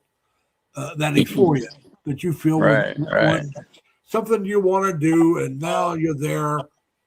And it can last anywhere from a week, if you really turn out you hate it, to a couple months. Right. And then once the honeymoon phase is over, that's when you decide, do I like it or not?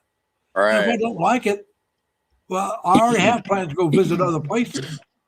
And I'm talking about Dumaguete, Davao, Iloilo, and some other places to check them out and see how I like them. Hell, I may even check out Subic Bay sometime. There you go. And then say, hey, I kind of like this place. I'll check it out longer later. Let's say I get to Val and I really enjoy it. Not when I'm with you guys, because that's different. I'm talking about on the days I'm there by myself. Right. Yeah, that'd be kind of cool for you to go back and check out your old stomping grounds. Yeah. It's going to be totally different. There won't be anywhere near the bars. There won't be. Oh no. Because you got to remember, I was there in the heyday. The Navy was there, man. With bar girls and everything else. So it's going to be totally different, but it'd still be interesting to go back and see. All right. But like I said, Ilo's a nice, quiet place. I want a place that's quiet. Maybe if I don't like Cebu, I want a place maybe that's quieter, because that'll probably be what the problem is with Cebu. It probably won't be quiet enough for me because of my age. Now, a younger man, Cebu would probably be perfect. But now that I'm older, it's different. But I still want good hospitals around me. Now, the best hospitals in Manila, but I can't afford that area, and Cebu. Right. There's other good places with good hospitals. So that's why I'm picking Cebu. It's got really good hospitals there. They got a couple of them. Dumaguete has got the Silliman, which is a teaching hospital, which normally the teaching hospitals are not bad. They also got a private hospital supposed to be pretty good. Iloilo, I know, has got a hospital that takes TRICARE, which is a VA type insurance, which means it's got to be decent. If TRICARE is willing to pay them, it's got to be a decent hospital. May not what be great, but it's got to be decent. Dumaguete, I'm sure Davao got a good hospital. So that's, and like I said, with me, if it's not Cebu, I don't know how small I want to go. I do want to visit Dumaguete and Valencia, no matter what happens. I do want to visit, like I said, Davao City and Iloilo and a couple other places. I do want to visit Manila, and Angeles area, Angeles Clark area. Tim. Tim lives right outside of Angeles. I want to go visit Tim. I don't know if you know who Elvie is, but I want to go up and visit her. She lives on the same island you do. She just lives in San General. Oh, General Santos. General Santos, thank you. The tuna capital. Yeah. So, like I said, when I go visit her, depending on how much money I have, I may stop down in Duval City. But if that's going to happen, I'll let you know. But I may have to make 2 separate trips out of that. Depends on my money situation, because I'm not going Right. to know that until I figure out what my budget is. And my budget is so much I want to spend, count and travel, and so much I want to save. And now I may be able to go over and spend the saving money once in a while, as long as it's not very often, which I think I'll be able to do as long as I can stay fairly healthy. Because I plan on having a fair sized chunk of change in the bank. Maybe not as much as some people would like, but more than I've ever had there. More than what's in my account right now that I'm taking with me. More than that one. Right. But that's my emergency fund. So I like to keep adding to it. Now I want to find out if I'm entitled to how much medical insurance it costs me in the Philippines. If I can even get it because of my age. I may not I'm be able kind to of curious afford it. about that myself. Yeah, you're young enough, you can probably still afford it. I don't know if I can. Because I'm over 70. The older you get, the more it's going to cost you. Right. So where was that hospital you said that takes TRICARE? I'm not sure the name of the hospital. I just know it's in Iloilo. I'm trying to think of the guy's name.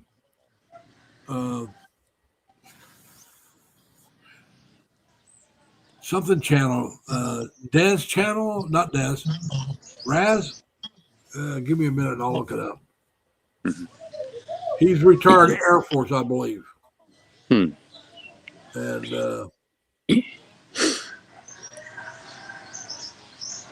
yeah, too bad they don't take Medicare, Medicaid, all that stuff over here.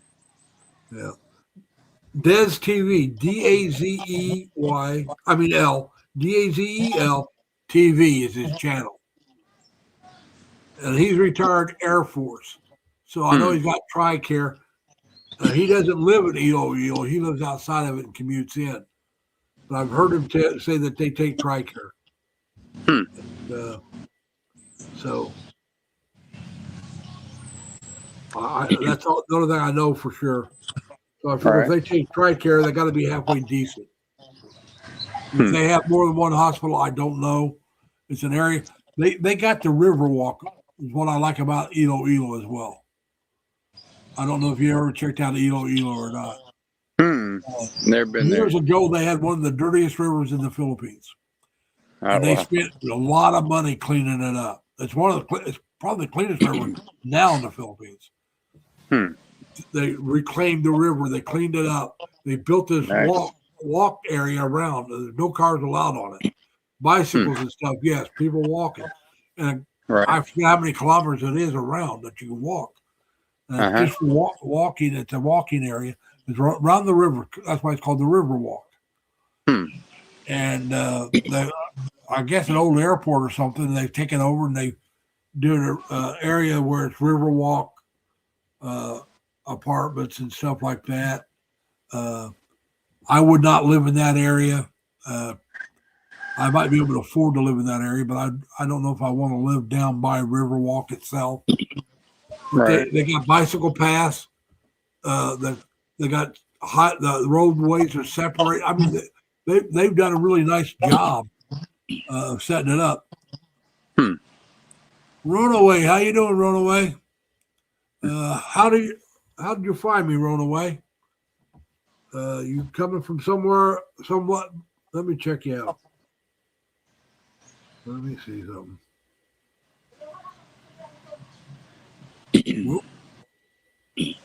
Runaway. Okay. Now, Runaway is huge, people. It shows 105 subscribers. 105,000, excuse me. Well,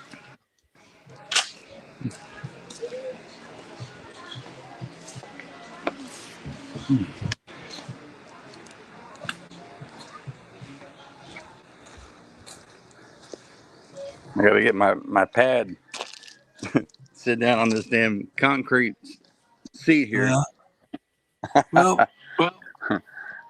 My pad I gave to somebody else. I got one at work I use. And then I got these plastic chairs that I used to set out on the porch or my patio, and I had a pad that I'd set on that to make it more comfortable. Well, But these are I pretty gave that to common. a friend of mine so they can use it. And yeah, Or I'll turn it around this way. You can see. yeah, it's concrete. Yeah, I know a lot of the they don't have wood; they have concrete stuff. Right. And they make the picnic tables out of concrete. Where over here we make it out of wood. Right. You know? Yeah. But, So I would recommend get one of these pads. I'm not taking them with me. I had two. I got one at work. I'm leaving at work, and I gave my other one to a friend. And And believe me, if I need one, I will. I'm keeping my Amazon account, yeah, I am too. and but, I don't know how big your clothes are. I'm not asking, but it's hard to 2X, find clothes. 2X. Huh? 2X. Oh, you're small. I'm 3X. 3XL. 3 extra large, long. Because my body, I got short-legged, long body. And if I don't get the L, then the shirts they fit, but they don't go down enough. Now, if I lose more weight, they will. But it'd be like having a 2XL. This is the 3X. This is the what they call SUV 50, which is like UPF 50. I mean, Okay. it's like wearing sunscreen, and that's why I got long sleeves. Because as you know, Okay. before I've had to worry about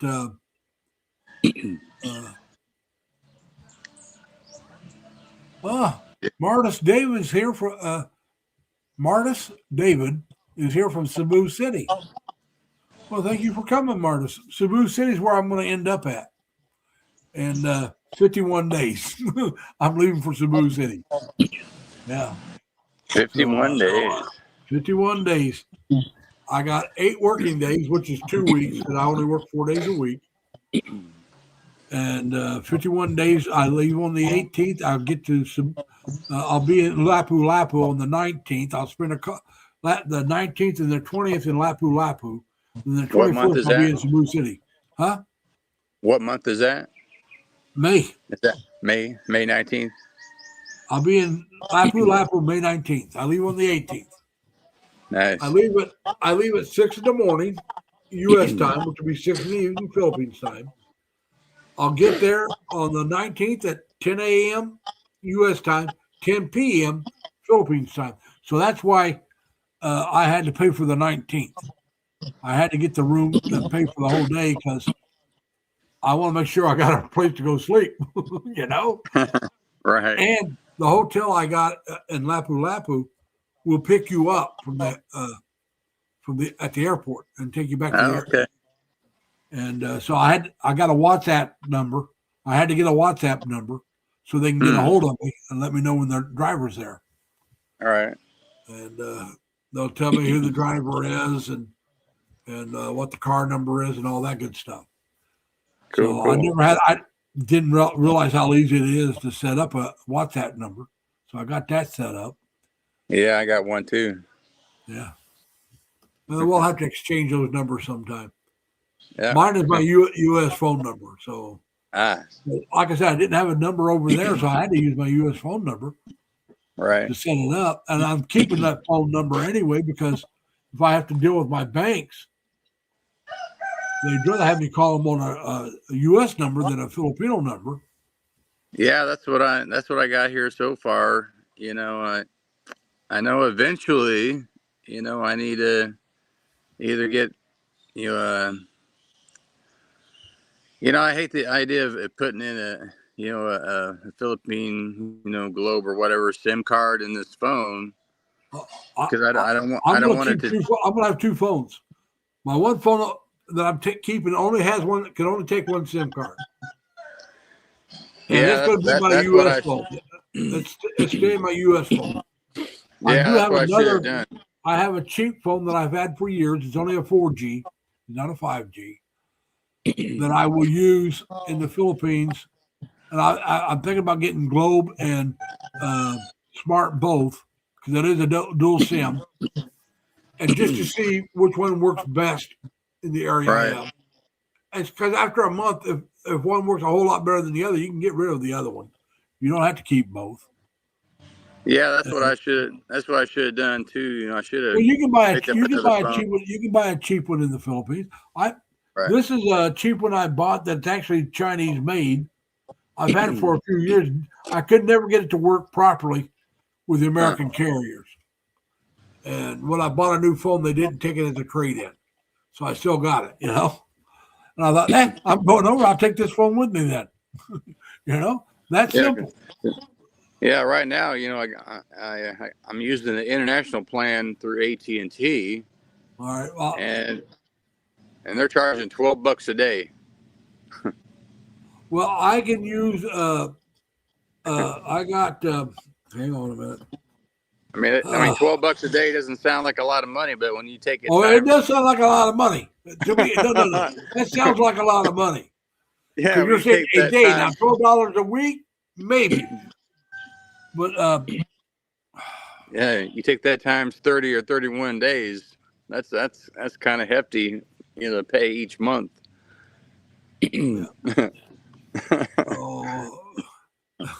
Ticks me off. Can't think of my carrier's name. Used What to you be. got? Well, I What got. you got? T-Mobile? No. Verizon? No. Not Verizon. The other one. T-Mobile? No. You got AT&T, T-Mobile, Right. Verizon, and there's another one.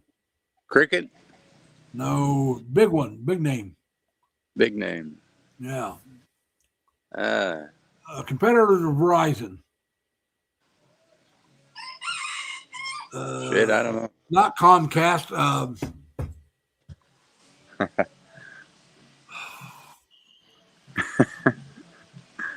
I want to say Singular, but Singular was before went to AT&T. I used to have Singular. It was the first phone carrier I had. Right. But anyway, they charge. I can pay $10 more a month and be able to call the states as much as I want. Nice. So I'll check with T-Mobile as well to see what they are. Oh man, I can't believe that. Yeah, as long as Spectrum. Spectrum.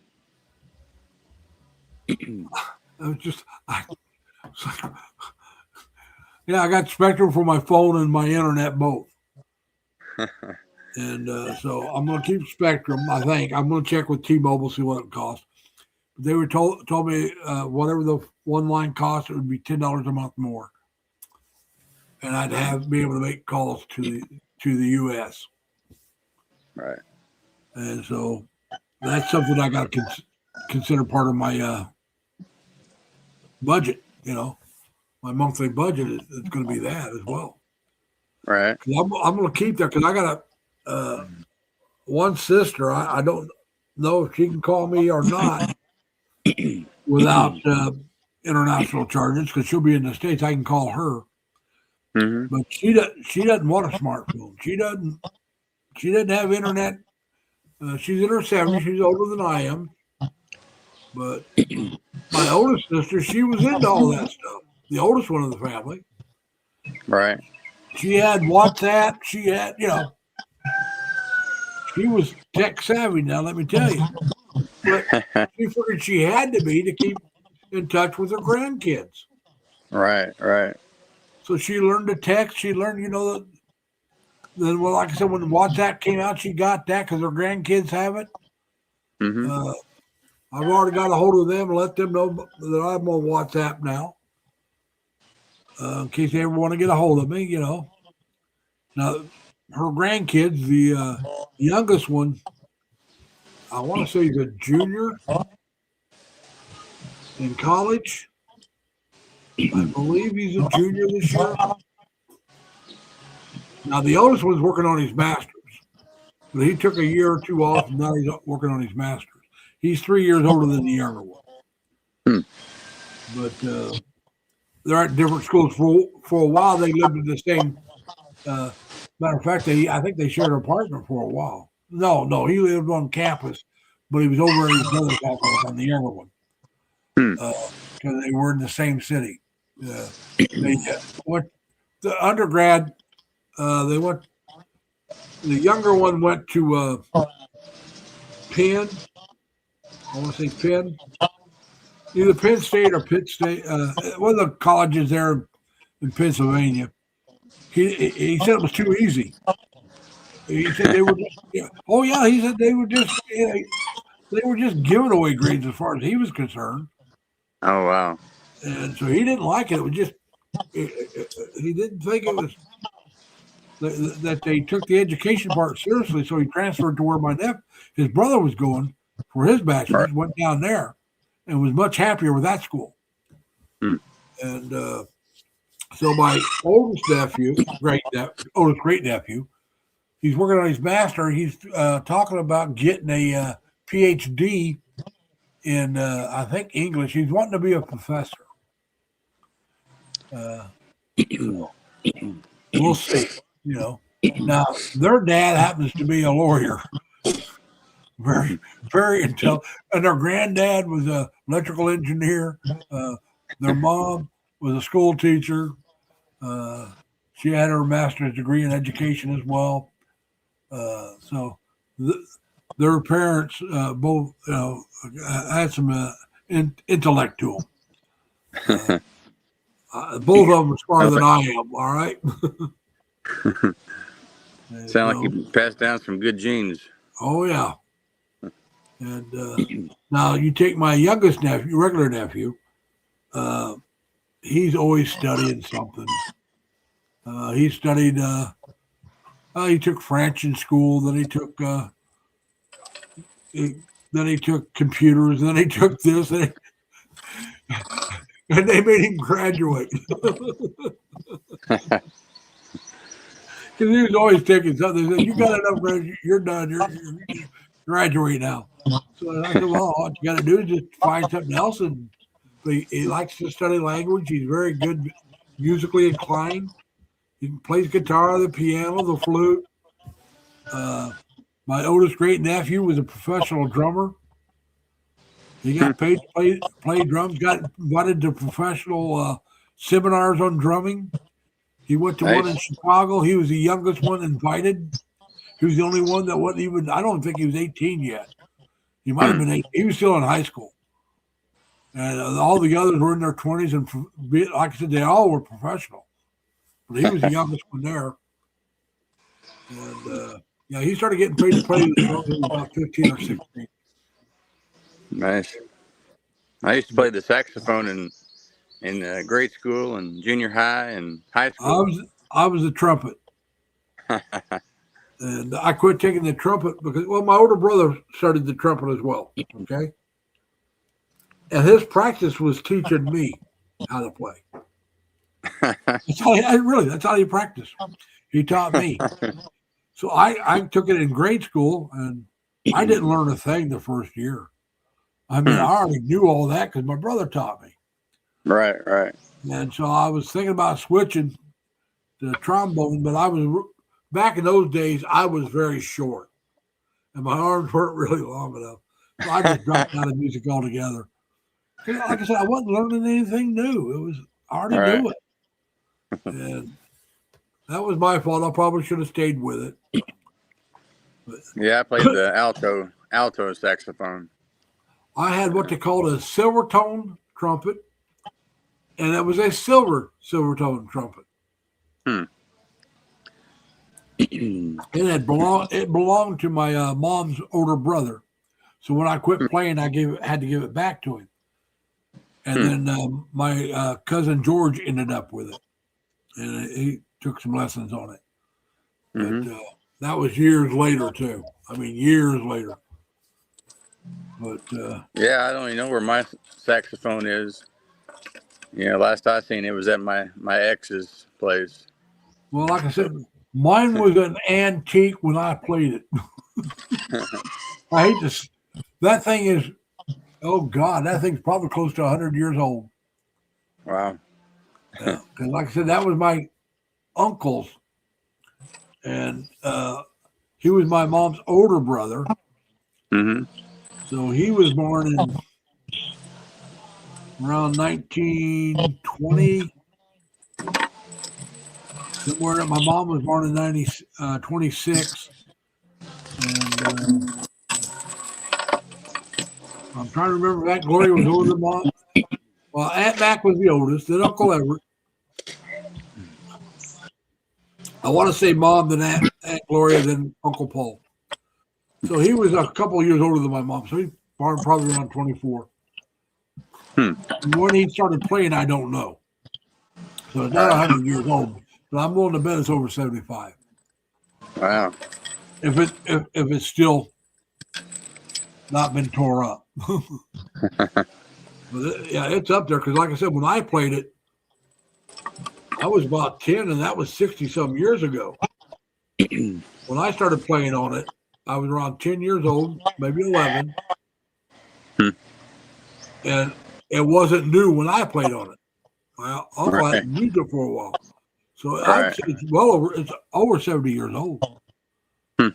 Wow. But, you know, it was a nice trumpet. It just I got bored because I wasn't learning anything new. Yeah, I played from 5th grade all the way up through my 11th grade. Well, like I said, I played for about 2 years because my older brother, you know, but I got to second. The first year I couldn't take it at school. So when I got to the second year, they were teaching me what I learned in the first year. Mm-hmm. And then when we were going to the next year, it was like, I already had that year as well because my brother. The first year wasn't so bad because I was still learning something new from my brother. Right. And then my brother quit playing, and it was like, you know, what am I going to learn? You know, I'm not learning anything new.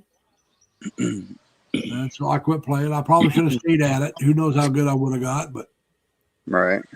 I may not got real good, but I was better. I was one of the betters in class because I was a year ahead of everybody. You know, that was studying the trumpet. Now the other instrument's a different thing, but Right. Man, I've been going for almost 5 hours. Yeah, I was gonna say it get kind of late there for you, Larry. Well, I took a nap today. I mean, you still got to go to work tomorrow morning. No, I don't. Oh, you don't? Oh, no, this is my weekend, baby. Hey, all right. I work Tuesday through Friday. Every Saturday, Sunday, and Monday off. All right, gotcha. The only thing I have to do tomorrow is do my taxes, which I hadn't done, tear that computer down and box it up, move this one back there, clean the table off, maybe get rid of some other stuff out here, do some work around the apartment to get it a little more squared away and ready to go. And then on Monday, I have to go to the VA in the afternoon, and the rest, I'll probably do the laundry in the morning on Monday. And who knows, I might do a little cleaning up around here as well. But yeah, we're just doing a little bit at a time. I don't want to overwhelm myself. And but I am starting. I do have certain things I have to do. And yeah, I would start on it now. Get stuff I've already took all the shirts that I'm not taking. They've already gone down to the. There's a place that they take the shoes and clothing for this school that helps the school out. So I took all the shirts down there, even a brand new shirt, still in package, because I accidentally bought two of the same. And so I decided instead of sending it back, I'll just donate it. I mean, the exact same shirt, exact same color, like I got some that are the same color, but they're a different style. So I don't mind having the same color as long as they're a different style. But when they're both pullovers with 3 buttons, or they're both like this zip. If I get two like this, the zip, I wouldn't keep both of them. I get rid of one. I don't, but I have more than one that are zipped, but they're different colors. I have more than polos that have 3 buttons, but they're different colors. Now I have a burgundy or wine color. It's a nice bright kind of reddish color. Mm-hmm. I have 3 shirts of that color, but all 3 are different shirts. You know, one's a shirt like this. One's a pullover, got buttons. Another one actually buttons up all the way up and down. So, and they're all, you know, we got the UFV or U so SUV or FFV or SF, you know, the sun protection stuff. Like it's F if you put it on your skin, and it's U if you use the clothing. But they're all my shirts I'm taking, but maybe 2 are that stuff. I'm taking 1 or 2 dress shirts, regular dress shirts, and just in case I need it, because I guess let's say I go to a wedding, Right. you know, maybe you want to dress up a little nicer, or maybe you have to go to a government function. Mm-hmm. You want to dress a little nicer, you know. Right. So I got a white shirt and a real light yellow shirt that are dress shirts. I'm thinking about taking both of them, and that's it. You know, outside of these kind of shirts, you know. Right. Right. My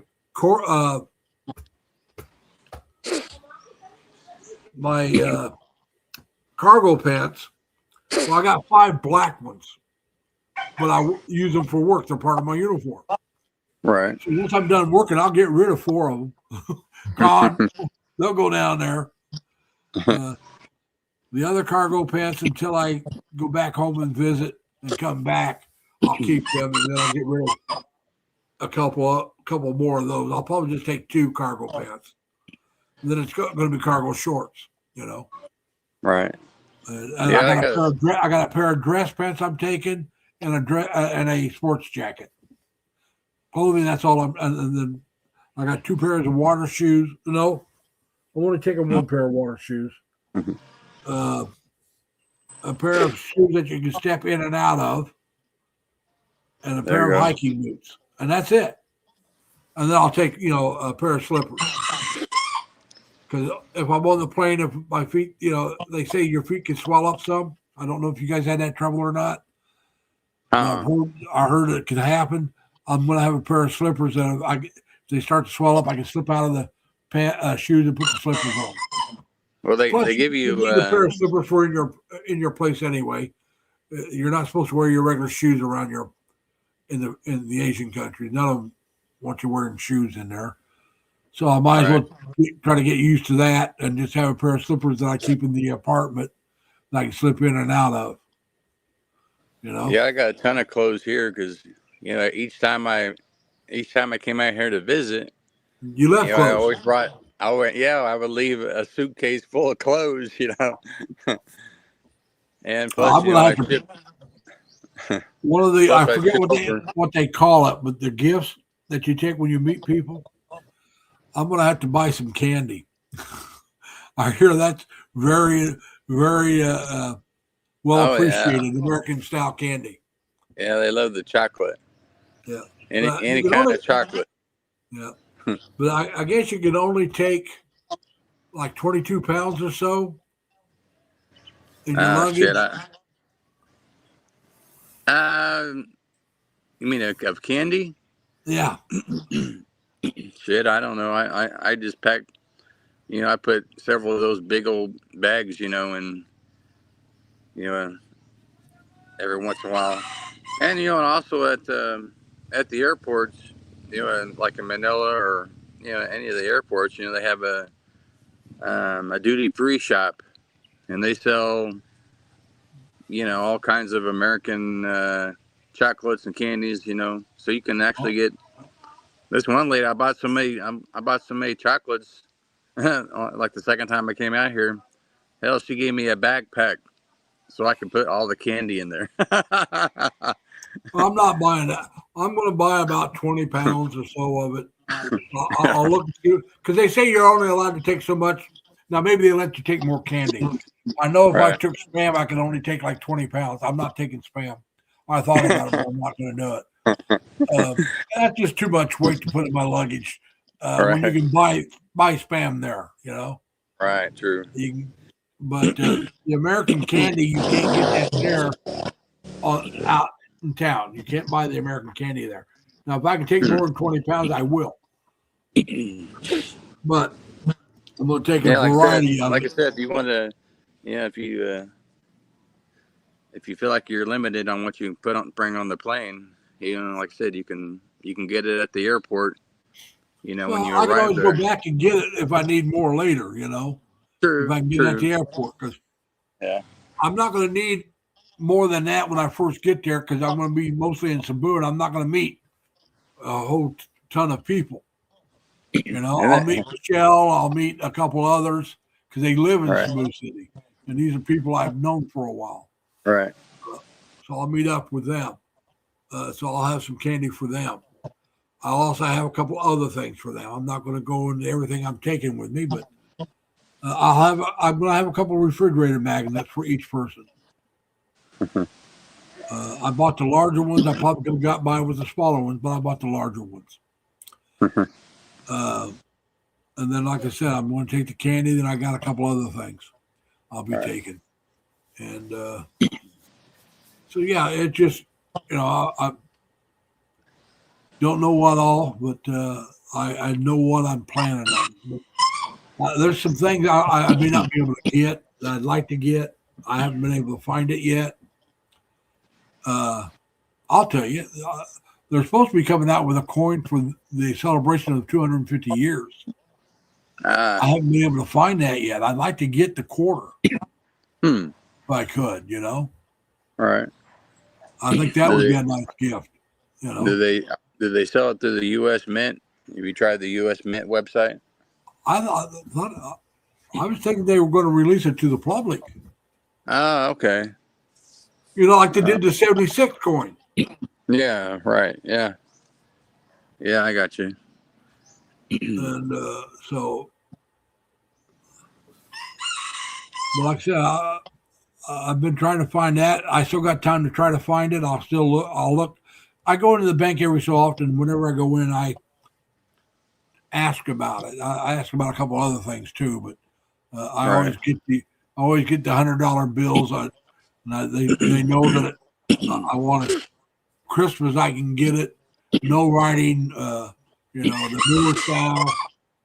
And the one lady says, "Yeah." She goes, "I heard they're pretty particular about that over there." And I said, "Yeah, that's what I've been told." So, and I am taking some cash with me. Yeah, I had a $100 bill that had a little tear on it. And they won't take it. Heck no, they won't. I mean, I literally had to come back to the United States if I want to, exchange it out because, they won't. Send it to your uncle. There you go. At least that way it does, whether you want them to send you some money back or not, because they're not doing you any good there. Yeah, it's just sitting there. I can't do nothing with it. I'll just send it to your uncle. So here you go. Buy yourself something nice. That's what I'll have to do if I have any hundreds they won't take. I'll send it to my nieces and nephews. Yeah, they're crisp $100 bills. Yeah, that's the best way to do it. Yeah, and I've been trying to get nothing but that. I got a couple more trips I want to make and pull out some more money. But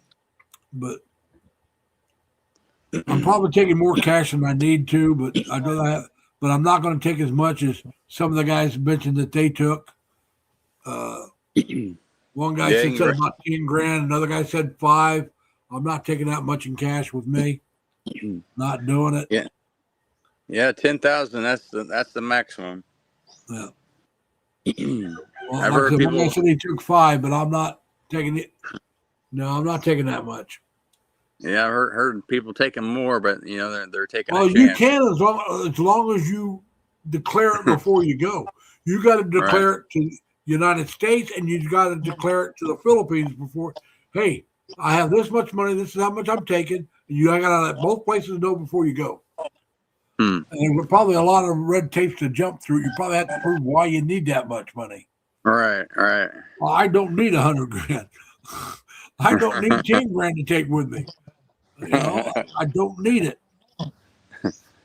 I mean, I'm not saying I won't spend that kind of money, but I sure won't in the first couple of months. I don't need it. Right. Right. Like I said, I got my cards. I can get money, more money when I need it. Because some of these banks you can go to and they'll take your card and give you, your whatever you want. They'll take it in American and give it back to you in pesos.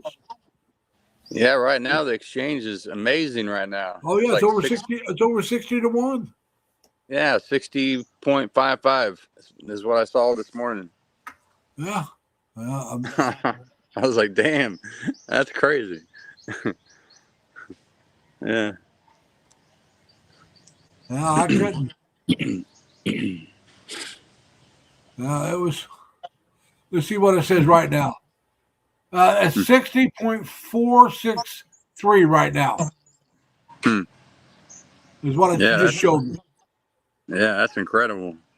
Oh yeah. But yeah, a lot of people probably a lot of people are sending over a lot of USD and exchanging out, before before it goes back down again. Yeah. For me, it's great, but I hope it goes back down so it makes things more affordable in the Philippines for the Filipino people. Right. Because I can still afford it. If it goes down to 50, I can still afford to live over there, as long as the gas and everything else goes down a little bit. Oh, speaking of gas. Oh yeah, I know gas is outrageous. Over $6 a gallon over there. Oh shit! I paid. Well, I don't know if you looked at my Facebook, but I posted on there that I filled up our truck, and it cost $153. U.S. USD, $153 to fill that son bitch. Yeah, it's like $9.60 a gallon. Yeah, I heard it was going way up. And that's for diesel. Diesel is more expensive over here. Yeah, that's what I heard. Diesel is more, but damn, I couldn't believe it. It's like, are you kidding me? Yeah, we pulled up to the gas station. We're like, hey, go ahead and fill it up because, because we picked up the truck, at the Toyota dealership, and normally when I pick up a new vehicle, it's normally full, right? Yeah. Well, I didn't even bother to look down at the gas gauge, thinking, "Oh, we're good to go." Well, we're on the edge of Davao City, getting ready to leave, and I just happened to glance down at the gas gauge, and that thing was on empty. The low fuel light was on. And I was like, "Oh shit!" Now I belong to BJ's right now. Okay, I'm gonna have to cancel this one here pretty soon because Indiana doesn't have a BJ's anywhere near where I'm going to be at. And so I don't want to pay another year for it and not use it. But right now, if I went there and filled up, this is as cheap as I've seen anywhere around here. Right. $3.73 a gallon.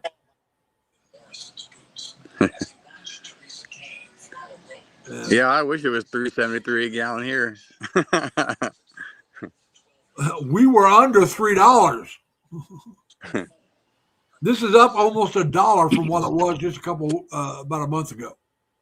Right.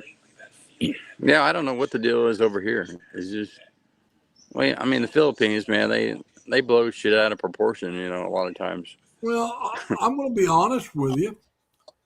I think here as well, we don't get that much gas through there. But the thing is, they're so quick to raise the price for fuel. I mean, they raise it almost instantly. Oh, yeah. But they take forever to lower it back down. Oh, of course. I mean, I don't mind that they raise it, but it should go down as fast as it goes up. Right. Because that gas you got, you didn't pay that kind of money for it. The gas we were buying at first. You didn't pay Right. that much money for that. So it shouldn't have went up. Now, once you got to where you're starting to use that gas, then the price goes up. Right. Yeah, But they it's the same they thing. take advantage. Once you use up the gas that's really high, it should be coming down. Right, I agree. But they go with it once they use up the gas that's really high, it goes down. But they It go should up. go down just as fast as it went up. You know, that's how it should be. But That's where it should be, but it goes up instantly and takes forever to go down. yeah, And yep. so, damn, I've been going 5 hours already, buddy. You knew Leonard Lund, right? Leonard who? Lund, did you know Leonard? Huh. All right. Well, Leonard and I used to do a lot of live streams together. He'd come on my live stream a lot. Him and I would go 4, 5, 6 hours, just the two of us up together talking. Now he passed away. He passed away a while back. But, Well, when you come down the Davao, you have to come over here and do your live stream at our place here. yeah. Amy Jamez, how you doing, Amy? Thank you for coming.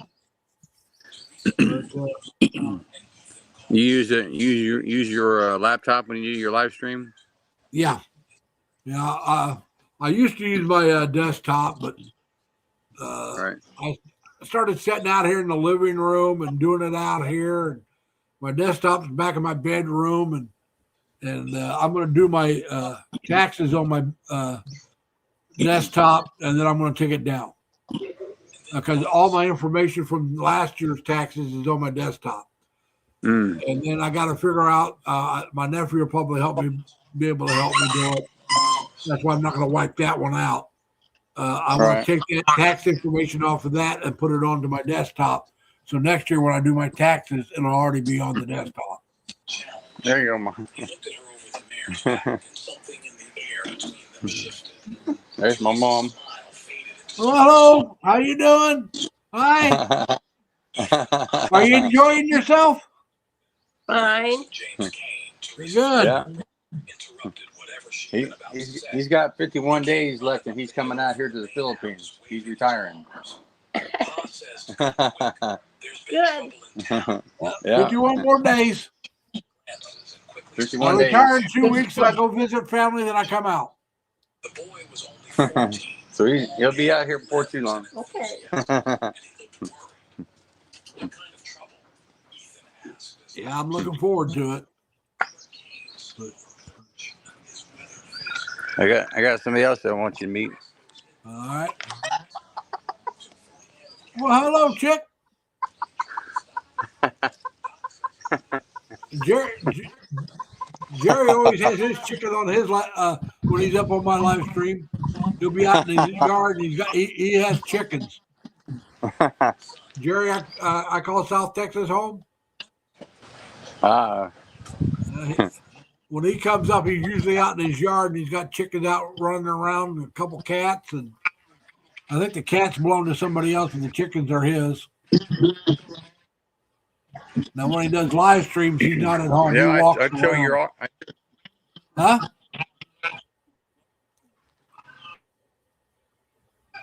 You're Yeah, I'd freezing up show a you lot ours there, here, but I may lose the connection. okay. Yep.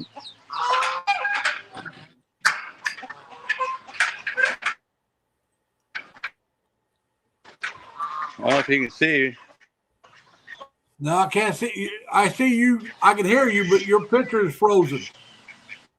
So I can't see anything but you. You're there. You go. Now you're back. But your picture was frozen. yeah, I figured it was going to do that. Like I said, I can hear you, but you. Yeah, when I froze start in walking place. All right. Yeah, the router isn't strong enough, I guess. Yeah. So you have to get another router or a booster, or like I said, go Starlink. I won't be able to go Starlink as long as I'm in the city and are renting an apartment. Now, if you're renting a house, I can go Starlink, but I don't believe I can do it in an apartment. Now Yeah, I maybe gotta get Starlink. yeah. Well, I guess Cebu, some of the other places they have fiber. Ah, That would work nice. better than some of the other. Now Starlink might be better. I don't know. But in this, if I'm in Cebu and they got fiber, I'd rather have fiber than the other. Even if I have to plug it in, you know, Right, not to be plugged into it, right. because it'd be more reliable, it'd be faster. Where here we can have it. We got a little more reliable uh, system like you have. We got a little more reliable here. Spectrum and AT&T, their internet connection is a lot more stable. You know, even Right. if you go wireless, which is what I'm wireless. It's pretty good, you know. Yeah, yeah. We have 3 routers. We got one in the main house, and then we got one in the first floor of the guest house, and then one up on the second floor of the guest house. But yeah, it's just not strong enough to reach everywhere. Yeah, I understand that. Like I said, oh, you know, even here, if you get too far away, it doesn't work. Now it'll work anywhere in my apartment. I can go anywhere and it works. Right. But you know, so you know, it's just we'll see. We're gonna try to set this up in the bedroom for next week's, so I can clear this table off and be able to set up my table and actually eat. It's been a while since I've done that. Yeah, you'd be surprised how fast the next 51 days starts counting down. Well, You know? yeah, it will be. Yeah, it'll be here before I really know it. But now, when I go back home, when I mean home, I mean Terre Haute. When I go back to Terre Haute to visit the family, I'll be staying at my one sister's house, and she doesn't have internet. She doesn't want internet. So I don't know if, and she's not home anyway. She broke her ankle. Mm. So she's at a rehabilitation center. So I'll be staying at that house by myself. I'll be staying at her place by myself. But you know, I'm not. If she wanted internet, I'd gladly set it up for her. But she doesn't want it. I'd set it up while I was there, and then when she got home, she'd have it. But she didn't want it. So if I'm going to do any live streaming, I'll either have to go to a friend's house or maybe get a hotel room each night I'm back in Indiana. Now my nephew's he's got internet, so if I'm at his place, I can do a live stream. My friend who I'll be staying with when I come back before I leave, she has internet, and her family has it, so I'll be able to do a live stream there. But I don't know about when I'm in Terre Haute. I don't know how long I'm going to be there. I'll be there at least 2, maybe 3 weeks. But, you know, we'll see. Yeah, you'll have to do a live. You'll have to do a live stream here at our place. Well, I have to do a live stream a lot of places, man. Like I said, my laptop's going with me everywhere I go. Heck yeah. You know, it's not going to be left behind. And so if it's a Saturday or Sunday morning, excuse me, because it'll be Sunday mornings there, it'll be a live stream somewhere, you know, whether I'm sitting in a hotel lobby or a hotel a room or what. Like I said, I can tell you the name of my first live stream in the Philippines. I've been telling everybody, it's going to say, guess where I'm at. So, you know, when you see that, you know I'm in the Philippines. All right. So, yeah, that's going to be that simple. Guess where I'm at. And I'm thinking about changing my channel name when I get there to Triple L in the Philippines. I haven't decided, do I stay Lazy Larry Lee or do I change it? Leaning towards changing.